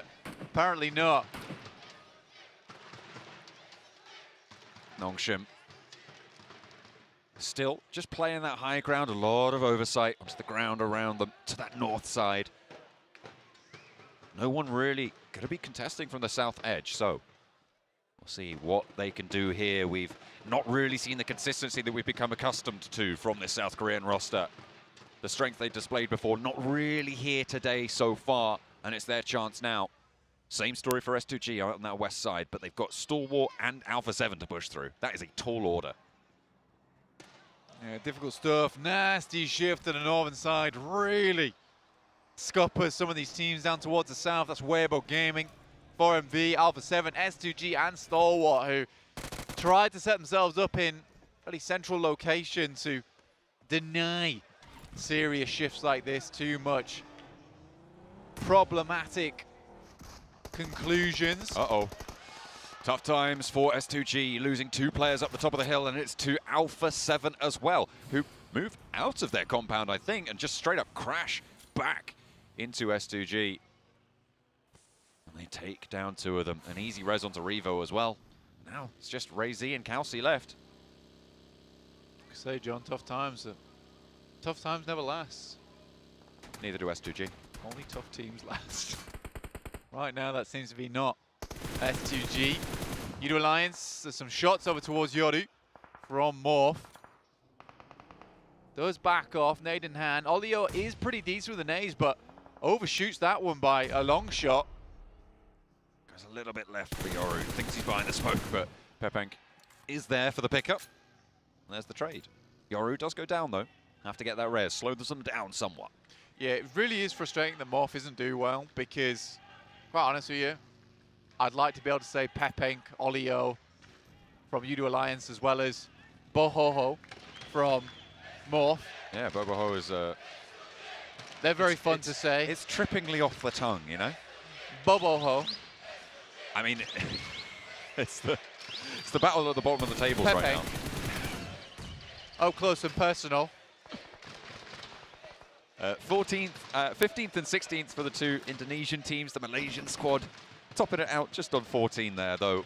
And it has not been great, to be honest, from these teams. Despite Udo Alliance, I said before, I feel like making some good rotational decisions. They just don't have the firepower to back it up. Pepenk rotating. What about Boboho? What's he doing? Not sure, actually. But I'm saying it whilst I still can. I don't know how much longer they're going to last here. How much longer who's going to last? Pepenk. And? Boboho. There you go. Give you 2 more. You can take that one. The greatest names in PMGC. Do you think? I think so. Okay. I could get behind that. I could get behind that. I feel like Shadow's pretty cool. It would be cool if I was 16. Yeah. Yeah, I think it is a little bit edgy, isn't it? I still had long hair. Oh, dear. Perhaps. Yeah. But not anymore. Oh. Major Pride, central position, though. Not sure how many players they have left. It looks like either they're very tight-knit or they did take a couple of casualties earlier on. Weibo Gaming also takes a few knocks themselves. A little check-in. 3 players still alive for Major Pride. But another hard shift. It's been a difficult game. Pretty much everyone involved. Alpha 7 wide wrapping over towards the north side. Close in contact with S2G. 2 players for S2G as well. Close to FaZe. It's getting difficult for them to actually move. But Boboho actually finds a knock over towards U2 Alliance. They're still alive. Weibo Gaming went down in the shack in the meantime to DX Xavier, who are looking to put the pieces back together. Nongshim Red Force have players to deal with from Pasija Evos. Looking to try and fend it off. Nongshim already losing 1. I said this was their chance to try and inflict some damage onto this lobby once again, but might be being snatched away from them. Zuxi rotating through. You can see he's playing that backstop. Luxi is up the top as well. Misery playing up with him. Zuxi on the off angle could be really very dangerous, but Misery's there as well. The nades onto the stairs, nearly finding both of them, but they will just survive just about. Another nade up on high from Zuxi, in through from Misery. The nade finds XZY and Wings looking to try and hold strong. Sporter on the ground floor. Can he hold his nerve? Misery has the nade from the teammate to back it up, and the nades continue to pour on through. Zuxi cleans up the staircase, and the rest of the team soon to follow. Renongshim Red Force down, but now it's Morph to crash down onto U2 Alliance. It's Boboho up front of personal against U2 Alliance. Pepenk not far behind himself with the DBS in hand, about to peplink away at these teams. And they find what they are looking for. Boboho and Pepenk leading the charge there, but unfortunately a turnaround and a knock over towards Pepenk, who's going to need to get this one back up. It's 4MV now pushing in behind on this position, trying to sweep on through for a third party. Nades continue to pour through the windows, and Yoru's down. Cardozin for loops a little bit further across as they are sitting ahead of this one, crunching Morph into this engagement. Mythic spraying through the door, but Morph are surviving for the time being. They only have 3 players alive, and Boboho is down. They come through from 4MV. The 2 teams that are rivals over on Sandhawk form an alliance versus Morph. Violet sets his eyes on the afar opponent over in 4MV, potentially looking to find a knock of their own. S2G sent central, gives them a good spot. They'll live the game out for quite some time, actually. It's a nice little rotate from them. Alpha 7 opting to try and take control of the Western Ridge, whereas FaZe bank over towards the north side in Gaka and the compound itself. FaZe on the northern side might actually be able to get a lot of power here. The compounds that they hold around that Gaka area, it looks like they're almost confused that there's no one in that southeast spot. Why would you go for it? You know? Yeah. I mean, honestly, for Titans as well, Pasija Evos, there's potential for these teams on this side to do well off the back of this game, because you do have compounds still with the amount of hard shifts that we've seen so far. I would be not surprised to see a hard northeast shift or a hard south shift on this one. Okay. Which we do get indeed. This is a game for Pasija Evos to not only prove everything to the international teams, but also to their home country. Rocky goes down. The montage comes to a close. Unfortunate for Morph. They'll be denied that opportunity further. Baron is down on the inside, and Loops are descending to try and shunt 4MV out of this circle, to try and keep them at bay from that east side.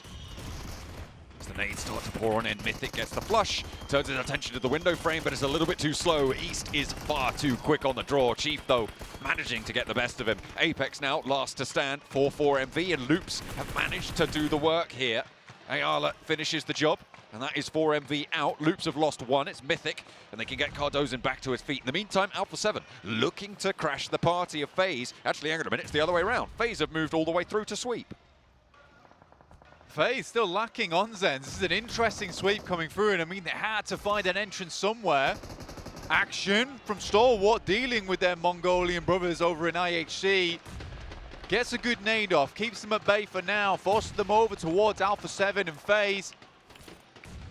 Could be a crushing little fight on this side with Major Pride still in it, right on the edge of the circle, but down the hill slightly, so can't get too involved. Mela decides not worth it, starts to move away.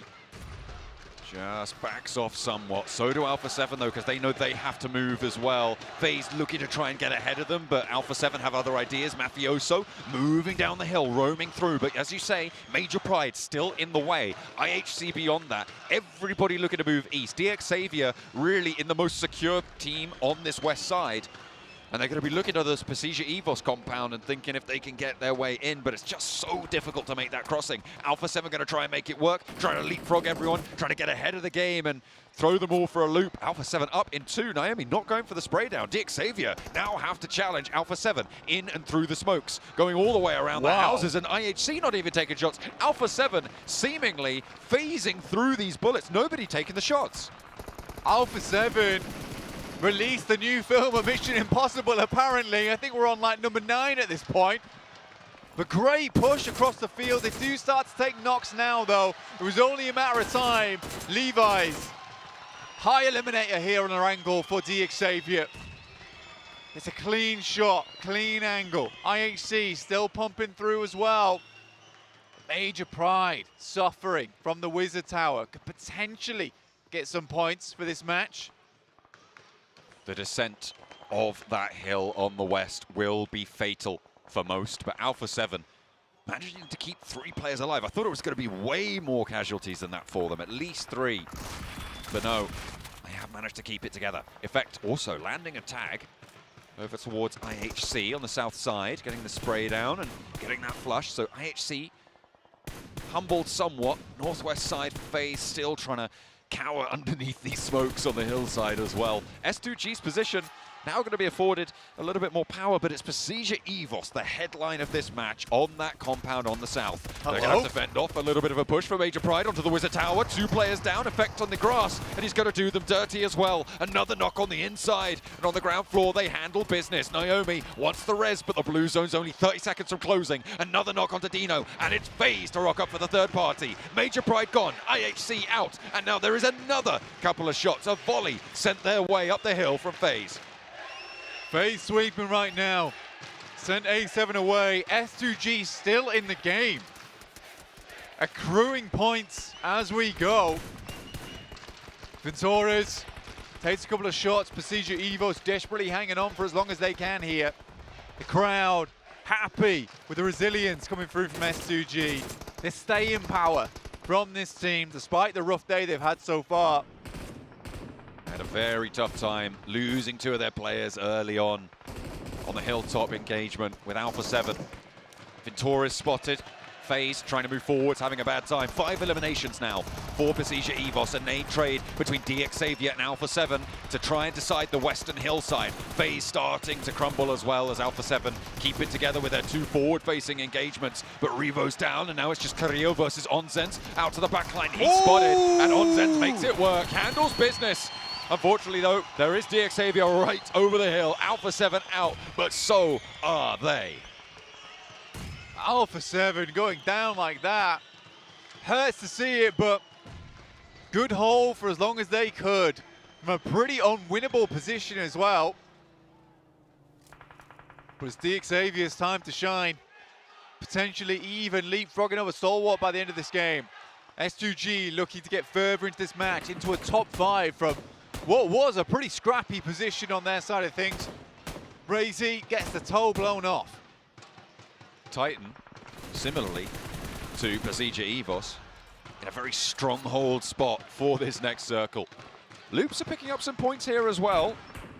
A little bit of a resurgence from some of the lower down of the tables teams. Titan, Loops, Pasija Evos, all with a really solid result. But through it all today, DX Xavier still alive. 5 eliminations, all 4 of their players. And with the western side, they're one of the few teams on the outside, which might give them an advantage if the circles shift away from these buildings. The main problem right now for Pasija Evos and Titans is that they've got no ammo. They're really low on everything. They haven't been able to get too much more off the back of this one, so players on the outside edge certainly going to have themselves a nice amount of loot to work with. Utility-wise, they'll be happy. Assaulting the buildings with nades, smokes, almost necessary. But getting Pasija Evos out of these buildings on this south side will be difficult because the circle is more than likely to center up around here. But Procedure Evo's going to have to start giving up ground. Levi's, the rest of DXavier looking for that opening to be shown to them. But Procedure Evo's currently not giving an inch.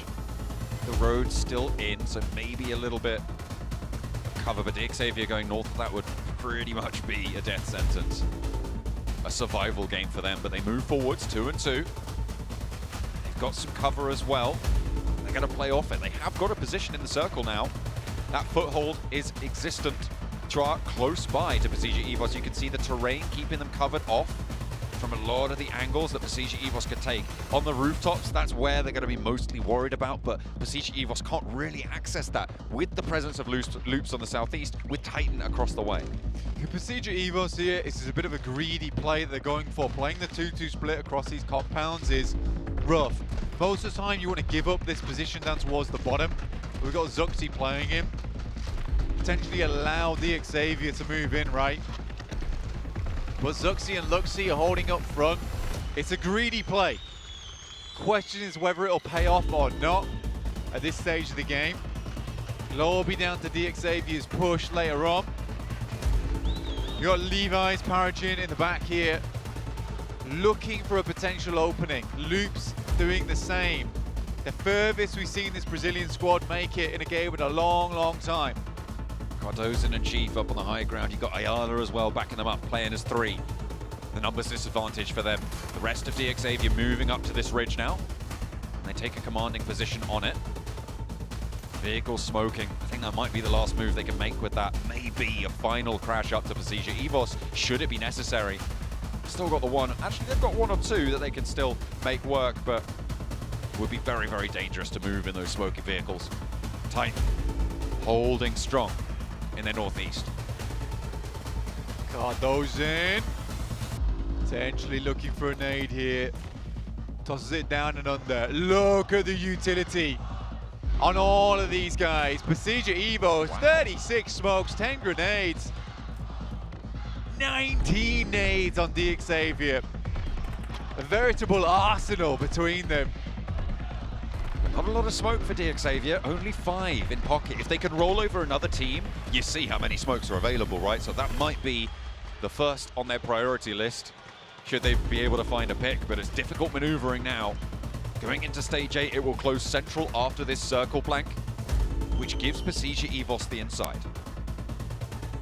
Ayla opening up now with the rest of his teams on the smokes to move down towards Procedure Evos. We'll see what they do. Potentially back things up towards the high ground, maybe holding that outpost as long as possible. For Indo fans around the world, it's a big moment. Been underrepresented so far, and now they'll have to hold off against Loops. A double push. Chief and Ayala move forwards uncontested as Procedure Evos looking to regroup a little bit more. Shots down their way to slow the roll, but Zuxi biding his time. They know that Loops have moved up to this position now. They are fully aware of it. Chief and Ayala have the low ground building, but they're on the outside of this blue zone crunch. Cardozen moving up as well now. The last player from Loops, and he's on the level with Procedure Evos, makes it into the building. Chief underneath. With Titans over on the other side. Full squad move out their buildings. Over towards Procedure Evos right now. DXavier locked out on the edge. Shadow playing a nice little cheeky position on top of the rooftops. Scuttling along the slates. Back and forth here. Attempting to find something. Nades going far, going too short. Not landing on their mark. They're sweeping that close angle and clearing out the potential angle that they'll have onto 97. They're forcing DXavier to take further back spots. And that might not be the best idea. Forcing DXavier into a corner doesn't quite end well most of the time. Paragin opens up onto 97. A lot of damage pouring through the Molotovs between the smokes. Difficult to navigate for Titan. They've already lost one and almost had it flushed away. Char with another nade in hand, and Nox continue to pour on through. They're abandoning 97. They'll play on as 3. Titan cut down. The ship is sinking. And the battleships keep taking damage here on Titan's side as DX sends torpedoes their way. Look at all the smokes that are being used. Look at that. Titan down to 0, Loops down to 1. It's only Pasija Evos who are about 30, I think, before, who have still got some left in the bank. But that's Pasija taking a knock from Cardozen. Loops have opened the bidding on towards this central position, but Ayala is the trade-off for it. Actually, that comes from Chief, who was able to get that knock onto his teammate. That is really unfortunate for Loops. The smokes are out, we're on foggy seas, and the waves only get higher. But it's Redface coming through with a tsunami of punishment on the DBS. Quick Luke, give me all those smokes, yes please. Any nades you've got, medkits is fine. DX, finally, they take the lower building. Pasija Evos had to regroup a little bit earlier, but it seems like they've got things under control now. Cardozen, last player for Loops. It had to happen even this late in the game. 4 eliminations for Titan. They've been a little bit quiet, but now they need to be louder. Cardozen with a 1v3, it's not going to happen. Pasija Evos shut that hope down. 6 eliminations though, and 4 placement points, a 10-point match. Great news for Loops. DX Xavier now looking to try and storm through the compound, and a nade from Redface opens up a flank for them. Might be able to find another as well, as Shadow's right underneath this window, and a second knock comes through for Redface. Redface right now on an absolute spree.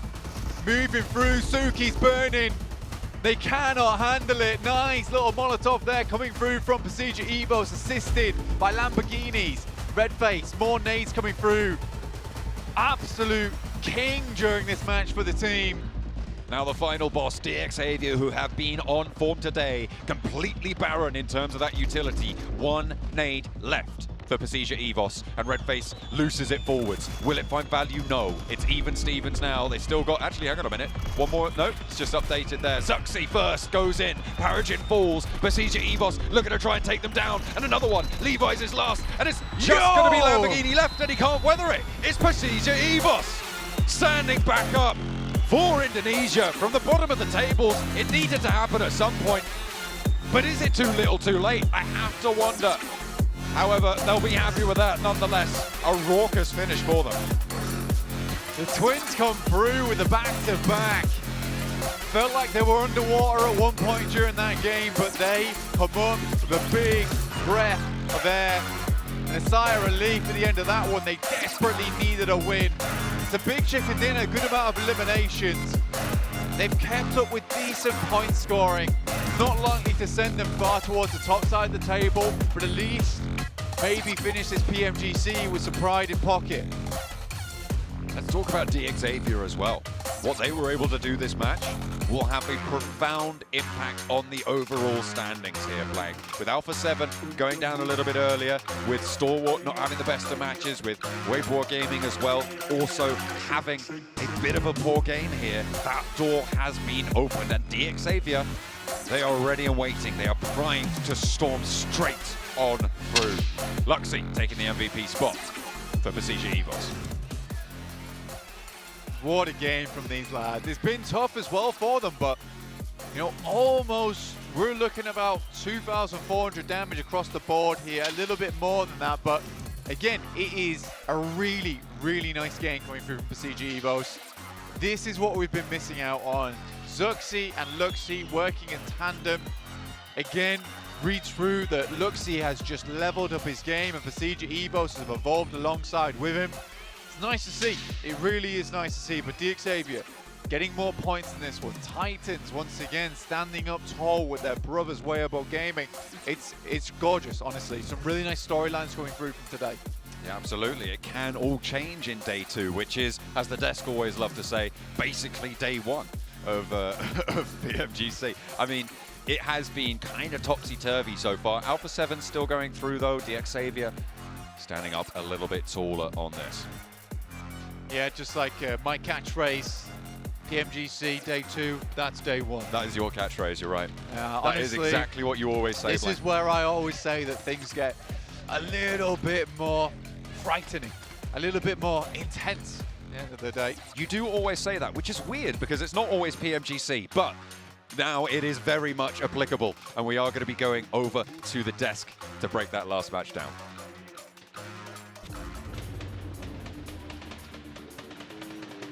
Well, Blank, quoting my quote, PMGC Day 2, it really is the PMGC Day 1. Appreciate that, Blank. Well done by Procedure. We talked about him all day today. Well, not all day, quite a bit today. As you were talking about Max and how you talked to Junior and what they said, what they're doing with their lineups based on certain battlegrounds. However, we've not seen this lineup too often. Link's out and the Twins in. Yeah, and Misery, Redface still there. Yeah, Redface, Misery, and the 2 Twins are in. And I think you mentioned it also, right, Seven, that we're happy the Redface stayed in play. He was so impactful in defending that compound. And phase 2, phase 3 circle, what happens? Nongshim Red Force go for the breach in what ends up being the winning position, the winning compound of the circle. And we had a lot of back and forth about how that breach happened, right? But especially entering the western side of that compound is very rough because you're just going to be suffocated in that position by nades, utility. And one thing you pointed out, Seven, is they even sent a player wide to have an even better angle on the engage. Yeah, that's the thing, pretty much suppressing them with all those nades. They knew exactly where they're going to be at. They threw a bunch of nades. They're pretty much going to be waiting by the stairs. They're going to be coming in with the shotguns. Easy elims there for Procedure Esports in 22 points. And boy, did this team need it, because coming into this game, they were only at 25 points. So for them to be able to get 22 in just one match after only getting, what, 25? Yeah, You know what it's a they great say? improvement. I got the magic handshake. Got to shake Lux's hand yesterday at dinner. He's like, I was like, you remember me? And he's like, yeah, you're Jake Kaplan. I'm like, oh my God, you're so sweet. And then I was like, hey, he's been talking bad about you for the past 2 years. But he didn't hear that. But a big game, though, also for Xavier, to be fair, Max, because of Alpha 7 and Stalwart Esports going out early. Yeah, it's really big when you are one of the top contenders and all the teams around your position on the leaderboards are eliminated early. It's just such a great opportunity. And throughout today, Seven, chicken dinner, 13 eliminations. A third place, less eliminations, still getting placement points on board. Back now by another strong podium finish match. Really, Xavier have also found their mojo, just like WBG yesterday, it seems. This is the day of comebacks we are witnessing. And right now with points like that from a lot of these teams, Xavier could also be holding on to the ground. And I think this is why we were kind of hyping up the team, right? We're being a little bit extra on them, talking about how there was the IHC out of their region. No, now they got their placement points down. They've been continuing to get those placement points, and I feel like it's really, really good. And as we see some of the stats here from Luxy, 5 elims. This is what you want to see out of the Twins. They ended up, both of the Twins ended up with 7 eliminations out of the 10 that the team had. I do like how we are seeing, if we look at like PUBG Mobile Esports over the last 4 years, not even technically like a little bit before that. Yep. I think the Twins have been some of the longest standing players in PUBG Mobile Esports history. Would you disagree with that? I think they're one of the OGs, one of the originals. They are, for sure. Yeah, they are. Like, I don't think you can argue with that. Yeah. Well, that's why I brought it up, because I like to have no one argue against me. But for them to be able to maintain and play at this level this long in is phenomenal to see. I think a roster change when they won BTR was necessary for them to get that mojo, get that that drive back. They're maybe getting too complacent in their like back-to-back wins they've had year in and year out, being the most dominating team, and then there's like, oh, there's actually other really good teams out there, and they needed that maybe a little bit of a shake-up. I would need that for Gladiators too at some point, but it works out here for the side of Procedure Evo, so I cool. mean, we know of some potential players who could go on them. Maybe they rebrand to another team. Procedure making the jump there to 10th place. That's pretty much what we want to see, especially out of them. Morph, I mean, Morph at this point, Morph is just going to be thinking of how to salvage their tournament, their PMGC in a way, because there's no way that I see any of those teams that are currently 13 to 16 even trying to challenge there towards the top. And Alpha 7, one thing I wanted to mention, Alpha 7 not being able to take advantage of Stalwart Esports kind of having 2 bad matches now in a row. I mean, let's like kind of think ahead, right? Because obviously we're not talking about, oh, you need top 5 to qualify. We're talking about who's taking the trophy. Yep. Procedure, 10th place. I still think they're out of the running right now unless they have another big game. I think this game is the one that puts them back in a race somewhat. I think if they didn't have this game at the end of the day, they were going to be pretty much done. I'm just leaning to be able to see on the what's edge going of on. his seat, ladies and gentlemen. Oh, okay. But yeah, that was the game that keeps them in a race, keeps them in the conversation. And I would say I could have a whole telestration segment about how they defended that compound against the side of Nongshim Red Force, how they held it down in the later stage, because Loops too, we were talking how had a decent approach playing the southern side, so they're not spotted out by Titan Esports Club or also Xavier pushing up onto Procedure Evos, because that is the best entry point to focus only on one singular team, and yet they hold it down so well with that utility, and especially some individual players like Red Force, Redface, as you mentioned, being so strong in that defense. Nongshim Redface. They were not good on that breach, but it was just such a good setup that I think that they definitely now understood how they want to play their game. They got this team that worked out so good. I hope hope we keep this iteration of the roster for the following matches. And for Nongshim, I feel like the biggest worry for me has finally actually become a reality, which was this team. Can they actually continue after day one? Because I remember on their league stage, day one, they were very, very strong, but then they were not able to adjust to some of the other teams being able to now adjust to them. And that's what I was actually talking to you on the way here. I was telling you how after day one, they weren't able to get any wins, and I feel like it's starting to be the same thing here in grand finals. They're not going to be able to adjust in time, and now they're going from that team that I thought, okay, this team, if they're going to be able to keep it this way, if they start off a little bit hot today as well, maybe they're going to be a champion contender. That's starting to fade for me. I feel like you had a lot of space in day one where you could go for those plays, send it center, and play off the back of that. Now the circle barely pops and just like, you just send it right in the center right away. So it's really tough to get those POIs when so many teams are aiming for those same spots. I'm just trying to get you to jump off the train, Max. That's what I'm you trying got me to off the train. You know? Okay. I stopped at the station disappointment. You know. All right. Is that okay? That's fine. Okay. So Nongshim's gonna win next game. Got it. If that happens, the thing is, he got off the train right before it crashed and burned. That's the thing. You stay on that train, you know. You stay on it. All right. Well, it is time to head to a short break while we get things ready to go for our back-to-back Miramars before we finish off our second day here at PMGC 2023 Grand Finals. Don't go anywhere. We'll be back in a few.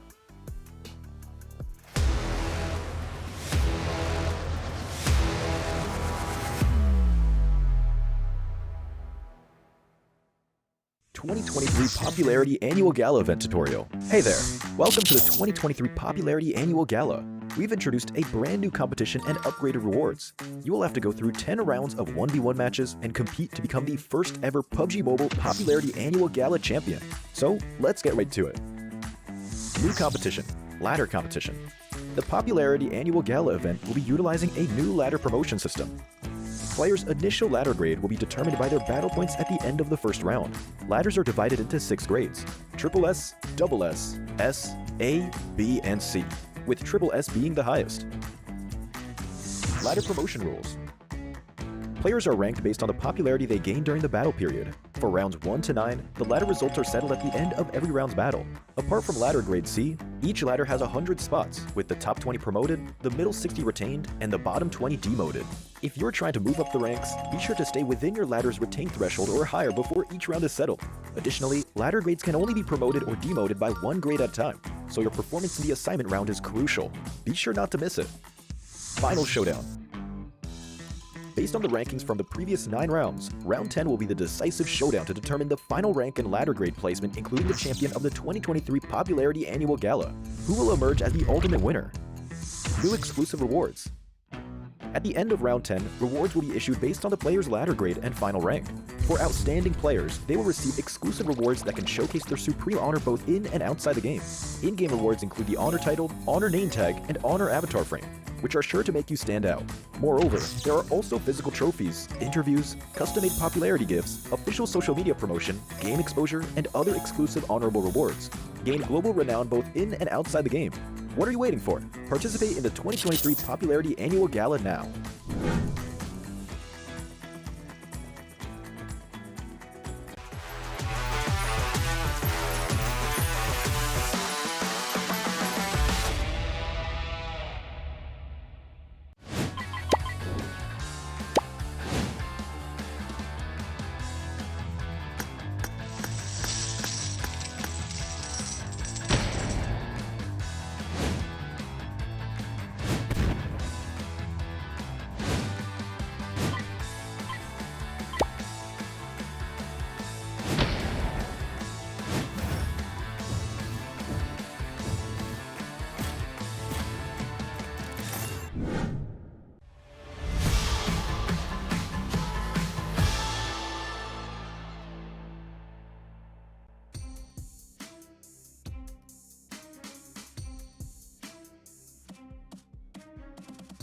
And we're back, ladies and gentlemen, here with our 5th match of our second day at PMGC Grand Finals 2023, of course. Jason Kaplan, Max Men, 7 Worlds Gaming there on the end. And my man on the end really wants to talk about a certain team in particular. Can you guess who it is at home? Correct. It's WBG. It is WBG. I bet you if we actually go back to the comments, people are going to be like, here goes with Alpha 7 again. No, it's actually WBG because they have a... Now we're starting to see it WBG from first half of yesterday, where they're not being able to do good with those performances, right? Yes. Now, with this team, they're starting. I was talking about how they tend to focus a lot towards the middle. For this last 2 circles, it hasn't actually benefited them a lot, and I'm hoping that we'll start seeing a bit of an adjustment from them. I'm hoping that we start seeing, if for some reason center of the circle is not an option for them, I want to start them seeing playing the edge of the circle. Yeah, I think though, when you're looking back on yesterday, Miramar has been a really big standout map for them. They've been very successful on that battleground. I feel like we could see them maybe build a bit more confidence on that map heading forward, but it does seem...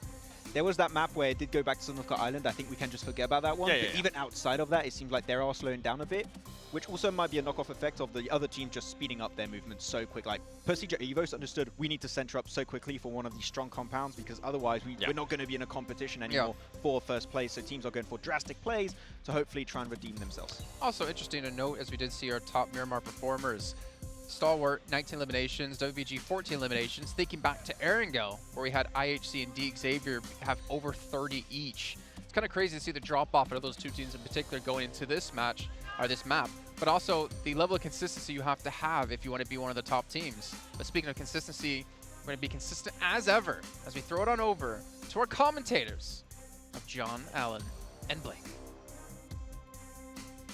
We have a double helping of our desert dessert coming up. Thank you very much, Jason. Consistent as ever over on the desk. That's right. Always there, always claiming credit for Blank's quotes. You know what he's like. But either way, I have no idea what Jason's trying to tell me there. But we are going on into Miramar for the first time today. He's still... He's still giving it. I can't hear him, so I have no idea what he's saying. But that's the power that having a microphone active affords you, is that whatever you say is the truth. He's just furious that he just can't really get my catchphrase right. No, it's all right. Like sometimes he just misquotes it, but yeah, you can't beat the original. You can't cite like me. Zuxi or Luxi, the originals, Look, like you said. I've got the Harvard referencing for that quotation. True. Okay, he does not. I've got it written down somewhere. It's documented. At the end of the day, what we're documenting right now is the PMGC Grand Finals. Okay, right now we're here. The PUBG Mobile Grand Finals. That's where we're at right now. Something like that. I think that was a Jason quote. Jason did that one. Yeah. Jason did that The one. referencing does lead back to him. Yeah, we can see that. But yeah, heading over towards our last 2 matches of the day right now. We've got Miramar coming up very, very shortly your way. Persija Evos obviously been able to win out that last game, look fairly decent, but Xavier today has been consistent indeed. Picking up a lot of points. You can see him here on your screens. Lamborghini to your back. FaZe also, you know, they're trying to get some stuff done here. There has been some mischief, but most of the time it's been managed fairly effectively. Yeah. Stalwart, I've had some pretty rough games today, but I think salvage-wise today have still looked good, right? You know, they're remaining in that top 3. Still staying up there, but Xavier have entered that top 3, right? Overtaking Weibo in that 3rd place position and jumping on up to that top 3 position. I don't think anyone apart from you would have called Xavier being in the top 3 towards the start there, but you've got the faith, you know? It's just like my catchphrases. They're always right. My predictions. That's another of your catchphrases. I'm always right. I'm always right. Yeah, that's a good catchphrase from me, honestly. Yeah. Damn, That's what I heard. we just blinded someone in the crowd there. Yeah. So sorry. We're just shine bright lights in people's faces. Contractually obligated to blind a few people in the crowd. That's definitely a quote, and you're always right. I'm always right. No, honestly, I think this Xavier earned my vote of confidence, less because I thought they were going to be in the top 3, but more with the amount of the effort they've put in this year. And I do think that if that continued into Istanbul with the improvements they've been making, and they can improve alongside some of these incredible teams here we have with us in this Grand Finals, I thought, you know what, maybe they could get themselves into a 3rd place. But I'm not out here to say that I'm some kind of prophet. I'm always right. But it is a really fortunate circumstance that this has occurred, and I'm really happy for Xavier. They've been able to make it up here. Stalwart and Alpha 7, though, still battling it out between the two of them.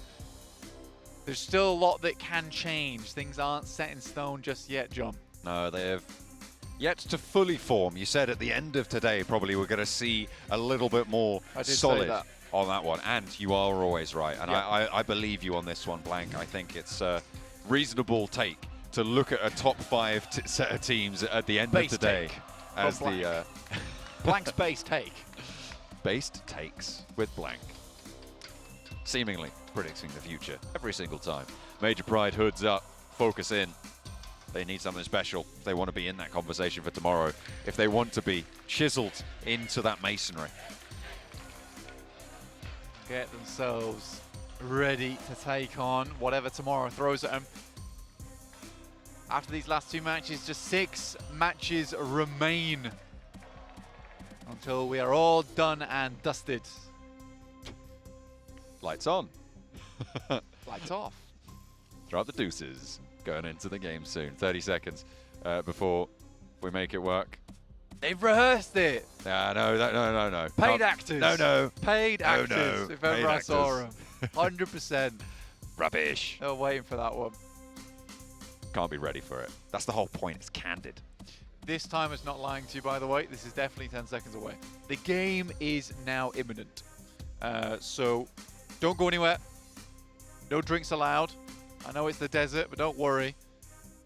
You're only going to be strapped in for a little while on this plane flight. No drinks. All right. Only PUBG Mobile. I didn't mean it. Sorry. I do. What we are certain of, though. If you want a drink, get it now.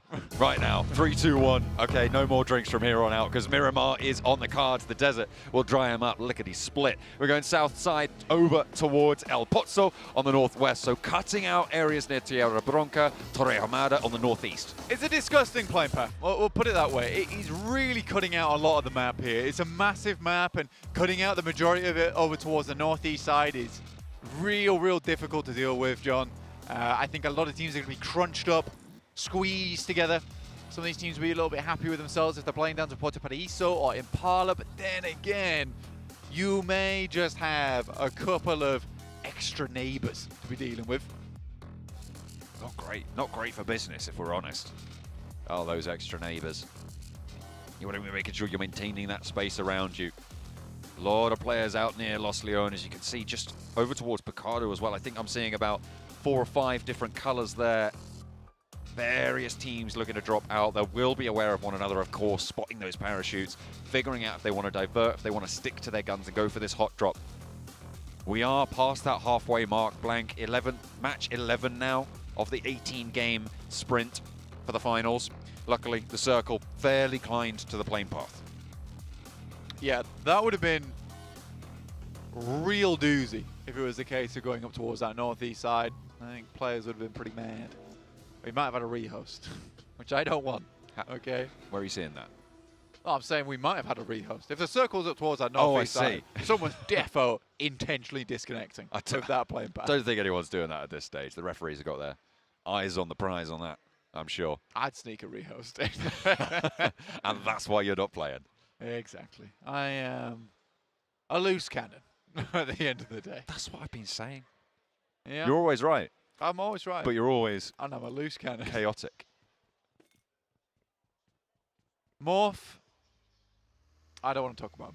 Pasija Evos, on the other hand, is an Indonesian team that I do want to talk about. All right. Really good stuff from that last match. I was happy to see it. And I'm pleased that it was Luxy that stood up because I've been talking about this guy for a while now. I really do think that he's probably, people are going to hate me for this, but out of the 2 twins, he wasn't, I'm going to get so much hate for this, oh my god. Let's go. At the start, I think that Luxy was way under par versus Zuxi, right? Zuxi was so good in comparison. Yet, they were still a good, strong duo. But as the time's gone on, I think Zuxi has fallen off a lot. He's done so much recently to get back on the wagon. And I'll be honest, you know, he was out of the game for a little while doing some more stuff outside with collegiate side of things, getting that spark for the game back. But I think Luxy, despite everything, has consistently kept up form, kept up pace throughout everything and anything that life has thrown at him with PUBG Mobile. And I think now it's quite clear that Luxy is the better player out of the two. And I think it's a nice story to have because it really does show that despite the amazing talent on the side of Zuxi, that hard work from Luxy has paid off in the end. I think I agree that you'll definitely get a lot of hate for these takes, but I don't think I disagree with the takes themselves inherently. Luxy was always more of that, blank space takes. Luxy was always more of that long-range, off-angle guy back in the day of the two, and it was always Zuxi, and I think it was Ryzen playing along with him, and Microboy at the time in that roster, just pushing forwards, being very aggressive, and Luxy was always that backstop. So a little bit more calm and collected, and over time, I think that from what you've said, it has paid off having that sort of mindset. And Zuxi now starting to flex back into that sort of mindset as well, taking cues from his brother. Yeah, I think it's a good thing, though, because I do think that Zuxi sort of needed the boot, right? You know, not the boot out the team, but in a sense, you know, a little bit of a kick to get things going again, because it did feel like that talent was wasted at one point. But I'm sort of proud of both of them getting back here towards PMGC, because it really has felt like 2023 has been a bit of an influential year for the both of them. I really am having just a big TED talk about the two twins right now. They've been with us for a long time. I want to talk about them a little bit. But that's all I'll say. This has been Blank Space Takes, brought to you by the Infinex GT10 Pro. Exactly, yeah. With infinite dimensity. Well, technically the dimensity is only 80/50, but I think that's big. That's big dimensity. That's pretty much infinite, right? Is that a lot? It's like nearly infinite. It's like quite a bit. Oh, yeah. Many. It does sound very impressive, I won't lie. It's true. I've heard it is. S2G, they've been a little bit less than impressive today, I think it's fair to say. Only getting 5 points in that last match. They will be playing on as 4. They lost 2 players early on against Alpha 7 in that last match. And today, in general, fall off. I think it was 7 who was saying they're basically throwing today. And I feel like maybe I won't go that far, but I kind of see where he's coming from on that front. I do think throwing is... That's quite a... It's an intense word. Yeah. It's out there, right? They are throwing their lead away, for sure. Not on purpose, I think that they're losing. I think it's a better way to put it, right? Is that you just haven't hit your shots. Yeah. It's not a case of they're intent... Like, throwing is intentional, right? Like, come on. Well, hang on a minute, because then why would you call it intentional throwing? If it's not basically intentional. You're throwing. You're just throwing. Even if it's unintentional, it can still be throwing. I would posit that. This is John's pedantry takes. Okay. You know what? Acceptable. Yeah. Yeah, okay, they're throwing their lead away. Yeah. But only by a small margin. I don't think they've done badly by any means today. I think there's been games that they've had to salvage quite a bit. There's been engagements that maybe they didn't need to take. But if you do look at a team like Stalwart and Alpha 7, Dick Xavier, in fact, as well, I'd even throw into the mix there. I think that it's very clear that these teams know what to do when the advantage is not going their way. I also need to take back my words about 4MV with their quota, just 5 elims per game go out, because you know, at some point you got to swallow your pride and say that 4MV might be a good team. They seem to be doing pretty well. They're right up next door to Weibo Gaming in that 5th place. You can see them 2 points behind, but there is that gap that exists now, 4-3, 11 points difference between those two teams, between Weibo and between DX Xavier, who were able to blast out today.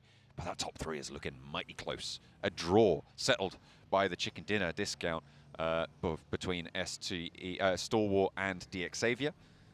Alpha 7 still 7 points ahead, but that is a very small gap to be comfortable enough to lift that trophy towards the end.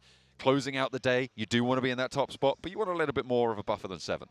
Yeah, right now, 7's not a large guy either. No, so 7's a very small buffer. Yeah, it's a very small buffer. Tiny, you know? If anything. 5'2". You want a Jason buffer, really. You want a Jason. Exactly. You want a buffer of Jason. That's around about 20 points. Let's put it that way. All right. Major Pride, take a knock from East. Doc looks to finish it off. He will. Circle. Went over to the western side. You guys saw that one. But we are getting in towards our second shift right now. Towards stage 2. We'll see where this one lines up. Right now we got Alpha 7, Stalwart, other side of the map. But DX Xavier very close to Alpha 7 on this backside. Alongside with Loops and Titans. Wow, okay. that is a mean circle and a half over towards the western side. An interesting circle though, one that I've always enjoyed watching. Teams will be heading for the hills. I'm looking at that ridgeline to the east of El Pozo, the hills to the south of Crater Fields. A little bit of sanctuary there. I think Alpha 7 are looking there as well, trying to move a little bit further west right now and have a lot of priority over those fields to the southeast of El Pozo, because there is so much deadly terrain in that area. We've seen time and time again teams try to play around it. It just doesn't work out that strong. Alpha 7 actually taking position in the compound to the southeast of those fields towards El Pozo, and it is a very central area. I'll tell you who else is slap bang in the middle, is S2G. Just a little bit further southeast of that, in the middle of Monte Nuevo, El Pozo, and Power Grid. Yeah, it really depends where you manage to get to with this one. S2G do send a scout out up towards where Mafioso is playing. On an off angle here. Titans looking over towards Loops. Mythic spotted and tagged, in fact. There might be a wheel going. They are just over the hill, though, for Loops, and actually ahead of the curve in terms of getting to this next circle for Titan. They are going to have to figure out how to mount up, get in through. They were trying to maybe get a pick onto Loops to weaken that hold on the northeast side, but it is not to be, not this time around. S2G, big high ground from Silas. With Alpha 7 having Mafioso a little bit further north, S2G maybe in that crow's nest position to command the south. All Miracle vibes coming through over towards Major Pride. Naomi here. They did lose a player already, and Doc is just hunting them down. There's some nice shots, dude, actually. Not going to lie. Love to see it. Cleanly pops him out for the headshots. Well found there. Naomi trying to answer, but really getting anything done. I wanted more from Major Pride today. They started off looking really, really improved. Don't laugh at me like that. They did. I defy you to tell me I'm wrong on that. The first two matches from them, 11th place. I liked it. I mean, yeah, fair enough to you. But the next games just did not continue that trend. You love Major Prize. They are so good. You are oh my goodness. literally Major Prize #1 fan. I am. I don't think there's Major been a Prize. game that you've not talked about Major Prize. I'm wearing their jersey right now. He takes it off in between games. It's true. Crazy. Levi's up on top of the mountain. Got a cheeky peek downwards. Gets shot at. I don't think he knows where from. Diving back and forth here. Eventually avoids the bullets, realizes the direction they're coming from. Titans have taken shots at absolutely anything that moves so far. Sure. Wants to give some back though.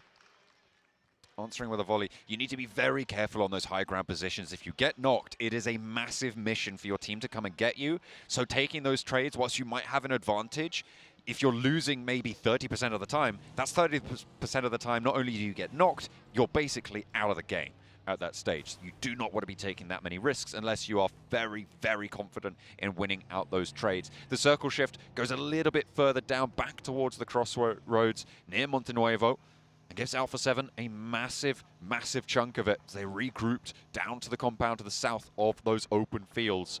A lot of open terrain around that. The hills slope away from them down towards the south, down towards the road. And they're really quite safe. With S2G being on that split right now, the 3-1 to their east side, they are very protected from that angle because S2G aren't going to want to move in. Not yet, anyway. Mate, I am loving the crowd right now. Look, see, every time I was getting shot, I was just hearing us screaming from one person in the crowd, just terrified about them taking damage. That was amazing. I think it's the Indonesian casters. They're all the way over there. No, it they're might have been. Who knows? But Zuxi does get taken down and flushed. Red-faced Luxi, Misery. Last players remaining here for him. Titans have been on a bit of a war streak, but not quite found any eliminations just yet. They were starting to heat up, but the tempering of this lobby has just been such that it's not quite fine, that alignment just yet. And on the northwest side, Titan want to close out their day strong. They still got 2 matches to play, including this. They want to scrap. They want it now. Taking a knock, getting some healing done. That's what they're looking for. Morph trying to skirt around. They are 4 players alive, but they're very, very split again. Boboho and Pepenk on that northwest side blank. Yeah, Boboho and Pepenk. Boboho and Pepenk. Boboho and Pepenk on the way. Don't know for how long. Lamborghini. Sounds like a child's cartoon, doesn't it? Boboho and Pepenk. I'd watch that. I'd watch that. Pepenk's dead. Oh dear, I wouldn't watch that anymore.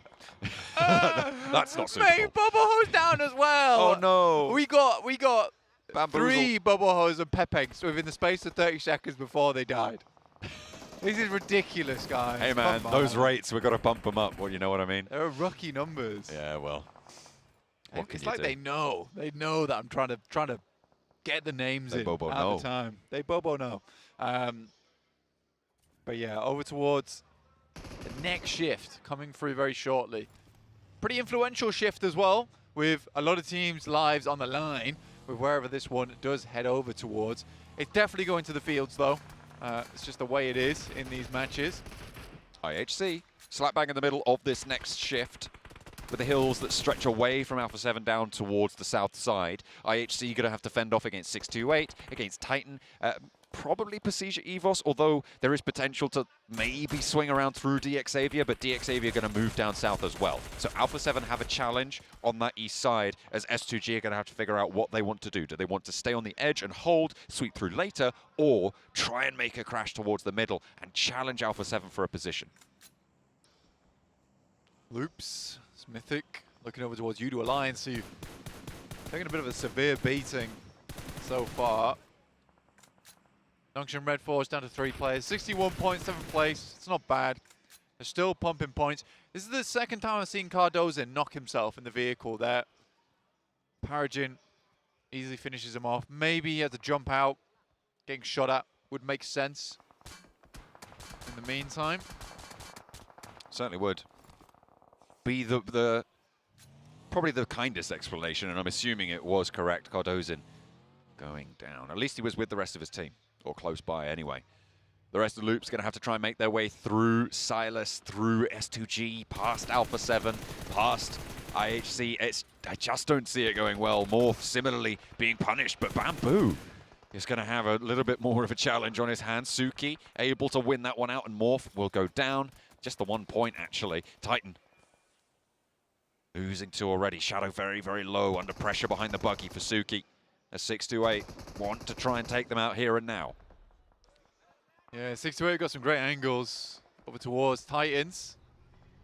Xing sees the movement outwards. Shadow move in between the lines.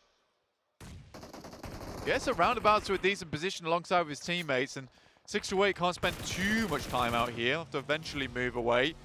4MV damage over towards Major Pride there. I think that was a flush, maybe a knock over towards Effect on Major Pride. They're down towards that southeast side. They're dealing with both 4MV as well as FaZe. Shots over the top for Venturas, and FaZe have racked up a pretty hefty elimination count here. 6 eliminations so far on this match already. Playing from the east side, they've been through it quite a lot now. And they'll want to try and keep it nice and tidy. They haven't got the best of positions, but they have got a position. That's maybe the best they could hope. 6 points already on the tallies. Looking to try and push further up the tables. Over that 60-point margin today would be a nice little approach for them, but they're going to want more this match.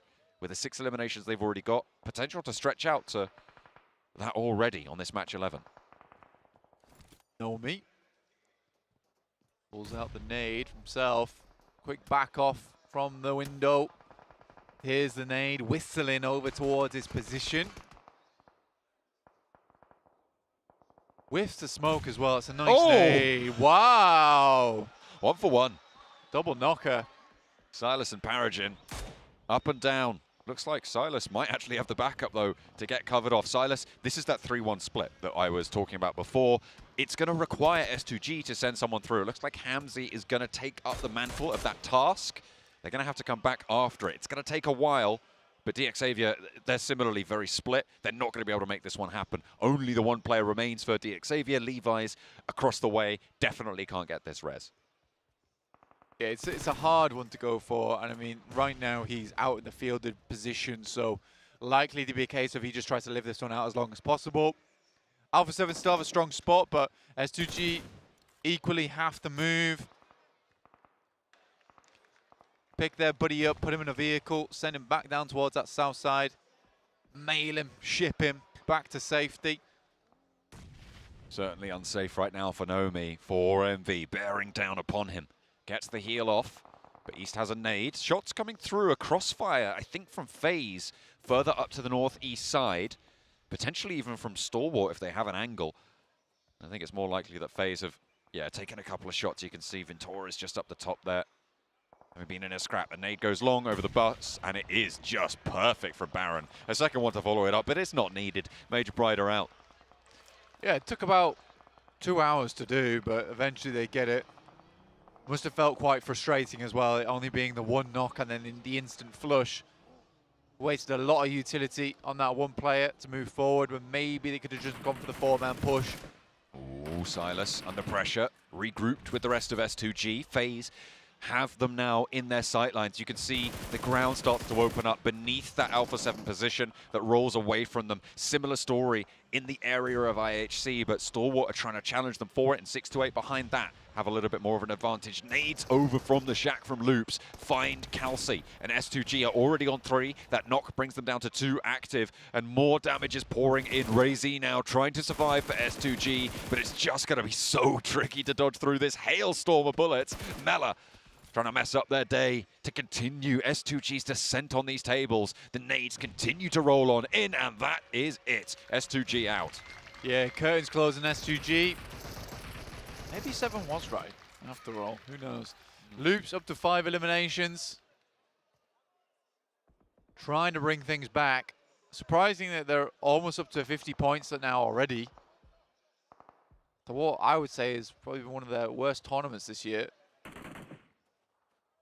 We're now on board with 628, who have been at the back of the queue of this western hillside for quite a while, Blank. They are behind Stalwart, who are in the buildings just a little bit ahead of them. And IHC kind of command a lot of this area in this hilltop position. Alpha 7 probably the other well-placed team, but there is always Weibo that you have to be worried about in the compound towards the roadside.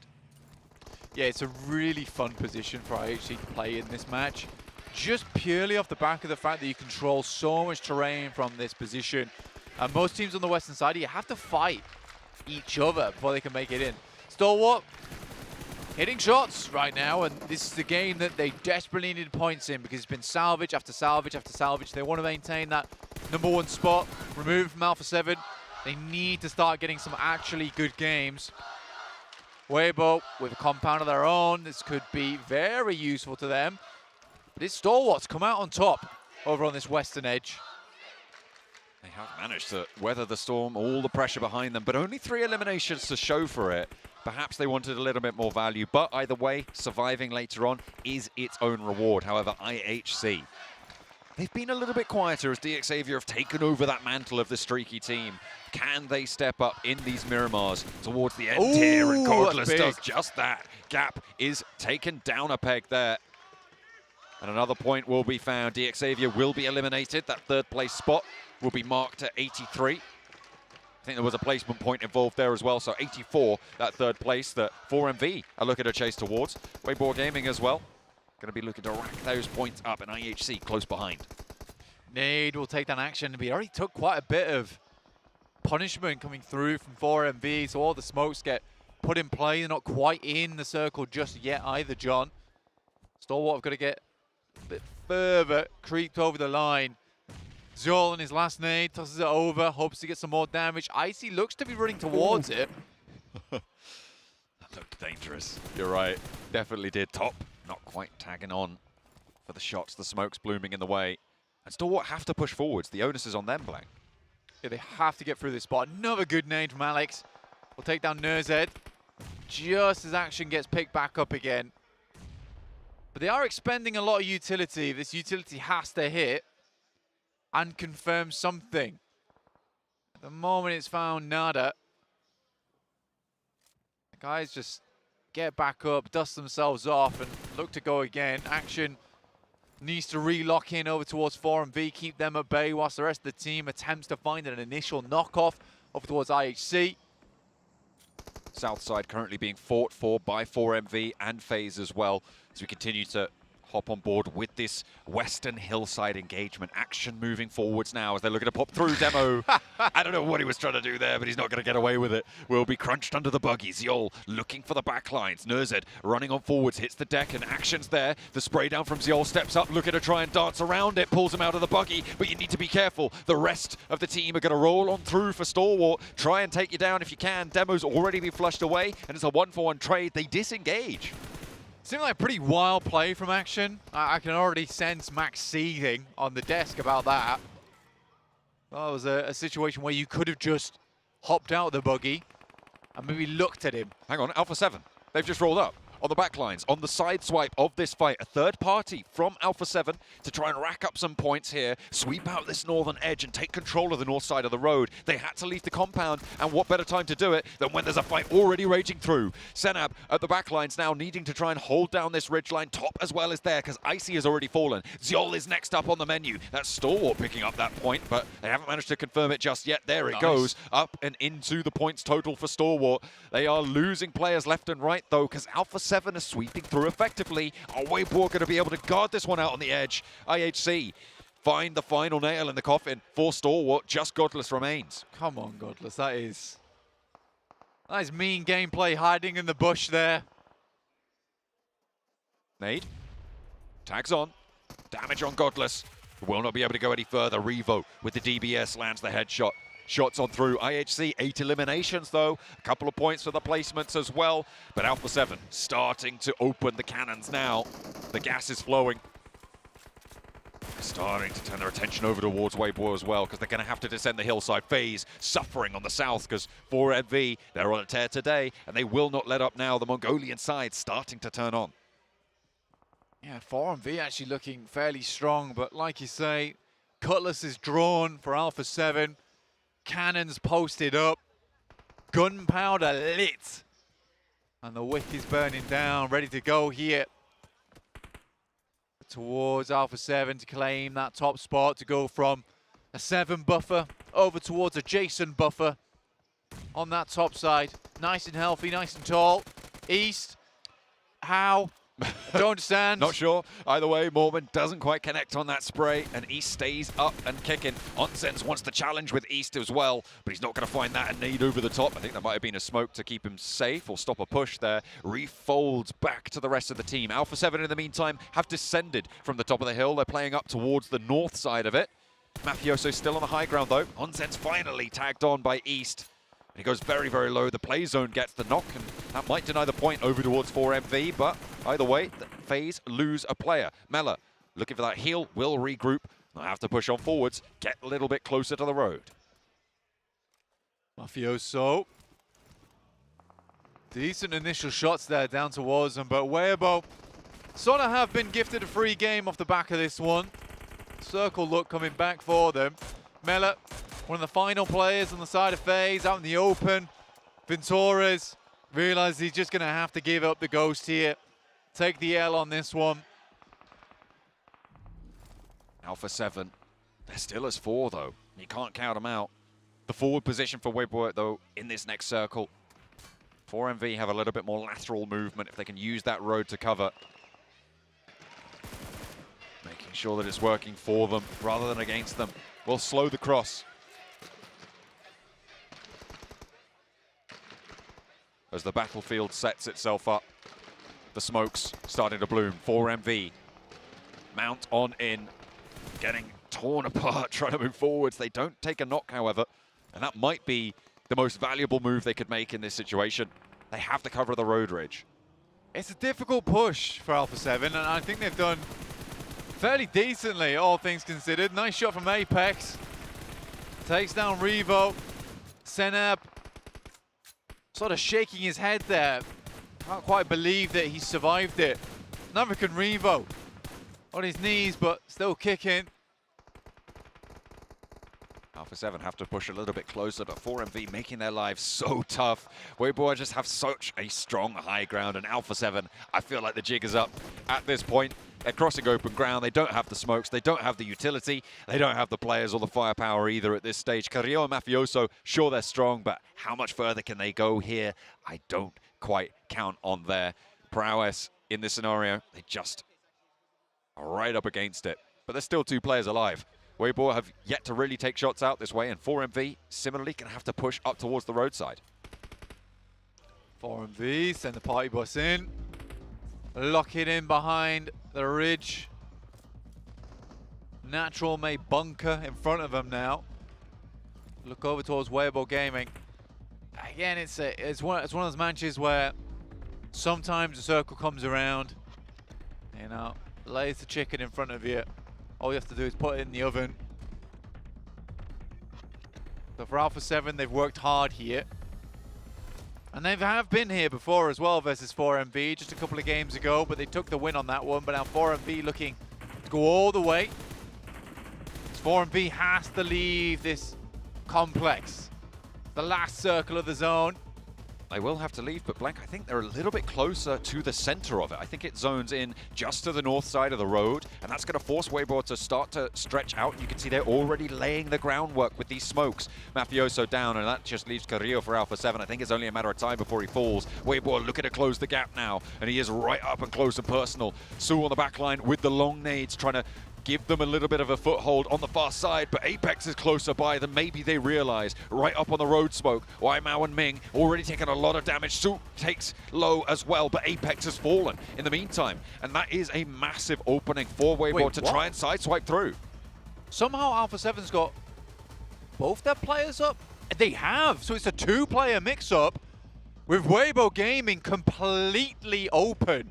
I don't even know if they think that there's another team on this side. Mafioso steps up. Surely they see them now. But they're being lit up from both directions. They can't even find the knock onto Alpha 7 here, and they lose a player in the process. Su also down on the roadside. And 4MV looking to move on through. 2 players on the south. Mafioso forwards. Carrillo is there as well, but the spray down connects, and it's just Mafioso. I don't think he's got a first aid left. Doc looks to make sure that he isn't going to get any healing done, but the bullet's just sending wide. 2 players alive for 4MV, but they're more concerned with plenty of the other players looking across. Mafioso gets the spray, but doesn't quite connect onto the final player. Weibo goes down, and from the south side of the road, it is 4MV with another chicken dinner.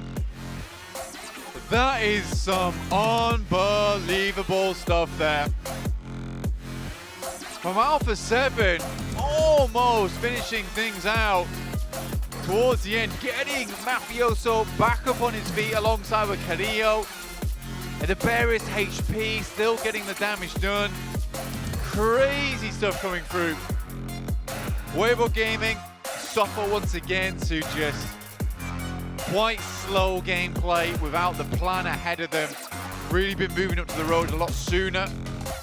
Dealing with these targets, should have been thinking about where 4MV was taking shots over towards. They did see the eliminations come through, so they shouldn't have assumed Alpha 7 was out. Could have been the difference maker between them and a chicken dinner, but 4MV, what a day it's been for them. 2 chicken dinners so far.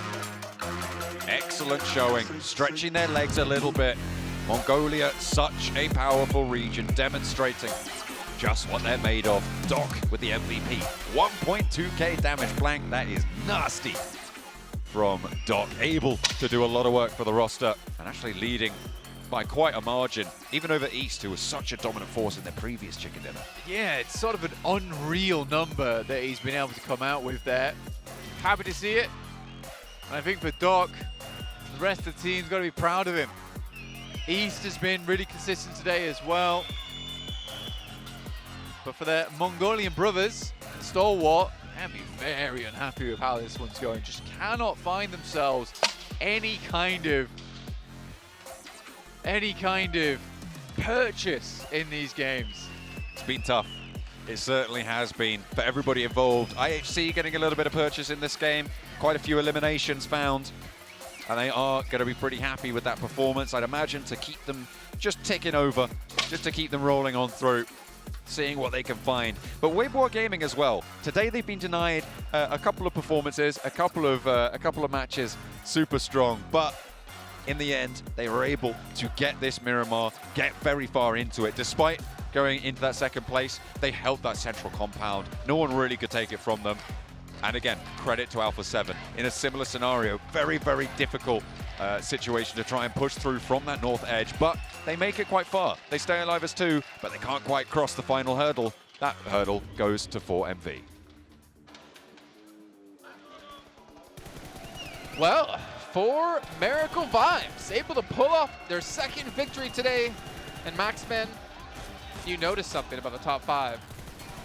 A lot of Mongolian teams. Very Mongolian. Yeah, I don't think there's any other esports or even maybe sports where Mongolia is just that strong, that dominant, that present at the top of the leaderboard. Not true, actually. Really? No. I'm sorry. I did that because he asked me before we came on air. I was like, hey, Jason, is there any other esports where Mongolia dominates? And I'm like, no. You would do that. I would see you doing that go too. Ahead, sorry, go ahead. How could you?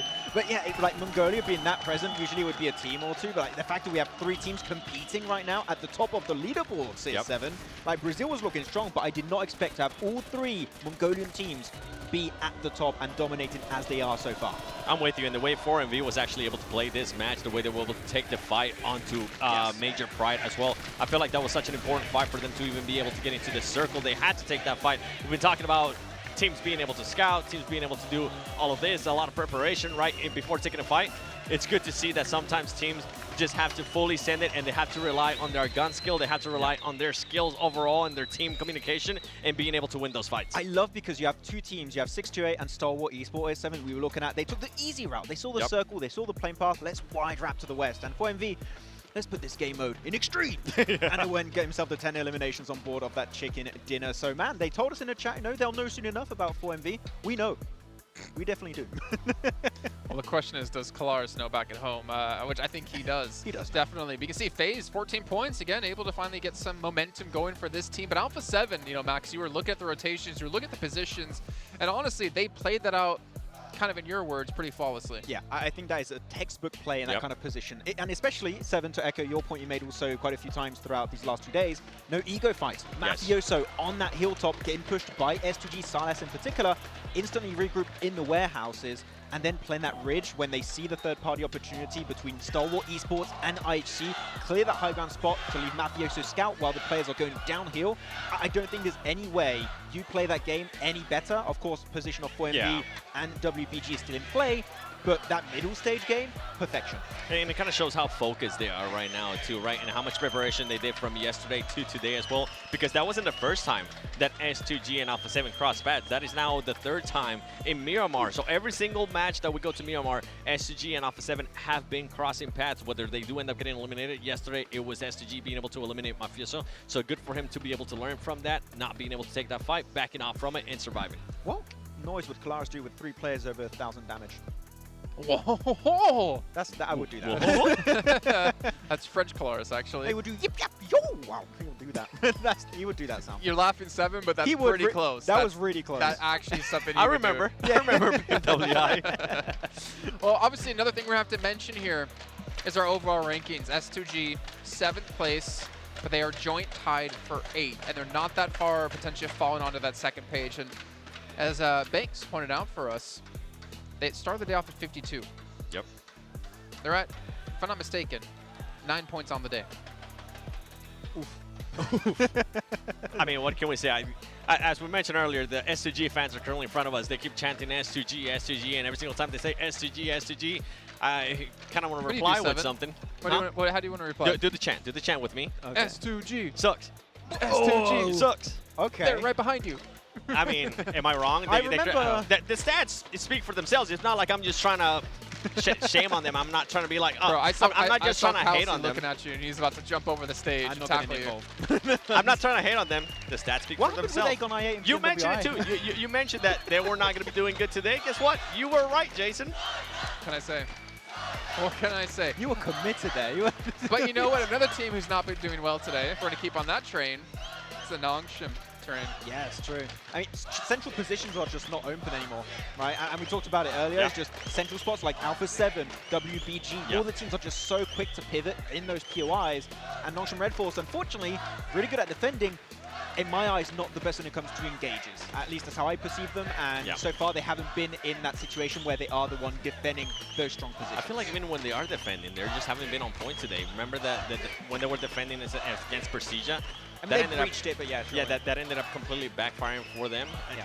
It's just not the Nongshim Red Force that we saw from yesterday, and that was just something that I was that's the problem, is that PMGC doesn't really begin Until day tomorrow? 2. Oh, I thought we were Until going to start tomorrow now. I think Blank said that actually, if I'm not mistaken. Oh, he wouldn't say that. He's a smart guy. Yeah.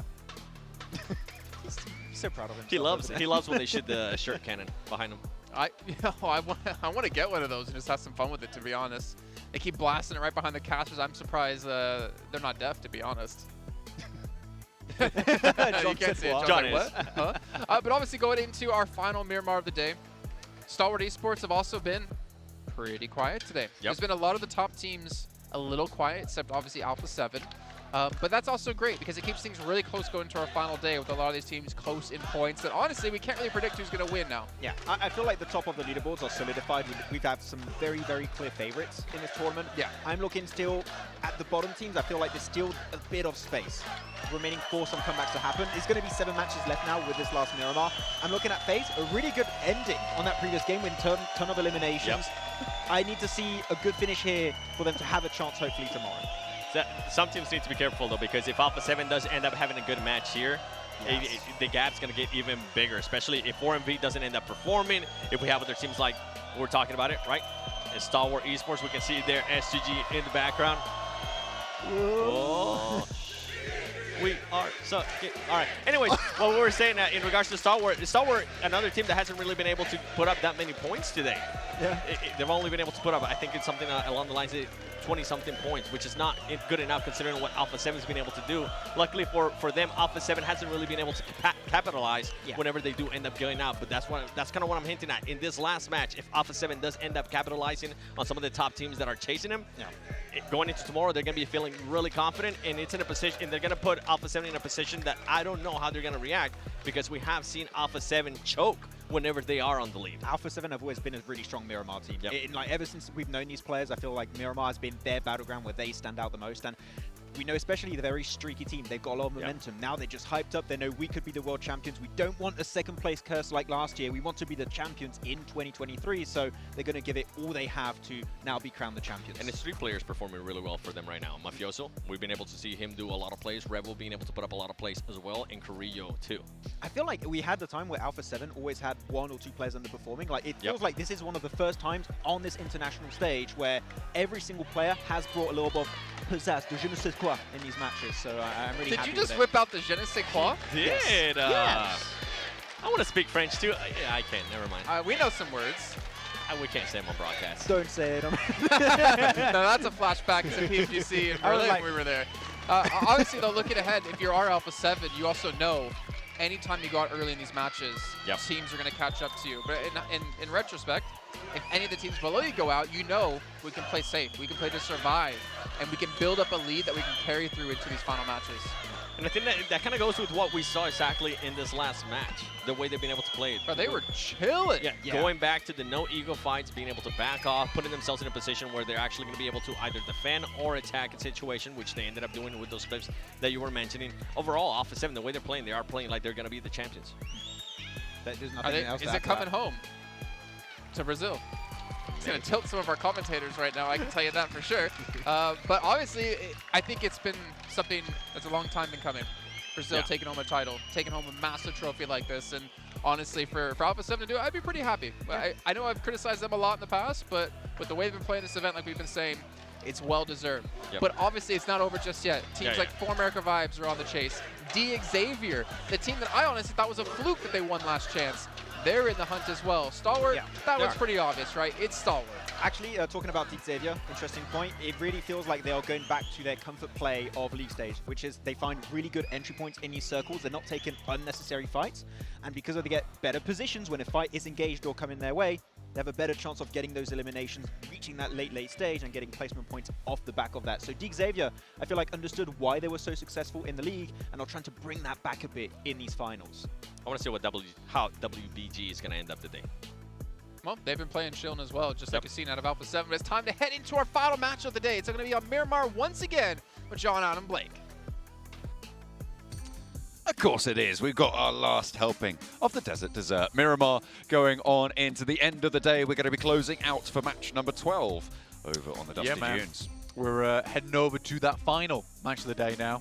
So don't go anywhere. Make sure you remain safe with us guys here on the broadcast, because you've got to know how this thing pans out. Who's going to be on that top spot at the end of the day? There's still a lot that can change with the amazing amount of performance that 4MV's been able to put out today. There's even a chance, if they continue that kind of streak, that they're in first place by the time we finish this. So I'm very curious to see how it all pans out here. You can see 4MV, match 9, able to pick up that chicken dinner, and then again on Miramar. So doing that on 2 maps is kind of a statement as well. Not only are you proficient on Angle, you're also proficient there over on Miramar. So excited to see what Alpha 7 can do to remain in front. Can Stalwart bring this one back? Can S2G have one final good game on the day? Or do they, just as Seven says, need to bring it back? Oh, okay. I thought you were I waiting for actually me to. couldn't bring myself to say sucks.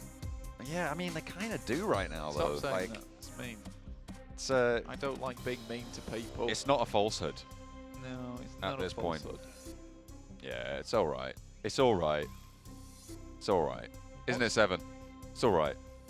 It's all all right. right. He says it's all right. He says all right. He says he loves S2G now. Yeah, that's what we were asking. He Oh, said it's not all right for S2G. Oh, he it's said not all right. specifically. Oh, okay. Ooh. Everybody except for S2G. It's all right. Yeah. And more. A little bit of je ne sais quoi coming through from Maxman as well. Always good to see. Yeah, even with the hand motions, he loves it. He loves it a lot. Donc, il n'y a pas de point. I think I understood what you said. I don't think I did either. Yeah, I think you attempted to say no points for Nongshim. Yeah? Yeah. I think I said something. So we'll find out. Along those lines, yeah. Maybe there'll be a translation over in the chat. Let's translate over to Miramar as we are going to the Dusty Dunes once more. Plane path, northeast, cutting down to the southwest. This is a pretty chill plane path, Black. I think we haven't really seen as kind of a plane path so far on Miramar. Whilst it looks like it leans one direction, it's quite accessible to be able to get down even towards Puerto Paraiso, should you be so inclined, should you be as motivated as some teams might be to get down to that southeast side. Are you motivated for the last game of the day, John? Oh, I I'm so certainly ready. am. 6-8, dropping in no man's land up towards Campo Militar over there on the northeast side. Kind of crazy we're seeing so many teams dropping out on the central line of this plane and then just ducking out as far as possible. So much of this plane path not really used up. More than likely we're using the majority of this end tail. Again, our last match of the day before we head into tomorrow, which is the final day to accrue some points, the final day to secure your legacy going into next year as the champions of PMGC, alongside a boatload of money. And the teams that are in that conversation have been changing so frequently. It's a bit of a mixer up there at the top of the tables, but the one team, well, 2 teams really, that have been the consistent presences up there. Alpha 7. Stalwart, no prizes for guessing those 2 names. Of course, they were always going to be relevant. Coming into this one, I think they were the only 2 teams that were a fix in almost everybody's top 3 predictions for teams to win this one. But outside of that, I think that 3rd place was pretty much anyone's guess, other than mine. It definitely has a major pride.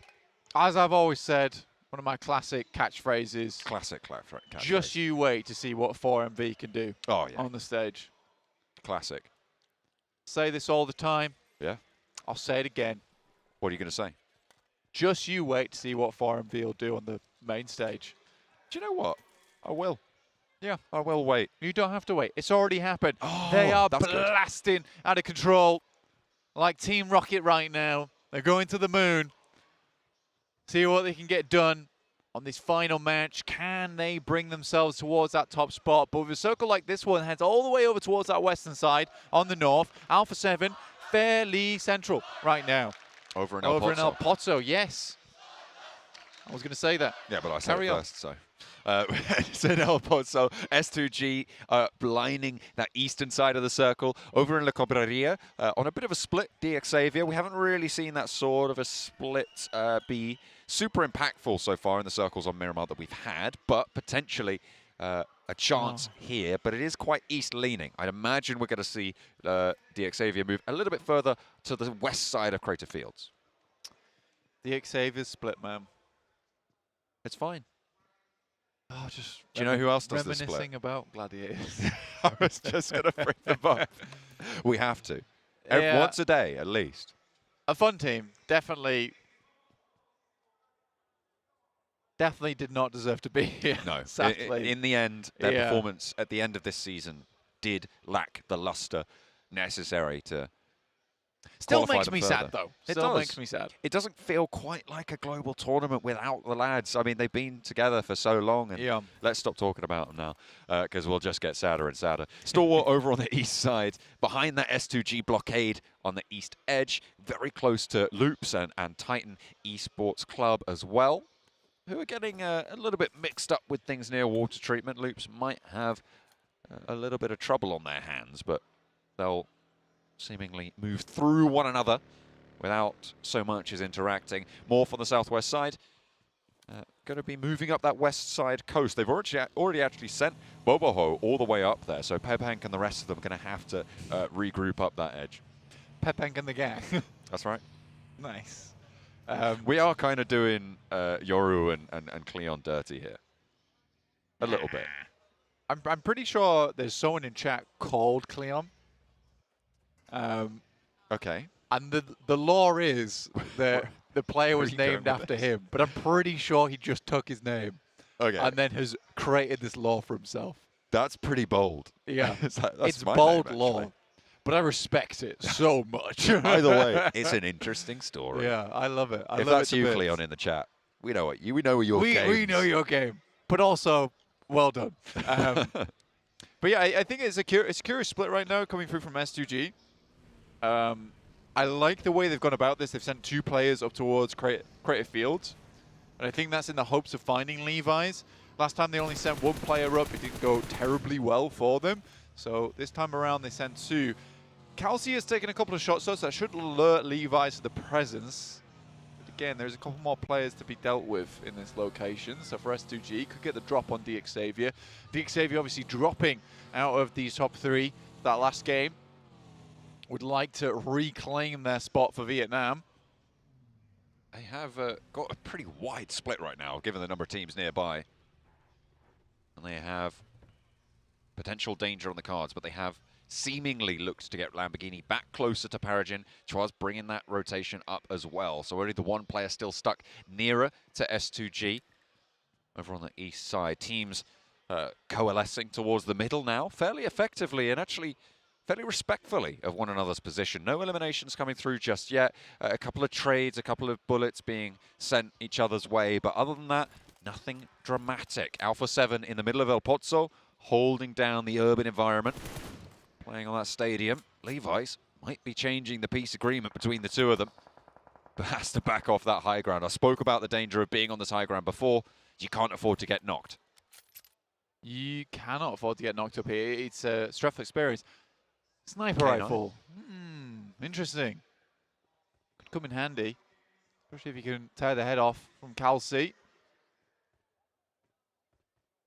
He does spot some vehicles down below. That's Nongshim Red Force. I think Max makes a really good point on the desk there in the sense that all those central spots are just gone now. So many teams are claiming them quite quickly. As soon as you start to sense that the lobby is going more for a central focused style of meta, you just want to take those center positions as soon as possible. And those initial circle shifts can be quite influential in manipulating the way the game goes.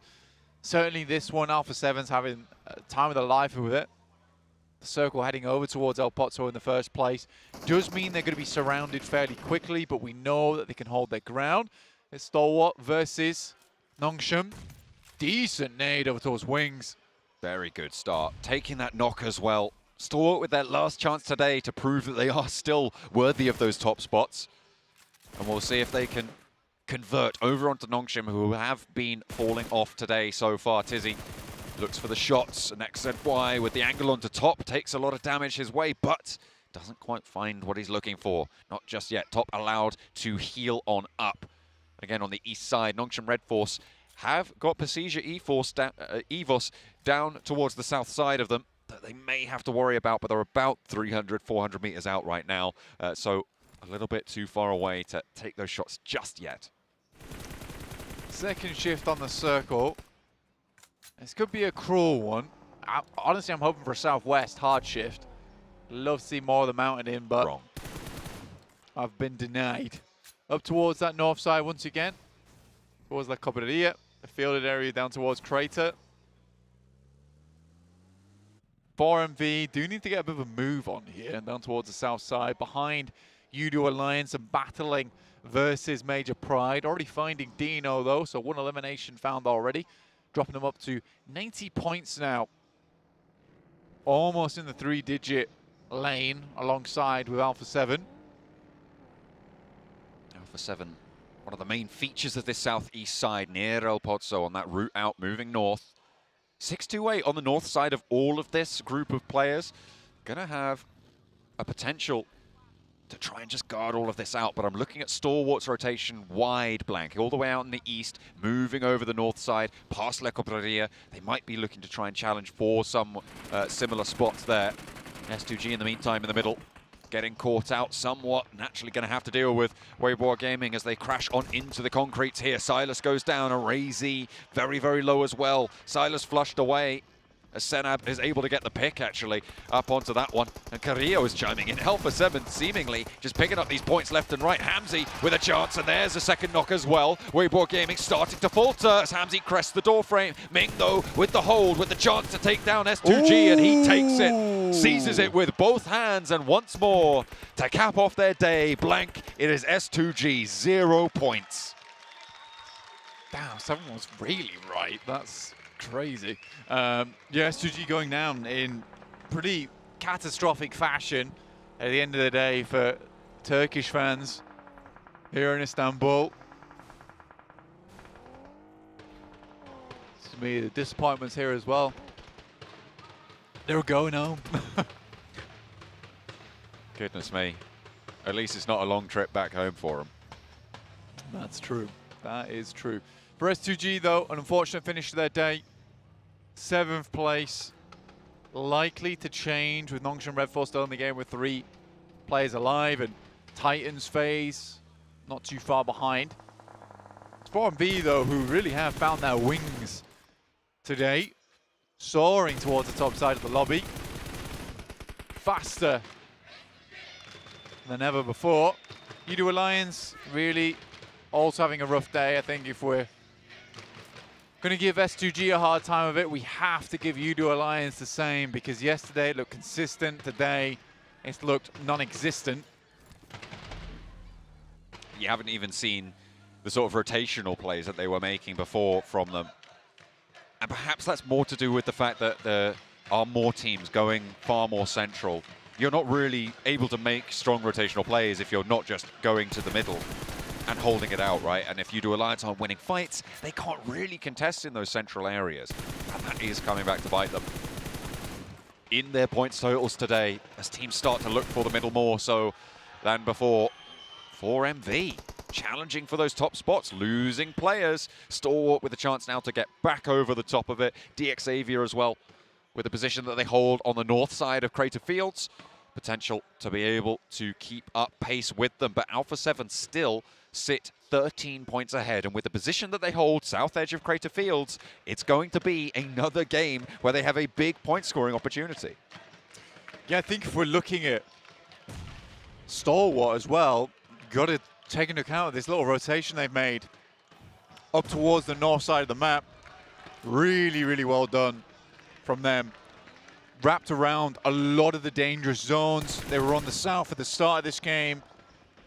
Taking it to that northern side alongside with 628 is a really decent rotate. Could give them a good time. Major Pride sending off, but harried by Pepeng. Pepeng back into the vehicle. Looking to reposition the rest of Morph as well. Looking to try and wend their way up the western way. Nongshim Red Force phase trading back and forth. Major Pride over on the south side near 4MV, trying to fight through El Pozo. A little bit of urban warfare on the south side to give us some entertainment as time ticks away for these teams looking to put their final billing on the day. Titans up against Stalwart here. They got Shadow hidden behind them at the moment, as all Shadows are. We'll see if Action can take those shots. Doesn't quite hit it, but they're holding their ground right now. A little bit of a western shift on their rotate. 6-8, plowing them back. Forcing them off. Bamboo trying to reposition for Titan. Trying to get a better angle because the blue zone is going to make that angle worse and worse and worse because you can't really withstand the force of that one. Bamboo very low actually, taken down low by Icy and pulled out of the buggy as well. A lovely little knock there for Stalwart, but there's a trade. Shadow strikes from the sidelines. A lovely off angle to find that crossfire, and the 3-1 split that we've seen from a lot of teams in this tournament, in these grand finals, Blank, is going to be punished onto Icy. Does technically work, it's just the way you play it, and I think Icy there takes a bit too much of an aggressive approach. I don't think he needed to go for the confirm. With the circle moving down towards the southeast side, once again gives Alpha 7 another in here. 4MV do go down. 89 points with the 1 point they found, takes up to 90. Stalwart losing Icy though is pretty grim for them. It's not something they want to see at the end of the day here. It feels like the Circles want Alpha 7 to win this tournament as well. They've just been shrunk on again. Over on the north side, 6-8 going to find a departure from DXavier's position on North Crater Field and try and move over towards Stalwart, towards their engagement with Titan Esports. And try and get ahead of the curve on that spot. Trying to guard them out with a 3-1 split, Blank. Sunan left as a backstop towards DXavier, who actually may be leading a little bit of a salvo over towards this area. They might want to turn their attention further south. Action stepping up, trying to move in behind Titan, and Shadow is caught. Top the one to do the dirty there, and Action gets the flush. Potential to nade over the top in towards Titan on this roadside. 97 close by to the shack. And they've got to be wary of this position, Blank. They have to be careful moving in this open ground. 97 and Suki. Bamboo need to get out of here now. Sends over towards the compound. Loops is very close to him, just edging their way along the circle like a tightrope at the moment. Stalwart have a bit further to go here, but with 33Z getting taken down by Lamborghini, as you were saying, leaning off to the side. I can sense some kind of danger coming through from this side. The map, Nurzed will spot out Sunan. Does a mighty hefty amount of damage on that side, but necessary for that to come through from Nurzed. Forces the heal off, gives him more time to get through with the party bus. Stalwart know that they need more points here at the end of the day.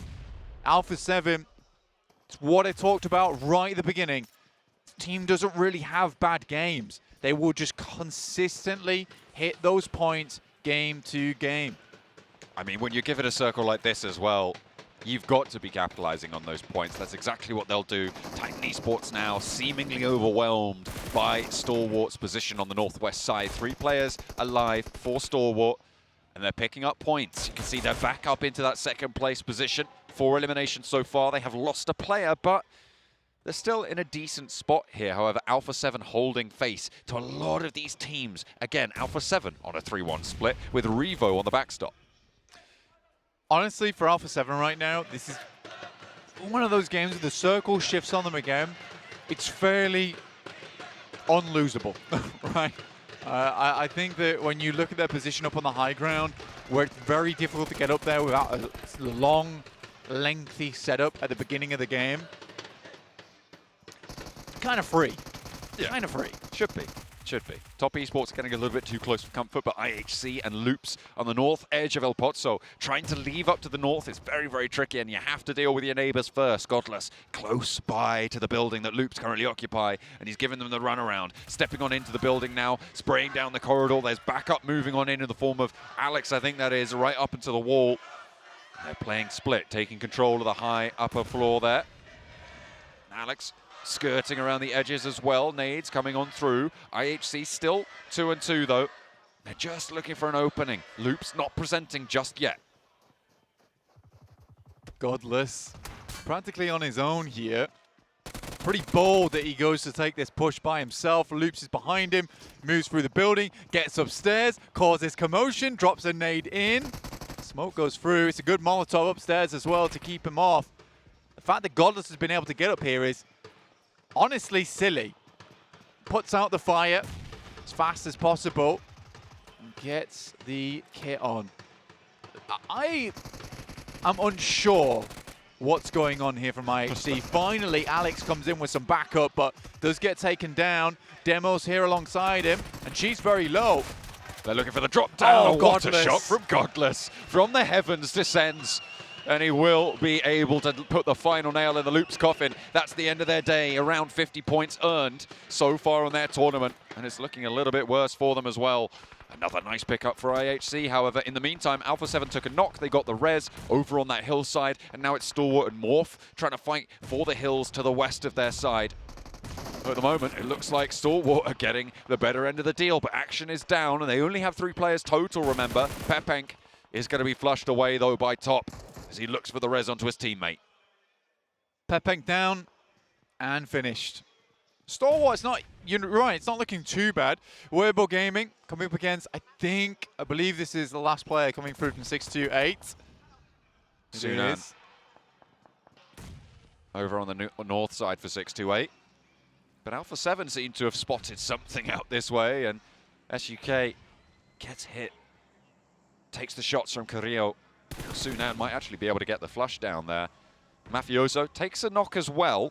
So they do need to be a bit careful here, try and keep together, try and keep these reses in. They have fully grouped up now for this 4. Carrillo, and some replays from him. This was some awesome shots from him to take out a couple of players in the back line there from Luke before they even made it over towards where IHC were playing. Lamborghini also chiming in towards a lot of these engagements. Right now, Xavier is very much playing their own game over in the field on the northern side. Not really poking their heads out too much at all, just banking on this compound. But yeah, this game from Alpha 7, look at their positioning. On that mesa, on the top, on the high ground. It is so rough to try and do anything in the general vicinity. Bobohofer Morph has actually managed to go through the foothills of this area and get into a very central position for them. Same sort of story for Sporter of Nongshim Red Force. We'll see if the teams from El Pozo can leave as well, because of course IHC winning out their fight over on the north side. They now only have Judo Alliance as their neighbors. Can they make that break across? Because it is so tricky to do with Alpha 7 having sightlines down towards you. Look at the angle that Senab has over to them. There's just no way that you get out unpunished. Top sees the nade. Whiz on pass and going to try and send one back of his own. Don't think he'll be on target. There's some quick repositions coming through from Weibo. Ming and Weimau. Sunan underneath. Trying to live this one out as best as he can. Titans did go down earlier. Action's going to try and pick himself up some more utility. A couple of grenades, a couple of smokes. That's all there is to it. Alpha 7 very far forward now. Good shots from Ming. Will take down. Final player there from 628. Start to move up. It's Lamborghini and Xavier with eyes on. Oh, he's got a couple of shots onto Ming, but doesn't quite convert onto a knock there. Has to reposition to the other side of the hill. Sporter unlikely to want to take shots here, but Xavier moving to the edge of this crater. Nades up and down in the meantime between Weibo and Alpha 7, but there's the spot, and Lamborghini is still just lying in wait. Revo pinches the point away from him, however, in the meantime, and gets back away unscathed. Really good turn up, but Mafioso not so lucky. Needs a res, needs a little bit of a hand from his teammate. And now Xavier can start to move up. Carrillo up on the bell tower. Needs to be careful because NerdZ seems to have spotted something. Yeah, NerdZ got himself a nice little knock there versus Alpha 7, and where they're resing is very much out in the open. They do get the res and the heal off, which now alerts Alpha 7 completely to the position coming through from Stalwart. It's a very tough fight to be taking for Stalwart versus Alpha 7. First nade looks fairly decent for damage, but Revo just dances out the way of both of them. They maintain that high ground as well for Alpha 7. All important, Ming has a complete blindside here on Mafioso. If he steps too far, that's got to be it. But he pulls out the shotgun, he swaps the weapons at the wrong time, and Mafioso, he gets back in. There's no way he meant to pull that shotgun out. It completely cost him the knock and gives Alpha 7 a chance to turn around, but he just about is able to convert onto a rough situation, and Weibo pick up their 5th elimination. Xavier here to join the party, to join the fun. Action alongside with Top, getting information relayed back here from Nerzed. The res is coming through. Carrillo takes a high ground position here. 6 eliminations found for Alpha 7 already, but Mafioso goes down to a little bit of overconfidence, I would say. Not checking his angles. Usually he's very good at doing that. The circle continues to close. IHC, despite a lot of teams taking shots towards them, still make the march inwards. Look at the elimination counts on the teams that are still alive. You're seeing a lot of 5s and 6s, a lot of scraps being had so far in the final Miramar of today, of day number 2 of the Grand Finals. Teams are not willing to give up yet, and a lot of those points are concentrated towards the top of the tables, to a lot of the teams within striking distance of that top spot. I think FaZe the exception there, 56 points total before this match. They have been climbing their way up where they can, and I think today has been a little bit better of a result than yesterday. Been impressed with the team from Thailand. Bad time to be taking damage here for Action, considering the blue starts to push in. IHC's done more than enough here with Yolt, as that send out to deal quite a bit of damage. Now Alpha 7 does move off from the church tower towards the central zone, but Yolt has just been a nuisance down on this side for Stalwart. Really nice little plays from IHC, controlling a lot of the gameplay right now for them. They got out of the north side of El Pozo as well, which is impressive in its own right. Yeah. To be able to make that crossing up and over. They did lose a player in the process, and now it's only Xavier with all 4 of their players alive. Remember, they hid in the crater for a while, and now they're back into the fight. Nerzed looking for the challenge. Just Ming remaining. I mean, he was able to take down one of Stalwart. Can he find the next as well? The last player remaining, a 1 versus 1. Action takes the damage from the shotgun. And the SK-12, the specialists from China, able to enact the punishment over towards Stalwart and cut them out of the final match. Revo takes a knock as well, and Alpha 7 starts to suffer a little bit as Revo tries to take way too much room. I think a lot of players wouldn't really expect them to be 8 teams still available, but this is what this certain type of terrain does to you. Just underneath Credit Fields, this huge rock face, this huge feature inside the map, splits off all the action around here. Major Pride understand U2 Alliance on the way in. 2 players, Flax and Cluck. Could be a great nade from Flax here, and Major Pride aren't doing anything, and it bobbles downwards. Ooh. Hits hard. Now just Nomi, good shots from him. To keep Major Pride in it as well. Naomi and Effect both down. They need these reses to stay up as 3. They're right on the edge of the circle. In the meantime, Alpha 7, they took a knock for Revo, and his Carrillo and Senab a little bit split from his position to be able to go for this res. Nades over the top. We're back on board with Major Pride and FaZe on the east side. FaZe forced to take this aggression. Naomi has not been res, so it's a 2 versus 3 for the hold. Effect gets the heal off. Nomi close with the shotgun. Ventora's cooking the nade, spots the player behind the rock, and that should be on target. Nomi goes down, not to the first, but to the second, and there's another one to follow it up. A beautiful clean through with FaZe taking their 7th eliminations.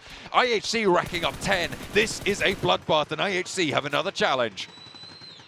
This is IHC for you right at the end of the day to kick things up into 5th gear as they plow their way through towards the end game, find themselves their final chicken dinner in Last Chance on rocky terrain like this in Miramar. Now to do it again on the last day of the last match of day 2. But Xavier still in this one to win it. They want to regain that top 3 position. Stalwart spot's now open. As is 4MVs. They're just about to leapfrog it with the placements. I think they've already earned that top spot there, but can they take down Alpha 7 now as well? Will they fall in this position? Because if they do, it's not out of the question for Xavier to even push all the way up and over here, Blank. They started 18 points behind with the 2 elimination difference. right now. They will need quite a few more, but that is one hell of a nade from Ventores. From downtown, Demo decimated on the rocks there. Godless and Ziol now 2 players for IHC. They're turning their attention out this way. Godless not wanting the res instead. He's getting closer.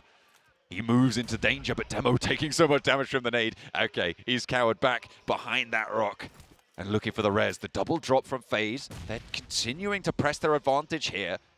I'm impressed with this team today, with the step up they've had, but IHC, a tall order to take down, steps out, one good spray, finds a second as well, and the roll down from the buggy. He's absolutely mental. The down shots from the top of the rocks, though, find a little bit of a trade. Now just one player up the top. Can they pull it together? FaZe trying to hold on now, and he's looking for it down towards Godless. Can he hold on? It is 1 versus 1 on these rocks here for both of these teams. Godless further down. No, Demo is up, actually. Behind this rock, he looks for the spray. The blue zone is the arbiter of this fight. It's going to put the pressure on, and Godless stops the drop. Mormon cannot get rest here. Onzens just needs to look for it. Demo and Godless underneath. Onzen understands he's got a bit of an advantage here, but IHC, they're hungry for it. Rabid animals up the side of the cliff face, sending in with the buggy, hoping to leave Onzen's flat and squashed like the rest of the players on the windscreen of the vehicle. What a finish there from IHC. Just unreal plays, and Godless, he's still going.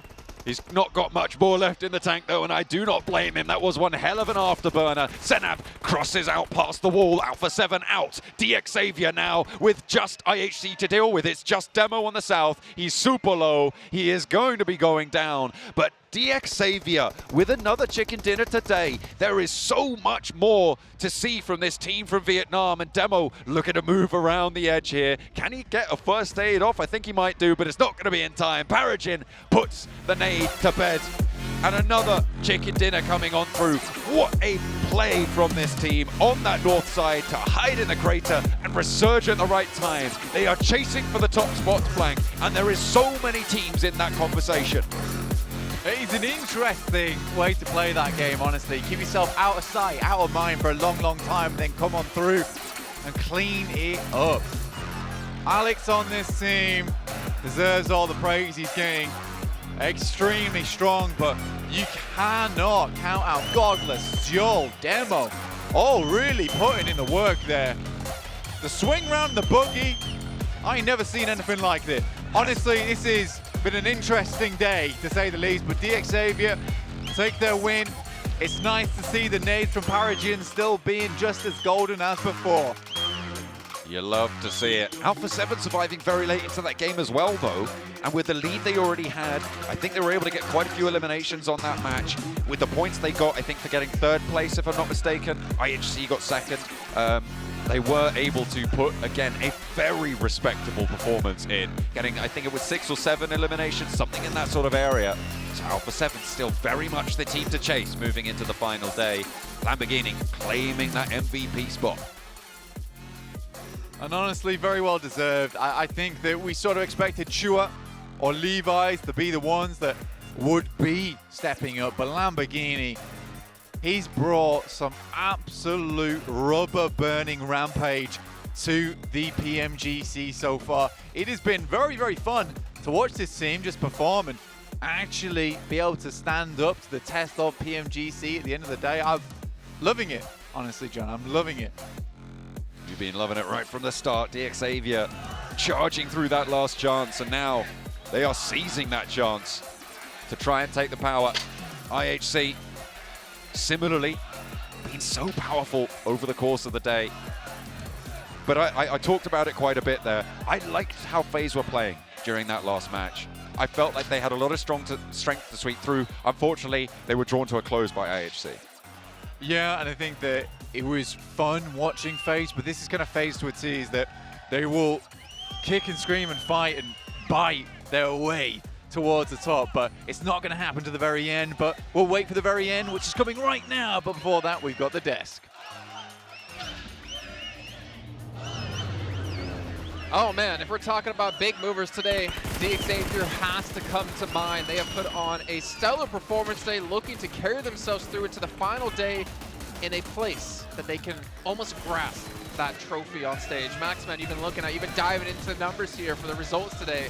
Xavier have put on a stellar performance. Yeah, sure they start off with a 15th place game, but after that, chicken dinner, 3rd place, 2nd place, and now another chicken dinner to wrap up day 2. It's a real dingus day here, Jason. Really loving it. You know what? Everyone loves the Dingoes. 7 on the end here. A great closeout by them as well, not to mention, I mean, we talked about them and how they really stepped up towards the second half of day 1. But I really wonder what place they're going to end up now with their performance here. Yeah, I'm intrigued to see it because they started off the day, remember, they started off the day with 36 points in 8th place. If this team, for some reason, continues with this performance, I mean, especially after this match, I wouldn't be surprised if we actually end up seeing them at least in 2nd place. The one downside, though, I will say, from that last match, is that the team they're chasing, Alpha 7, were still alive for a very long time. Yes. Though it was a big opportunity because 4MB and Stalwart were both out at the start of this game. Yeah. So catching up in 2nd place, feasible thanks to a game like that. And I remember Blank mentioning quite a few times before this tournament started, their map control and knowledge in these positions like this, playing the high ground position, the moment FaZe leave, they exude absolute insane amount of control on this lobby. Xavier are threats to the teams when they are in that late game scenario. Yeah, you were talking about it, Jason. The difference between Alpha 7 and DX is going to be just 5 points. So if they do want to catch up to them tomorrow, they have to take advantage of Alpha 7, maybe getting eliminated early on. They're going to have to keep track of that, and they're going to have to be consistent because Alpha 7, that's something that they have been able to do today, and I'm so surprised and shocked by the way they've been playing. By the way, we were talking about IHC at the beginning of the day of where they're going to be in regards to placement points. They're getting some placement points here. They're just surviving. They keep on living They are until the very end. changing the meaning of IHC. No longer low placement. So 20 points, though, for them. I mean, Mongolia, we kind of thought this would be like the year of Brazil. But it's really been the year of Mongolia for sure. Yeah, we were saying like Brazil or Stalwart. It's Brazil and Mongolia now. Like, it's clear that well now. Alpha 7 and Mongolia. Are you giving up? Are you giving up on Stalwart? No, Mongolia. They're from Mongolia. Okay. You know, No. Never mind. Disregard. I was thinking of something else. Okay, we lost him. Woo! Wah! I have to replace him. Okay. I have to. I'm gonna take these clips to make sure he sees it and Oh, get no. the Klar's thumbs up of approval. I don't think he'd give that to me. He definitely wouldn't. I think he will. But man, Ziol, I mean, he's had that PMGC experience in the past, right? And we've expected him to pop off in these matches. Yep. And the thing is, the threat, we know they could get those eliminations. 7, as he stated, now they're getting placement points, they're surviving more. That is the exact kind of setup you want heading into tomorrow. If they can continue this kind of play style, tomorrow is going to be a field day for them. Yeah, and for Alpha 7, I was talking about how Revo, Mafioso were putting up numbers. Korea as well. It's good to see that setup is right there. Look at this. Points. Dang. But DX being able to push up all the way to 2nd place when they started off the day in 8th place. That is a huge day for them, and IHC as well. But IHC tomorrow, when we come back, I want to see those placement points. You can see it right there. The only team right now within the top 6 with 0 chicken dinners. Exactly. But they had the most eliminations in this entire lobby, in the most experienced, strongest lobby we've ever had in PUBG Mobile. They are still able to frag out like this. This is really a testament to how strong they can be as a team. But S2G, I know you to look down there very far. 8th place, 61 points, tied with the 9th place team. Yeah. You're looking right now at where the points are. 114 points for 1st place. They got 61. You expect them to get more points. You need to double your points tomorrow, pretty much, if you want to even have a chance. And that's if Alpha 7 are having a bad day, which I don't expect them to have. It's possible. It's honestly, with Alpha 7, it's possible because I challenge you. I defy you to tell me I'm wrong. He's getting on their train.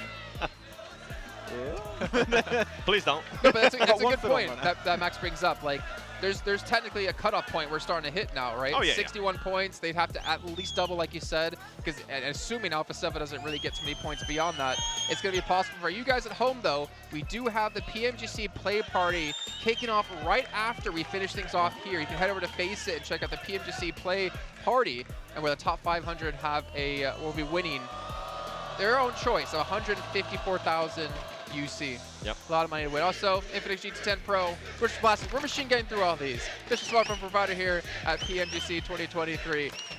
Born for Xavier. That was SG. I was pointing the stage, not to a team in particular. Looking a bit different. We're talking about SG. I actually enjoy that he's doing that right now, hyping up the crowd. We saw some actual fans leave because of the performance today from S2G. We gotta mention it. I mean, but it's in good spirits because that's something that we were kind of asking them at the beginning of the tournament. how is it affecting you having the fans here? Do you think it's going to put more pressure on you? They were saying, no, it's not going to put us more pressure on us. The way that we're acting today, it definitely looked like it wasn't the case, but it's good to see him coming out, giving the fans some support as well as they've been able to give them support.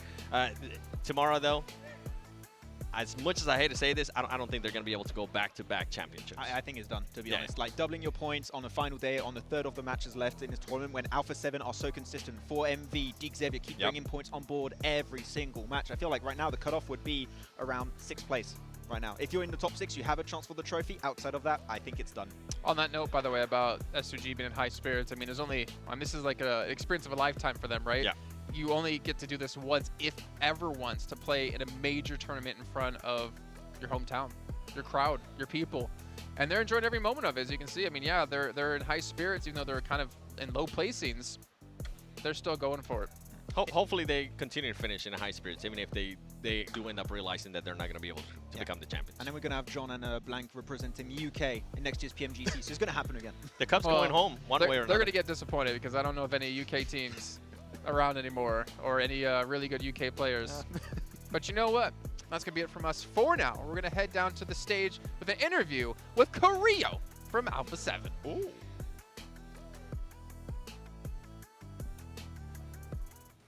Welcome back to the main stage where we are joined by Carrillo from Alpha 7 Esports. I've been working on my pronunciation. I don't know if you guys know. But we've got to first of all talk about yesterday. You ended up in 2nd place and you've had a really strong day 1 and a really strong day 2 as well. So what were you discussing with your team or changing coming into day 2? Bom, vocês tiveram um primeiro dia muito bom, terminaram em 2º lugar. Hoje foi bom também, terminando em 1º. O que vocês discutiram de ontem para hoje? Quais foram as estratégias adaptadas? Dünden bugüne oyununuzda birçok şey değişti. Bu değişiklikler sizi 2. sıradan liderliğe taşıdı. Stratejilerinizde ne gibi değişiklikler oldu? Bom, eu acredito que a gente tenha tido rendimento pouco razoável ontem. Não foi bom, também não foi ruim. A gente conseguiu a 2ª posição, a gente conseguiu ficar no topo. Mas ontem mesmo à noite a gente sentou juntos e conversamos para melhorar tudo que a gente podia. A gente conversou bastante e para não errar. A gente queria chegar hoje, não errar nem um pouco, errar o menos possível para conseguir mais pontuação e assim se manter no topo, que é muito difícil na PMGC. So yesterday I believe we did reasonably well. We didn't want to finish 2nd. We actually did. So late last night we started talking, discussed a lot what we needed to do to make as little mistakes as possible today, and we believe we did improve, but we want to go even further. Dünkü oyunlarımızda 2. bitirmeyi istemiyorduk fakat bitirdik. Takım arkadaşlarımızla çok tartıştıktan sonra stratejimizi bugüne yönelik odakladık ve bugün liderlik koltuğuna oturduk. Bu şekilde yarın da devam edeceğiz. Well, a couple of things to take note of for sure. First of all, it seems like Sanhok is your map, that is for sure. And also an incredible individual performance so far from yourself, so GG's for that. But let's take our minds back slightly to the group stage. Since then, what have you been working on to just make sure that you stay this consistent throughout the competition? Because it's been really impressive so far. Bom, tudo indica que Sanhok é da Alpha 7, é o mapa no qual vocês performaram melhor e você especificamente performou muito bem. E quais foram as mudanças e as adaptações feitas da fase de grupos até agora para chegar nesse nível? Mükemmel oyunun için seni ve takımını çok tebrik ediyorum. Grup maçlarına dönecek olursak, grup maçlarından itibaren stratejilerinizde ne gibi değişiklikler sağladınız? Özellikle Sanhok haritası sizin haritanız gibi görünüyor. Bu konudaki tutarlı bir puan kazanmanız, hanenize puanını yazdırmanızda ne gibi stratejiler etkin oldu? Bom, Sanhok a gente até brinca internamente que é um dos nossos piores mapas. A gente não vinha tendo bom desempenho em Sanhok e eu acredito que a gente foi bem agora nesses 2 Sanhoks que teve porque a gente realmente se dedicou muito e a gente treinou bastante. A gente treinou muito para estar aqui, principalmente. E acho que a gente mereceu as 2 vitórias porque a gente soube realmente jogar o mapa. Então, a gente treinou por isso. So actually, internally, we believe Sanhok is our worst map. And between the group stage and now, we trained a lot. We busted to get here and to do the best performance possible in this map and in everything else that we did. So I believe the results today are results of our own work. Grup maçlarından bu yana takımımızla stratejilerimizi yeniledik ve sanok haritası üzerinde çok yoğunlaştık. Bununla ilgili çok fazla eğitim yaptık ve kendimizi geliştirdik. Aynı şekilde devam etmeyi düşünüyoruz. Bu bize galibiyeti getirecek. I'd like to just quickly touch on tomorrow as well, because obviously it's the final day. You guys, Alpha 7, you've been so close every year in, year out at PMGC. Is this year finally your year? Let's speak it into existence. Bom, última pergunta. Vocês sempre estão muito próximos, todos os mundiais, vocês chegam muito perto dali. Esse é o ano que vocês realmente vão conseguir? Yarın PMGC 2023'ün son günü olacak. Bu konuda kupayı siz bu sene kaldırabileceğinizi düşünüyor musunuz? Kupa bu sene sizin olacak mı? Bom, eu acredito que a gente esteja esperando que a vontade de Deus seja feita. Lógico que a gente sempre quer vir jogar com o GC e ganhar. No ano passado a gente ficou top 3, não foi o que a gente queria, mas a gente ficou mesmo assim feliz e agradecido pelo resultado. E a gente espera que esse ano possa ser diferente e a gente possa trazer o título para o Brasil. So personally, we believe that God's will prevail. We did the best we could last year. We unfortunately finished third. It wasn't our objective, but today we're working for the best possible scenario, and that's actually winning. We'll keep striving, and hopefully we'll get that. Geçen yılki şampiyonada 3. sırada bitirdik. Ne kadar hak etmediğimizi düşünsek de. Bu yıl için çok hazırlandık, çok çalıştık. Bütün eğitimlerimizi buna odakladık ve yarınki son gün maçlarında da bu şekilde devam edip kupayı kazanacağız. Carrillo, thank you so much for joining us on stage for your post-match interview. It's been absolutely phenomenal to see what you and the rest of your team have been able to achieve so far. But again, tomorrow is where the hard work really begins, and we can't wait to see what you guys bring to the table. Thank you. Thank you. Thank you. Thank you so much, gentlemen. You can now exit to the side of the stage. And with that, day 2 of the PUBG Mobile Global Championships comes to an end. What an absolutely fantastic time we've had so far. And we only got, 6 more matches until we crown our champion. I would just like to say a huge thank you to everyone who puts in all this hard work to put this show together. It's been absolutely phenomenal so far. Thank you to production, and thank you to all of the talent. You've been absolutely fantastic up to this point. And also, thank you so much to the players. Tomorrow, we've got 6 more matches for you guys, and it's going to be absolutely brilliant. And of course, to all the fans, both at home and right here in Istanbul, thank you for watching and supporting your favourite teams. My name is Barney Banks, and we'll see you tomorrow. But for now, let's head back to the desk to round out the day.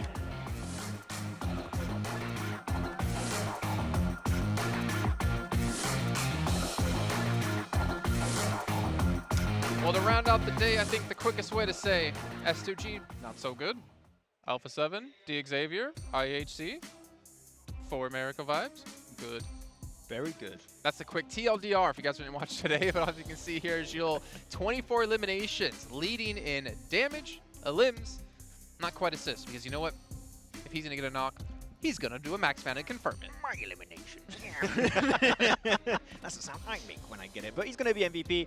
What a surprise! Oh my, okay, he's been popping off actually. Survival time a little bit lower, but he makes that time count, 7. That's the most important thing. When he's alive, he's popping off. He is, and I mean, with that survival time, it goes for the whole team, right? I wouldn't be surprised if it's around the same. Obviously, it's going to probably be a little bit lower, but tomorrow for this team, I feel like a broken record. They need to work on those placement points. Honestly, if they don't end up getting a chicken dinner, I don't feel like this team can actually become champions. They need to get that chicken dinner. Yeah, I would love it if tomorrow they end up winning with like 120 eliminations and barely get any placement points just to prove us wrong. Like, we can become champions with 300 elims or something. I like his team contribution, by the way, 22%. The MVP of the day, 22%. 4 players, 25% would be the average. But that's showing that everyone else on the team is playing well as well. Not to obviously give him all the credit, but that means IHC as a whole is playing good. I think Demo was a very clear outlier when we look back on the league stage, but I do agree. It just seemed like all the players are putting in the work. Of course, some players tend to die early, but even as a duo, the two other players pick up the slack of the team. They are able to put the work forward to survive and get more eliminations. So, I mean, they're looking like the whole package. We saw it there at the end as well. Is that a CCT call? Maybe. Oh? Okay, no, they no, need no, placement no, points. let him come down. Don't curse any teams. But we even saw it there at the end, right? On the final Miramar, when we saw Godless being able to be super confident against FaZe Clan, willing to take those fights and being able to, in a way, move outside of the cover that he had on and take those shots over the player that was on top of the hill, on top of the mountain as well. Okay, well, gentlemen, it's been a pleasure being with you back on the desk for another day, but we still have 1 day left to go until we can, as Bang said, crown our champion here at PMGC 2023. We're going to be here at the same time, the same place. Make sure you guys tune in, because we're going to find out who takes home the title of the best in the world. We'll see you then.